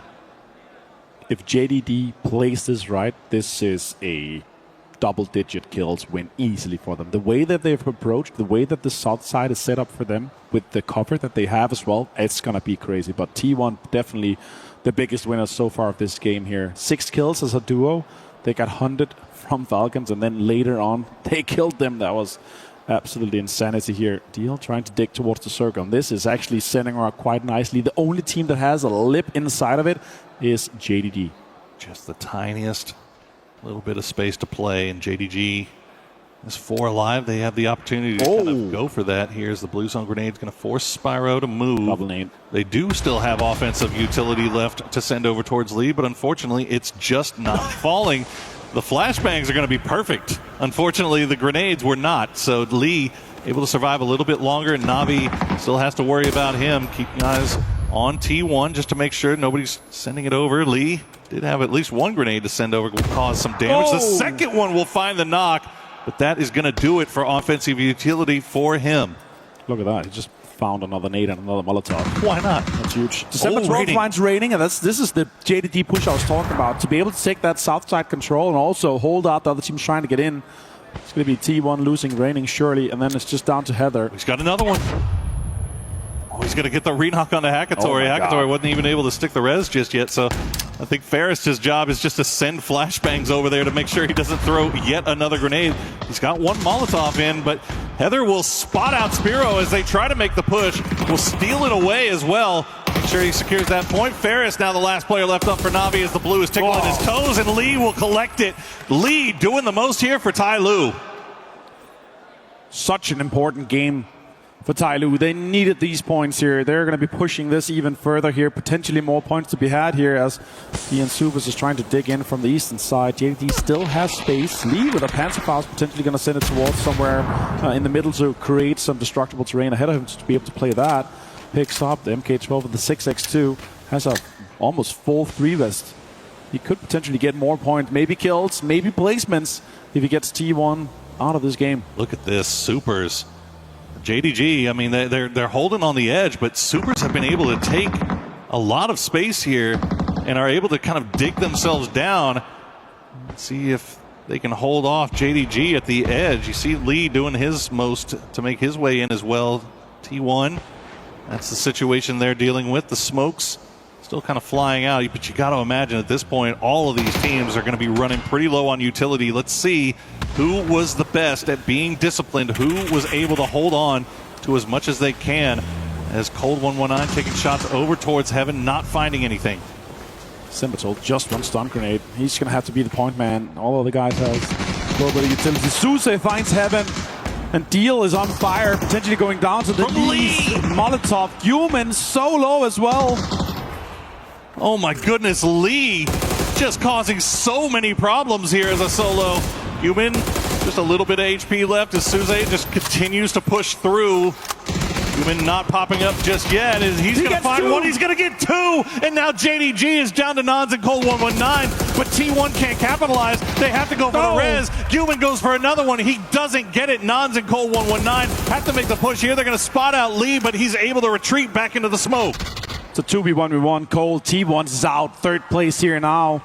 Can they capitalize? Can they make this 1v2 happen? If Tyloo wins this is going to be their push for the finals. He's still got some smokes, but now they break through and Nance finds it. Easy headshot, and it's JDG for a chicken dinner. Through the smokes will take out the raid boss of Taego. Tyloo's Lee did so much work there as a solo, caused so many problems, and essentially ruined the games for Navi, for Falcons, for Supers. I mean, he was such an influential factor there. Almost ruined it for JDG at the end. But Human stepped up big there for Supers. But I know Supers has to be a little bit upset with the fact that they weren't able to collect a little bit more off of that. But JDG has to absolutely be beaming there. Absolutely. 8 points so far today for JDG. And now this win to come alongside the 10 points for the chicken dinner, alongside the kills, is going to put them in a more comfortable area of that mid-20s points. What a wild Taego game. I mean, that shift. And so was it C3, C2, C3, C2? 4 or 5, where we just had 45% water. It's just insane. Unbelievable stuff. And I mean, all those teams that had crashed into Songam, I mean, we saw it, we talked about it. There was just, 6, 7 teams all inside Songam. And guess who was the one to capitalize off of all of that? Virtus Pro is just looking so good. Yeah, there's no vacancy. And the Virtus Pro landlords, they came to throw everyone on the streets as the circle moves out. And look at that, JDG celebrating. Gotta be happy. Yeah, for sure. 2 points per game average before this game here. And now they're able to capitalize. I think they're going to be ending up around 25 total points after this. So that is huge for JDG.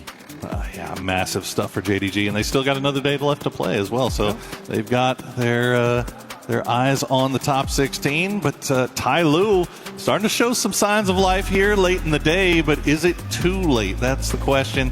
Lee doing everything he can to drag his team up the leaderboard there, but we'll see if it's going to be enough. We've got 1 game left to play today, guys, so don't go anywhere. We're going to be right back.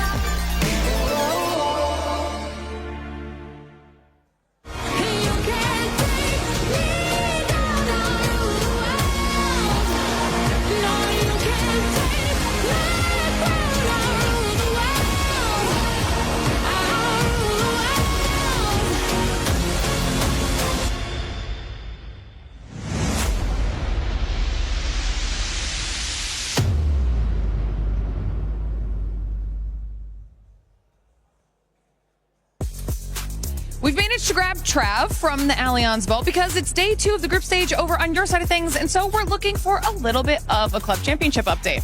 Yeah, we've had a few progressions here and there. Weibo Gaming are the reigning champions, and they've managed to claw their way through 2 real tough games, to be fair. It's been close, 2-2-1, so they've managed to get to day 3 of the competition into that knockout phase. It's going to be tough for them, though. AGAL managed to get some points on the board as well, joining them through to that third day. So they're catching up on the heels of Vitality at the moment, only 100 points behind them. And speaking of Vitality as well, they've been struggling on our stage. They're down to the lower bracket. They're looking a bit shaky here and there. But also as well, got to touch on Virtus Pro, because they seem to be one of these teams who's flying under the radar at the moment, around about that 5th spot in the club championship, and they've guaranteed themselves that minimum 200 points as well. So the trend that I'm seeing for this week is that we actually have a lot of our big CC heavy hitters in a lot of these titles. So we're going to be keeping track of everything, how it all progresses, because I think this is going to be really impactful overall for the leaderboard. So of course, we'll check back in with all of you later. Well, Glitter, AGL was trying to continue on that hype train, but that last game didn't end up going their way. It did end up going the way of JDG, which coming into this match, they were in last place, I believe, with just 8 points. A great bounce back out of JDG. Yeah, I mean, it's a good start for JDG, but I mean, it's still their first day, right? So realistically, they have little room to grow. Even some of the teams that aren't doing as well today, they have some space, but I mean, time is going to run out for some of the teams that we're about to talk about. Yeah, one of those teams being none other. I mean, we got to talk about the Group A. We're going now into the final match. We're going into pretty much make it or break it from the squads. AGL being one of those, Full Sands being one of those as well, and many more other squads in that list. Yeah, I think we got all those teams that are on the big race as we honor JDG for their win up there. But that kill count, I think, says the name of the game. Suze makes some nice big plays, but it's not going to be enough for these guys. And I think the teams that did have enough, you heard AGAL, they're a team that's in the hunt right now. Sure. And for the Club Cup as well, I think they've hit a point where if they can just get like 5 or 6 points out of this game, they're in good shape. And I think also you got like Vitality in the same boat as they grind up as well. They just need to have sort of an average game here to put themselves in a less stressful position, I think, Godspeed. Yeah, and they definitely had a much better day today, just like AGL, right?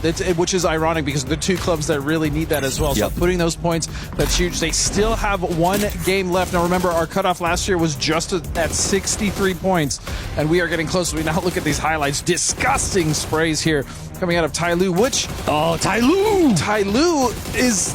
I'm gonna be honest. I'm just gonna call it. I don't think they're gonna qualify. I agree. I'd say Ty Little to Ty Late. You know what I'm saying? But let's talk about this Ty Lee, if you will, as he has been twice now this sort of solo survivor. He plays this backstab, absolutely negates Navi's ability to get into it, doubles the chance for Heather to make this sort of big stab and gets T1 deeper into this one. But more importantly, I think breaks apart the 2 teams who had a chance to dislodge JDG in the end game. So if JDG wants to thank anyone for that win, I would give it to Tyloo. And honestly, T1 as well. T1, even though it is their first day, their performance today has been great, Lace. Yeah, I know. I've been sort of matching up like the T1 Falcons narrative, and the reason for that is because every time T1 comes into contention with Falcons, T1 is sort of taking over the top. It is a crazy narrative from them, and time and time again, they're facing our EWC champions, and they are winning. Heather and End both have more individual kills than Tiggs and Kickstart at the moment, and this rivalry goes beyond PUBG, as T1 are actually actively succeeding in their sabotage mission to deny championship points for the Falcons. And I mean, coming in with that 3rd place as well just bumps up their average even more. I mean, 3.2 average for their placement points and 7.4 for their eliminations. And that's well above Falcons at 1.25 and 5 for their eliminations. So, you know, this kind of rivalry is pretty dangerous. I mean, it's funny because you think T1, like, from the organization's perspective, like, we're glad that you're hurting them, right? And, like, from T1's perspective in-game, they're like, any chance to see a Falcon limping, I have to go after, right? Because they become so strong potentially. They have a lot of upside. And I think any chance you can take to slow them down. Now, the king here is Heather. He has been unstoppable. We've seen multiple moves where they send him out by himself, and he walks away with 2 or 3 points strapped to his belt. Even if he's the one that's surviving last as well, we saw that happen with the BRDM play early on with Falcons, running them over and then finish them off with the nade as well. But for some of the other squads, we saw a nice bounce back too from VP in this last game, Godspeed. Yeah, I mean, VP is already safe, right? But at this point, they're just continuing to play how they should, right? Instead of stepping off the gas and being like, hey, we already qualified, why would we need to play harder? I like that they're just continuing to practice because they're going to need that practice going into the finals for sure. Exactly. I mean, that practice is going to come into play. When you're thinking about that practice, some of the squads that are starting to... We really haven't seen a consistent day today out of Falcons. When we think about it, you were just talking about it too, Lace. we did see the confidence come out in that interview that they ended up doing with Kalaris. But at what point, especially going into tomorrow, do we maybe start waving a red flag of just I don't know, it's not looking good. For who? Or Falcons. Oh, okay, so that last send made me really worried. Okay, we're calling a spade. I love how you looked at me for that, by the way. Well, I was hoping you would be the mean one. So here, at the end of the day, here's what it is. I agree with Shrimzy's first assessment in that interview that they haven't necessarily had bad calls. It was just bad situations. And I'm not saying that last one was a bad call, but that send, they had to make a choice. Do we sit on the end and do we fight Tyloo, or do we make this big push? I think, was it Tyloo? It was Tyloo. It was Tyloo. It was, in or fact. Do we make a big send towards the middle? Arguably a winning position. You know, T1 is sitting on it, but it's way riskier. And when you're in 13th and you're desperate for points, I feel like the edge is the move. But I'm not here to judge. I'm just saying, like, I'm starting to stress out over what I'm seeing. Okay. I'm glad I'm not the only one Godspeed out. No, I mean, I will never lose faith in those boys. But, I mean, you have to look, when we're talking about T1 and Falcons, you know, kind of being rivals, you're mentioning all these, it's hard to have a rival when you're T1 and you're just blasting past them, right? T1 also bullied the heck out of 4EM, which we're going to see tomorrow in PGS. So when I look at T1's performance, I expected Falcons to somewhat be around that level, even though T1's having a great time, but they just couldn't get it done. Yeah, I mean, the altercation between them too, like, it's just setting that standard, and Falcons are just not reaching that, unfortunately. But look, yeah, I'm still a believer in faith, Toffees. I'm on your side here. We got the faith for tomorrow. But yeah, it's now at this point, and, you know, you're saying, like, oh, you know, you have a couple of bad PUBG, but it's been kind of bad all today. So look, tomorrow has to be an insane performance for them. And, you know, even if we look lower down at this leaderboard, you know, I was touching on Na'Vi before, saying, you know, they started kind of really super strong in this start, but something fell off for them, and they're not making these plays. They were sort of being that aggressive, and I was saying, throwing stuff at a wall and letting it stick, but now it just seems like a little bit falling off. Yeah, just to remind everybody, we're going now into the final match for Group A. They will not be playing tomorrow. So for all those squads that you're currently looking at, VP, I mean, we mentioned it. Godspeed just said it. That squad is looking like it's going to be going to the finals, and they're pretty much set.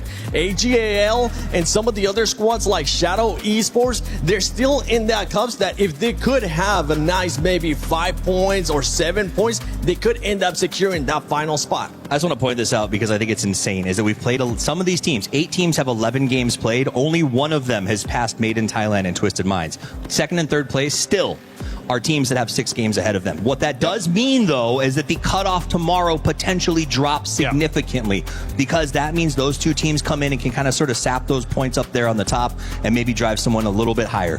I think Myth is genuinely the wild card of tomorrow. How many points do they come in and absolutely just soak? 4EM also had a pretty decent day as well. And so when we look at Group B, and Twisted Minds could also come in, soak a bunch of points. GAM, they had 50 points in one day as well. So all these teams, if you are on the cusp, if you are towards the bottom of the leaderboard, you are biting your nails and you want to get as many points in this last game as possible. Otherwise, your chances of going to the grand finals are just cooked. Yes, for these teams, I mean, we gotta repeat it. Shadow Esports, Tyloo, DNS Supers as well. We've seen them being able to kind of spark up, but they just haven't been able to go and get those kills. They haven't been there. The proactiveness to try to get it to the finals with just making sure that they go for those kills is just not there. But it's gonna come down to this final match for those teams in Group A. Can they do enough to get enough points to make it to the finals, or is it just gonna be too little, too late?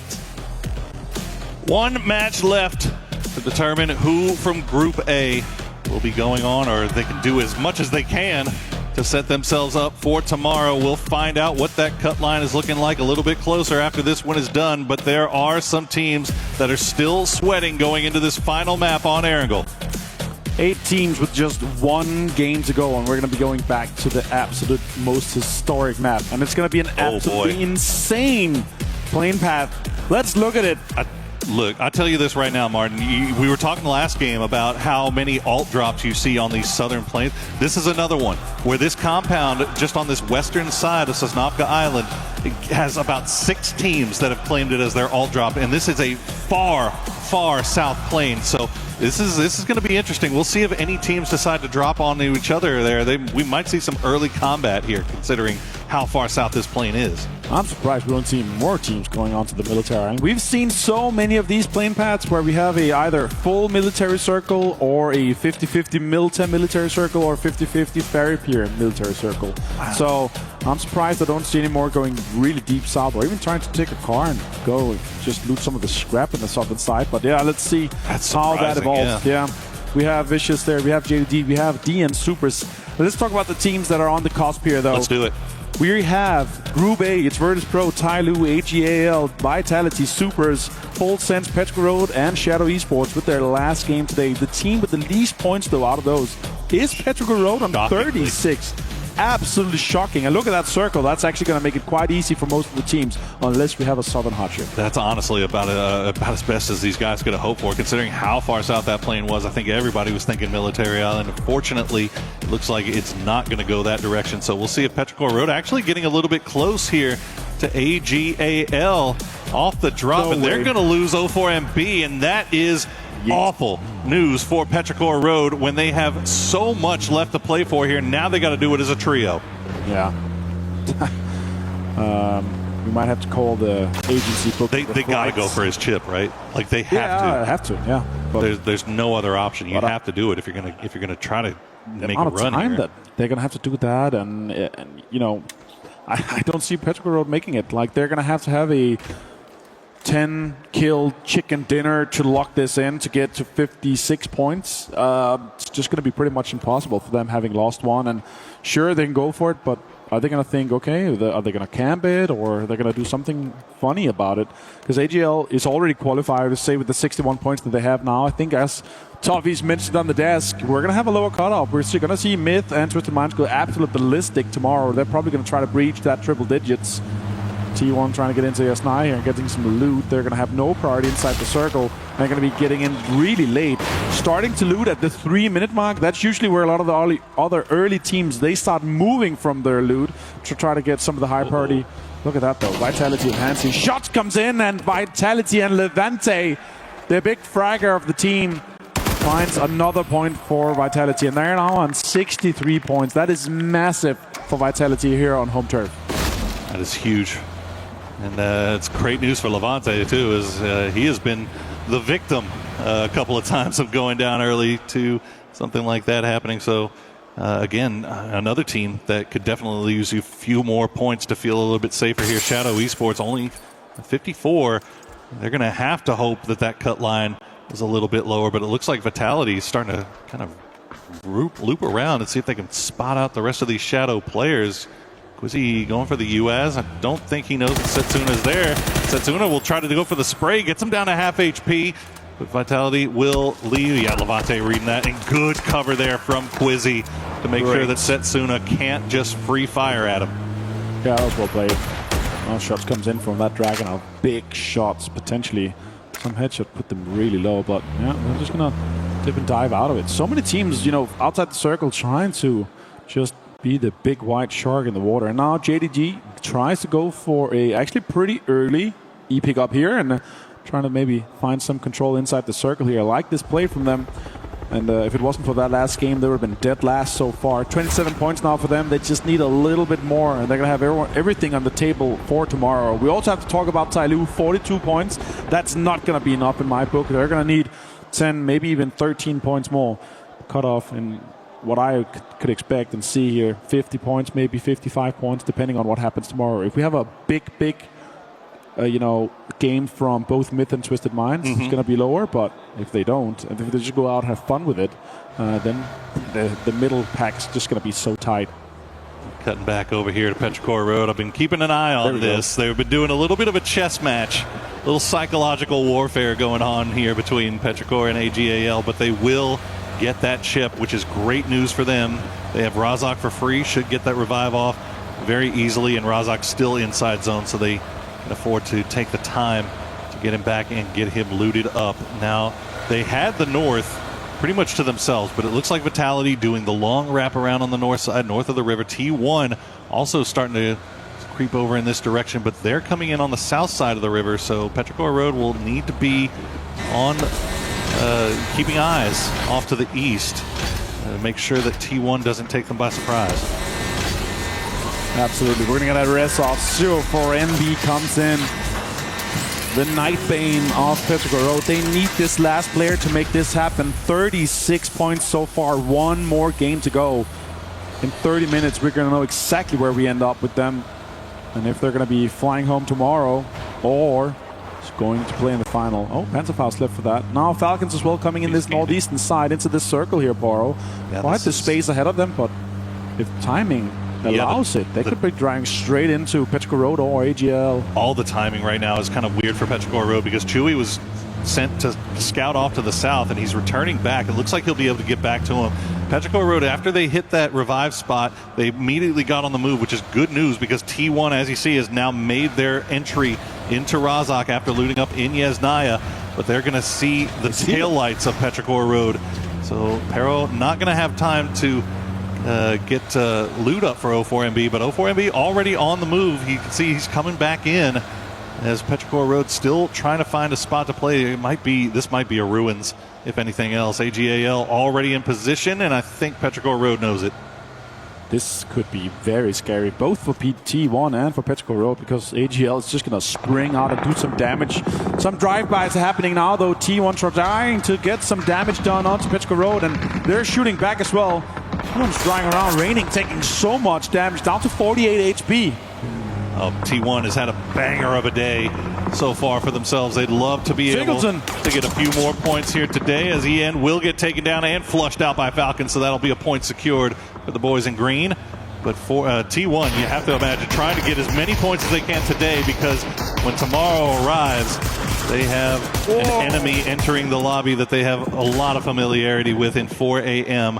That is going to be a major storyline for tomorrow. As you see, 04MB will land. Pickleton taking shots from range, but it looks like he should be safe in Petrichor Road. Now back up to 4 strong. Absolutely. 04MB just running for his life, trying to get a little bit of scraps of loot here that's on this higher ground of ruins as the other guys trying to get some space ahead of them here. As this Thank goodness for esports loot, right? Absolutely, yeah. It's insane. Gonna have plenty of loot there for him. He's just gonna need some helmets. The other guy's gonna have the utility. And Vicious from that military island trying to get in with an E-pickup too. We're gonna have this circle pop though. Let's see where we do end up, Poro. Yeah, that's a real AD pickup for Vicious. See where you can't blame him for it. Obviously, they're waiting for the circle to pop and be able to drop wherever it may go. And it's going to go on the mainland. Still hugging the coastline here. Na'Vi have their pick of the litter as far as places they want to play. AGAL also in a pretty decent spot, but a number of teams off to the west are all going to be running into each other right now, and it's immediately starting as you see some more E-pickups being popped up there by Genji. I don't think that they're going to end up taking that one. Salute just kind of holding the line. Absolutely, so much is going to be happening on the western side here. Correctly goes down. Beamy returns the favor. Deal finds Beamy as well. DN Supers needs these points. They're in 48. They could be the cutoff team if they don't get more. Now they turn around here. Virtus Pro down to just 2 players. A red zone dead center as well. We're going to have such a absolute fiesta towards the late game here with so much cover being created. Tanava finds Tianchan. Sharper being engaged in 17. Lots of damage done here with utility as well. Yeah, the top of Pachinki Hill getting a lot of love right now here between 17 and Sharper. See if they can get Tianchan back up. Gotta give credit to Supers immediately getting those 2 kills and flushes onto Virtus Pro and getting their knocked man in the trunk of the car and get him out of the danger zone. It looks like Vicious has arrived as well. Eyes in the skies will be taking shots at them, but all the people on the ground have maybe more important things to worry about, so that might be good news here for Vicious. Jedi sees 17 shots, comes in, connects quite a lot, but the car is also providing cover. Jedi and Earthsapalui from Sharper trying to bend up 17. Look at that. Dogmai goes down as well from Vicious. Did he get hit while he was in the air? I've always wanted to know if that could happen, if they were parachuting down, if he could get hit by a red zone bomb while in the air. But Dogmai finding out the hard way. It looks like he might have got hit while on the ground, so they should be able to get the res. But VC do manage to get all boys onto the ground, and we'll see if they can reset. Now 17. Sharper, again, just being a really tough out here. But 17 able to get Tianchan back. They've got 4 men alive, and they've got the time right now to devote to finishing these guys off. Bill goes with the push. Can he get Earthsapalui off this ridge here? Stun grenade applied. That's going to be huge. It's going to be a little bit too far here. Earthsapalui finds Xiaowu, gets another one, but Tianchan returns the favor to him. That's a massive double knock, though, for Earthsapalui. That gives Jedi a little bit of time here, a little bit of room to work with is he's going to throw a Molotov off in that direction, hope for the best, but Wimbo is his primary concern currently as he continues to throw flashbangs over, and Wimbo knows all I've got to do is just keep him distracted while these revives come through. He'll go ahead and rejoin the rest of his squad mates. Jedi gonna hop down because he hears the vehicles of Shadow Esports coming in right behind, and JDG now arriving as well. 17, they've got their backs up against the wall. We're down to just Wenbo and Lil Ghost. They're going to have to fend this off. Zeus is a knock, but Nanbo gets found from the top, turns around, damage towards December 12th, but Jexy also gets involved. So much fights here, so many third parties. Shao is going to be flushed here by December 12th. Look at this Vitality now. They see all this going on. They're going to finish off Lil Ghost, and that's going to do it for 17 Gaming. Vitality just roaming around just below the hillside. They hear all the gunshots. They see all the smokes. Let's see if they decide to go up there and get involved. Doesn't look like they will. Gedrox will just go for position. Full Sense, though, they are in a good spot here to maybe do a little bit of gatekeeping. 17,000 on there. Yeah, absolutely. 17 out in 16th place here means they're going to end the day on 23 points. It's probably the lowest I've ever seen 17 Gaming on at an international level. Benadol with the MG3 in hand, the bullet hose. They decided to not take shots towards Shadow here, so they're going to be able to sit up towards the center of the zone. Looks like Vitality is actually going to avoid all that as well and just continue down to the south. Meanwhile, Petrichor Road, they wrapped all the way from the northwest all the way to the southeast. We'll see how much longer they can stay alive as Shadow Esports are just dug in. See if here they're just getting peppered. I think that's Full Sense mostly taking shots over in that direction. As Full Sense now have control over the west. They do have Jedi on the top of the hill, and that's about the only problem that they have to worry about. Yeah, as we have the final match here on the Qiddiya City grid for the Battle Royale stage at Esports World Cup 2026. You see live from Paris, you see the nerves coming in from everyone. Levante finds Lukaruk, though. That's a big headshot with the MK. Quizzy gets the confirmation. And sure, Virtus.pro had a great day so far today. 85 points. Took them 11 games to get above mid. A hell of a tournament so far for Virtus.pro, and they're down to just Nixie right now as Supers continue to clean out that compound. Meanwhile, Shadow is just expecting the push here from Full Sense. There you go, Nixie will go down, so Virtus.pro is eliminated. They will be comfortable and happy with their performance here for the first 2 days and start thinking forward towards the final. Genji also on only 16 points after 5.5 games is insanity. If you look at the names on that roster, Falcons here on the northern side, they're actually in there safe. Gustav is creating space around him on that eastern side, actually taking some of the great big compounds that's available as T1 is driving ahead of them. It's going to be quite congested towards the middle in some of these smaller dips. We have Navi playing extremely aggressive, trying to hold down that compound with the big white building inside of it. Tigger finds Kamals from Shadow Esports, has Full Sense approaches and engages. Oh, look at that utility being committed to that. That's going to be a complete wipe of Shadow Esports from Full Sense. There's just nothing you can do. If you get smoked off like that and you're not in a position to prevent them from getting into grenade range, you know what to expect, right? You know that these guys are just going to get within grenade range and just drop it right on top of your heads. And unfortunately, they had no better option than to stack on top of each other as the circle will pop. It's going to go dead center, Petrichor Road right in the middle. And they needed 36 points before this game started, Poro. And yeah, it could be the Patty situation with the burger all around them, and you don't want to be that. Look how many teams are trying to get close. Vitality actually getting and sniffing closer to the area here. D finds Quizzy. Genji also needs the points here. Levante also has been found. Heaven stole the point away, though, as Supers are playing their last game, too. They need the points. They need to try to get into this 55-plus terrain. Oh, yeah, rough stuff for Vitality. They will survive for now under pressure from Vicious, keeping 2 alive. Regardless of what happens in this game, that 3 kills that they've gotten so far will bring them up to 65 points. You got to imagine that they're probably feeling comfortable here as we get a look at Rex finishing off young Nixie. Yep. Boom. Not what you want to see peeking around the corner is a guy with a Panzerfaust in hand. Oh, you just think I'm dead. Tickleton finds Raining now. The T1 and Falcons, they just continue to fight throughout all the game here. Tig, can you get the confirmation as well? At least they know the information now. More shots, more knocks are coming in here as they try to approach it. I think he's trying to pick him up. Tig finds a knock and a flush onto T1. More points come the way of Falcons. He has more mortars in hand coming towards it. He is able to just put them in their pocket right now. Gustav just giving them the readings, letting them know where they are. As Type will, you can see him just kind of crawling around. The rest of T1 looks like they're going to hop into vehicles. Ian and Heather already on the move. Shrimsy tried to take the flanking angle to catch them as soon as they did. And T1, they're in trouble. Heather is going to go down, and there's going to do it for T1. They will go out early, but 43 points on the day. Not too shabby for old T1. Not considering Tai Lu after 11 games is on 42, so that is massive. Tai Lu under a lot of pressure from Falcons now, as they're going to have a scrappy fight on this northern side. Hakatar finds Shrimsy, and now Tai Lu's going to potentially try to steal that away from him. Yeah, Hakatar actually gets the confirmation. That's huge from Na'Vi. They also need the points, but they are dead center. They got hot cover to play around, so let's see how far they can take it in this game here for their campaign. Tai Lu in a really good position to be a problem. They've got a lot of work left to do if they want to try to feel a little bit more comfortable, considering that they were sitting on 20 points after 3 games today. They've managed to double that in the last 2 games, so hell of a job by Tai Lu here to close things out.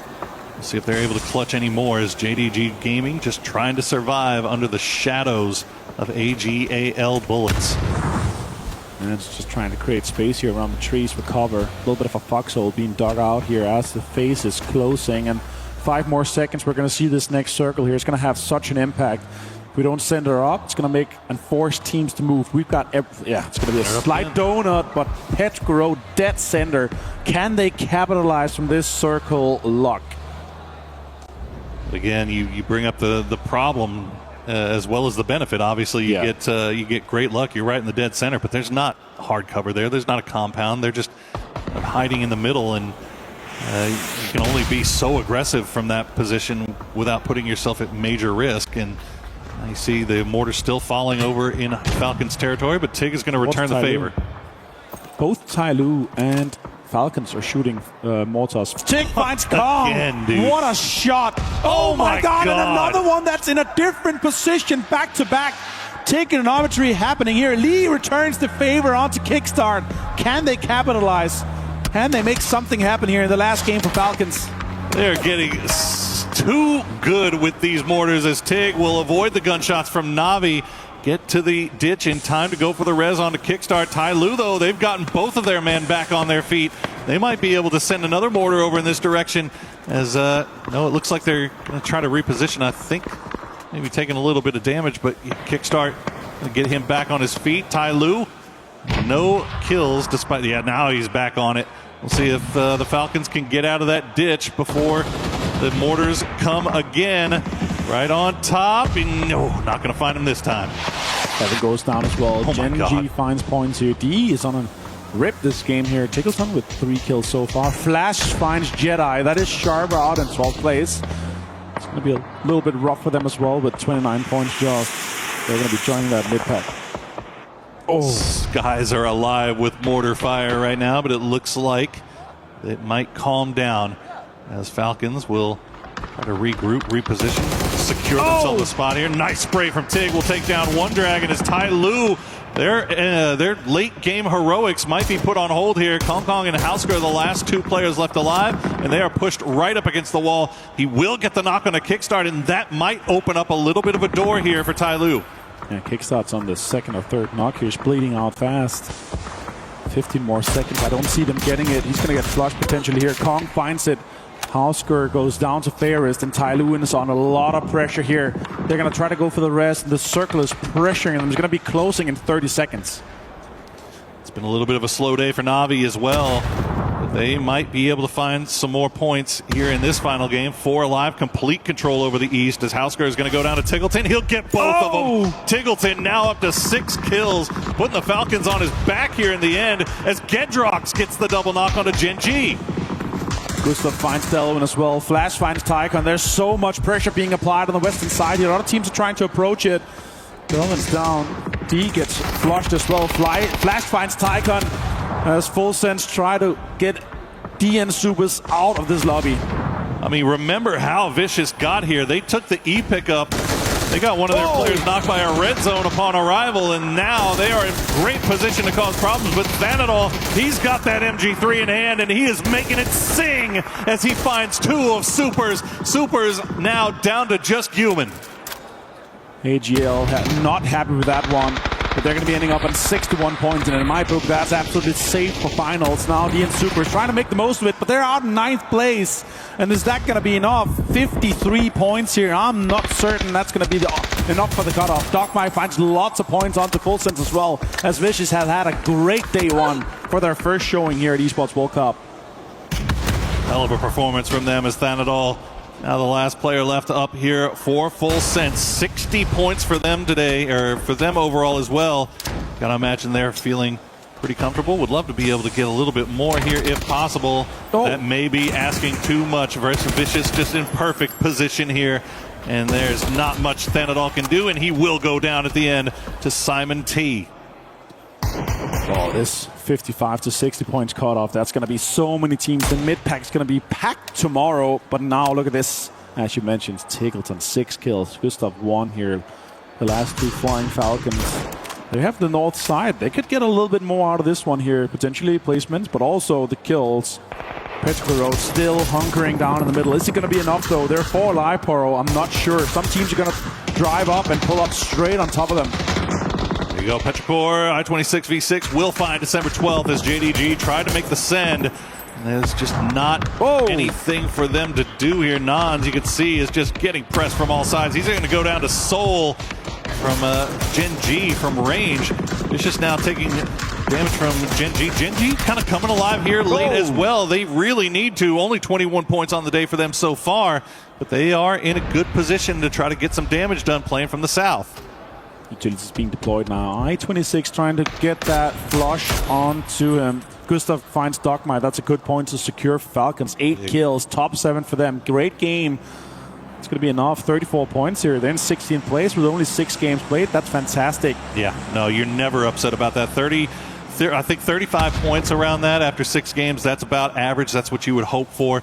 No matter how you go about getting it, it's going to put you in good position for tomorrow. All you got to do is hope that you maybe get a little bit of luck and a few more kills going your direction. But look at that leaderboard. All the bottom half of it right now are the teams that are still left alive as we get to see a little bit of that Tiggleonometry in action. The back-to-back knocks onto Tai Lu. That was insane. Lion's share of that damage, and he immediately pops up, finds one dragon. It's been the Tiggleton show for the Falcons. We'll see if they can keep it going as the circle will abandon them. They're going to continue playing around on the north from the edge. It looks like they've spotted out Suze. Oh, is that a C4? It's a C4. They're going to be driving that straight onto Petrichor Road here. Take's going to be waiting a little bit for it, then driving it forward, and then rolling it down onto Petrichor Road. That might have quite the impact. Gustav finds Suze. That is JDG out. And now they're into the top 6. Look at this. It's chasing it. It's going to get I-26 down. Exactly what Petrichor Road was hoping for not to be happening. Hakator steals the kill away, though. Oh, still got grenades left. That's going to be right in their pocket. Gustav, perfect throw from him to ruin Petrichor Road's chances. They're down to just 1 player. Chewy nowhere near, but Falcons needs to make sure that they can secure these points, these so important points. Chewy alive via the grace of the smoke, but Virtus, you can see Vicious looking over in their direction, Gen G looking over in their direction, and Tiggleton and Gustav now the dangerous, deadly duo coming from the north, causing so much problem. Chewy trying to fend off this, but Pau has a P90. He's going to be able to survive for just a little bit longer. If Chewy goes down, it's just going to be the 2 kills going the way of Falcons. They are first knock, though, so it's going to take 100 seconds. And when is Navi going to get active here? They've got 4 kills so far, but they're 4 alive playing from the eastern side. They have not really started to wrap around and get involved in all of this. Simon T will go down to the blue zone. Powell, the last player left alive. You can see he's got that. There you go, Tiggleton. Add another one to the count. 12 total for Falcons, but Gustav has gone down. And he even go for the res at this point as now Navi has started to activate. They're going to go down to the south and deal with Gen G. Boostic finds Hakator with the car. That's so unfortunate. Maybe the rest is going to be able to happen here. Pau finds Gustav. That's going to alert Tiggleton. Maybe he can get another point and a kill. And look at that. He finds the point from the placement and a kill onto Pau from Vicious. Tiggleton, what a game for him so far. 1-man army for Team Falcons right now as Bean will get spotted out by a nicely placed grenade from Spyro. Na'Vi back up to 4 strong after that unfortunate incident with the vehicle. Hollow My Bad still involved here as well. He could pop up and get involved at any moment. Na'Vi sending Spyro down to the south side, playing around the edge to see if he can find any angles, but Gen G are dug in. It's not going to be easy to spot them out. Tickleton alone on the northwestern side here. Actually backfilling the Gen G position could be huge for him. He could get more points out of it. Still one Vitality solo, still Tickleton solo, but he's locked in. Let's see what Gen G is dealing with. Soul, a grenade in hand, waiting for that inevitable push from Na'Vi. Meanwhile, Tickleton has just been going ape on this northern side. P90 now. He's got a P90, because why not? Why not give a P90 to the guy that is just absolutely farming? But this is what we're dealing with on the top of this hillside with the new destructible terrain. Even jump peeking, it looks like Hackatory may... He's sniffing. Yeah, he's definitely nervous about it. He's not going to walk up right onto Hello My Bad. In fact, he might be calling Boostic over here to provide support. You could also see the way he was jumping and then pointing down. He was trying to mark the exact location, so they have an active marker on that location. So let's see what happened here. 8 kills and 1,000 damage, though, for Tickleton, and a 3 helmet. Let's see if he can get more out of it. Can he get an impact onto Gen G? Soul still alive. Also, yeah, with Salute. Playing with house money at this point. I mean, goodness gracious. That is a salvage game and a half for Falcons. Salute, though, looking over in that direction. He's expecting it, waiting for the push. Might have spotted him out, and in fact he did. He's going to trade the shots. Almost gets him, but Tickleton will go down. Salute able to spot him out and heal up once again. As Gen G, they're finding some success here late in the day as well. Vitality absolutely squeezing the most points possible out of this one here. And Gen G only 16 points after the 5 games we played until this one here. So they needed this. Now with 5 points in placement guaranteed. Let's see how much they can get. Can they get Vitality out? Can they get another kill? Can they get a flush onto Na'Vi? Surely Na'Vi wins this just by the grace of being 4 alive. Hackatory finds Soul now without just Salute. Yeah, Soul trying to go for that northern flank, but Na'Vi more than ready for it. Salute will try to trade some shots back as we'll have to get on the move once again. I think he just spotted out Hackatory behind the tree, but will run away, and that grenade might be enough to do it. No, it's going to fall just shy, and now Hello My Bad will strike. The grenade will find Salute, but Hello My Bad securing a second place for Vitality. Can he get any more of it? He cannot. But Na'Vi, a massive win here, a much needed win at the end of the day. And Na'Vi being absolutely different here, playing it surgically perfect. They did not want to risk it. They wanted to be 4 alive to secure this chicken dinner, and it's going to put them quite deep into the race here. Sure, it's their first day tomorrow. They got 6 more games to play, and they're going to be ending up somewhere in the 40+ points here after this game. What a way to play it. But the story of this game surely has to be Tickleton and his new duo partner of Gustav. What a way to impact this northern side, and what a way to make a name for themselves in this last game. It's a massive salvage game for them, and definitely going to be feeling a lot more comfortable going into day 2 after that big performance to close out the day. So hopefully maybe get a little confident snowball rolling there as well. But Na'Vi, man, I gotta feel like if they were in a better, if they had had a better first 5 games, sure, they were in a position to where they could have been a lot more deadly if they were more in a spot to take high-risk plays. But instead, they realize, okay, we need to have a win here. We need to just secure this. We're 4 alive. We see the kill feed just lighting up like a Christmas tree. Let's not throw. We don't need the kills just yet. Let's just get these placement points. We're perfectly positioned for it. We'll take the 6-7 kills to go along with it, and that's going to set us up very nicely for day number 2. He didn't even get the point for the kill there, but he did get the point for placement. Surviving out from Gen G there. Vitality also, what a great day for them.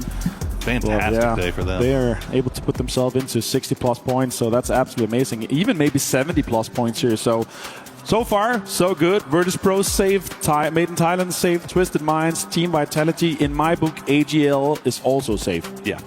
On the other side of that coin, teams that we were keeping eyes on, Petrichor Road. Out. I don't know, buddy. I think you might be donezo. Tai Lu also in that same predicament. Yeah. So we'll see. I mean, like you said, I mean, anything can happen now that you got Myth and Twisted Minds in there tomorrow. You got T1 that's had an insane day today. That's another team that could just farm. You really, at that point, if you're one of those teams that are kind of sitting lower, you just hope that some team comes in tomorrow and just pops off and sponges up all the points, lowering that cut line. If I would be deciding it right now from what I'm thinking is going to happen tomorrow, I think Petrichor Road is absolutely out. Tai Lu is absolutely out. But my worry is Super's going to be out? Are there going to be that, 16th, 15th place team? It's going to be so many teams in that big make pack. One big game is going to jump you up straight into the top 8 quite easily.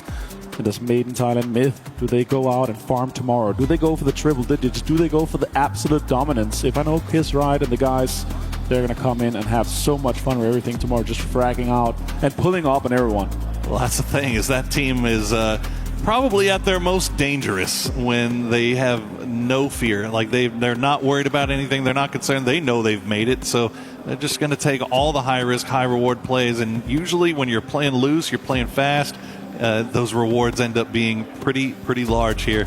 You could say the same thing about Twisted Minds. That's not a team that you want to have to play when they're playing confident and don't have the stress and the pressure of having to reach that cut line as well. So we'll see. Obviously a lot of things on the line here tomorrow when we play with groups B and C to close things out. Group A, you did what you had to do. Hopefully you did enough. Yeah, let's go throughout today, though. So far, Petrichor Road, last place, 17 points. 17 Gaming, only 23 points. Shadows down there with 20, but Tai Lu only 24. That's not good enough. Genji, after this last game here, jumps up into 26. There's so many teams in that mid-pack, but Virtus Pro, what a way to start and end. So far, 50 points today here. Vicious starting on 45, Navi on 44, Vitality 43. What a way to go about it for these teams here. It's beautiful work by those teams, and very happy for them, and we look forward to seeing them in the final. But we are going to throw it over to an interview, so make sure you tune in, and make sure you tune in tomorrow, because we will be back. As day 2 comes to a close, we of course have some interviews down here on the main stage. I've got the main man himself. I have Himas here from AGAL. Himas, let's kick things off by talking about today. Slightly better than yesterday. Yesterday seemed like an uphill battle, but talk to us about the end. You looked like you were particularly upset after that last match.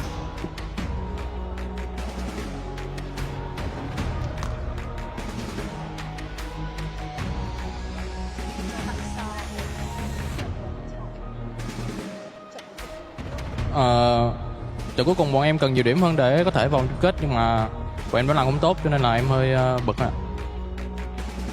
In the last match, we really need a lot of points to be able to get to the final, but we didn't do well enough. That's why I was upset. Yeah, that makes sense. I mean, let's think back a little bit to PGS5. To come so close, and then to 17 Gaming to kind of pip you guys right at the post, just at the very end. Did that have more of a negative impact on you guys as a team, or did that motivate you coming into the Esports World Cup?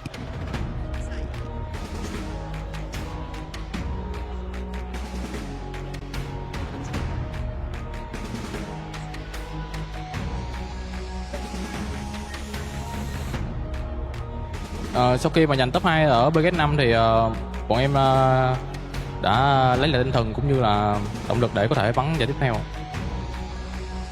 After we get to the top 2 of PS5, we try our best to get here. That's fair. And, touching on what you said earlier very quickly before I let you go, 61 points. Do you feel like you've done enough to get into the grand finals? Em cứ nghĩ là hôm nay em đã làm đủ tốt để có thể để đến được vòng chung kết không? Việc mà 61 điểm thì em nghĩ là em cũng không biết được, nên là em phải chờ ngày mai, nốt ngày mai để mới biết được có được vào chung kết hay không. 61 points, we really don't know at the moment. We have to wait until tomorrow to be able to know we are going to be in the final or not. It's true. Himas, stoic, but you know what? You're a legend of the esport. Thank you so much for joining me in this interview. You're an absolute legend. Don't go anywhere, because we have another interview set up right across the way with, of course, Kalaris. Yeah, thanks very much, Barney. Production, can we cut the stream? You're doing me dirty. What is this? All right, I've got... we played basketball earlier. Have you ever played basketball? Yeah, I played in the NBA. This makes way more sense. Ibby here, the coach from Virtus Pro. So you guys have looked spectacular today. My first question for you guys is 85 points going into that last game. A very aggressive 2-2 split. Was this you guys limit testing, or you did lose 2 on the rotation? No, that's just playing with balls. I would have also done that 2-2 split. I like it that they did it. We got caught by DNS. Kind of like a timing thing. We go next. Fair play, fair play. So I did speak to Nixie at the end of yesterday, and he was kind of a bit, up and down about the results as a whole. Obviously, it was a bit of a difficult day, despite you getting 37 points anyway. So was the game plan changed? What was the discussion coming into day number 2, and what you guys had to approach? Not really. We had 2 situations that were pretty similar yesterday. We kind of spoke about that. And we didn't speak much before the games today. Same focus, good comms. We played insane. Our comms today were great. I'm super happy, and we played great. No doubt, no doubt. You did look really, really good here today. So let's go kind of bigger picture here for a moment. You guys are obviously in that grand final, but for Virtus Pro, for the Esports World Cup Championship and everything like that, the club championship specifically, for Virtus Pro, obviously, I think a lot is on the line. You've got a lot of strong contenders across some of these games as well. How are you guys looking at it as a whole? We know it's really important for VP. We're going to try our best, and I know we have a really good chance. The team is looking really good right now, and we're really confident. So we're going to give it our all, and I'm really looking forward to the finals. All right, thank you very much, Ibiza, for joining me here. Production, you can't find anybody else much taller than this man, so get out of here. I beg to differ, Kalaris, because you know what? Let me actually do this real quick. Just squeeze in real quick with us right It looks like we're the security detail for this guy. Take our son to school, shall we? I look like one of my kids. I swear. But honestly, we're going to talk about that last game a little bit. We had Navi being able to put up a good performance during that last one. And finally, I was getting ready to wave those red flags for Falcons, but it all comes down to just one superstar player being able to make plays, getting those kills, and boy, did he show up with Tick. Well, so we talked about earlier today with like Navi and Falcons and how they were having tough days, but they were still sort of grinding out this 5 points per game average. And the goal with that is that you have that one big bopper out of 6. Both of them got it in the end. Navi obviously comes out with the win through placement points, Falcons is with kills, but now they're back in the race. And that's what I expect from these two teams. That's what I expect from any great team, right? That's where the difference is made. Now, let's do this. That was excellent of Navi, excellent of Falcons. They salvaged the day. Love to see it. We have to talk about it. We have to talk about 7. There are teams here, as we look at the leaderboards, they're just going home. Now, AGAL in full sense, there is a high possibility because of the teams coming into tomorrow, Myth, Liquid, Twisted Minds, that they sponge up enough points to make 60 just about the cutoff. But when you're talking about Shadow Esports, Supers, and unfortunately, Petrichor Road, I think their run is done. I believe so too, honestly. With Shadow, I'm still on copium for that squad. I'm hoping that they might be able to just done enough with those 55 points, but I don't think it's going to happen. Supers as well, because we have some of the other squads. You were talking about them earlier. GAM Esports, Team Liquid, even The Vicious. The Vicious showed up today in a big way. They're going to make big pushes, and I think, during that interview, AGL was a little bit worried, like, is 61 going to be enough? I'm stressed. I think it is, because at the end of the day, there are 5 teams below them that are basically eliminated today. They just haven't gotten enough, and they're way below that cutoff.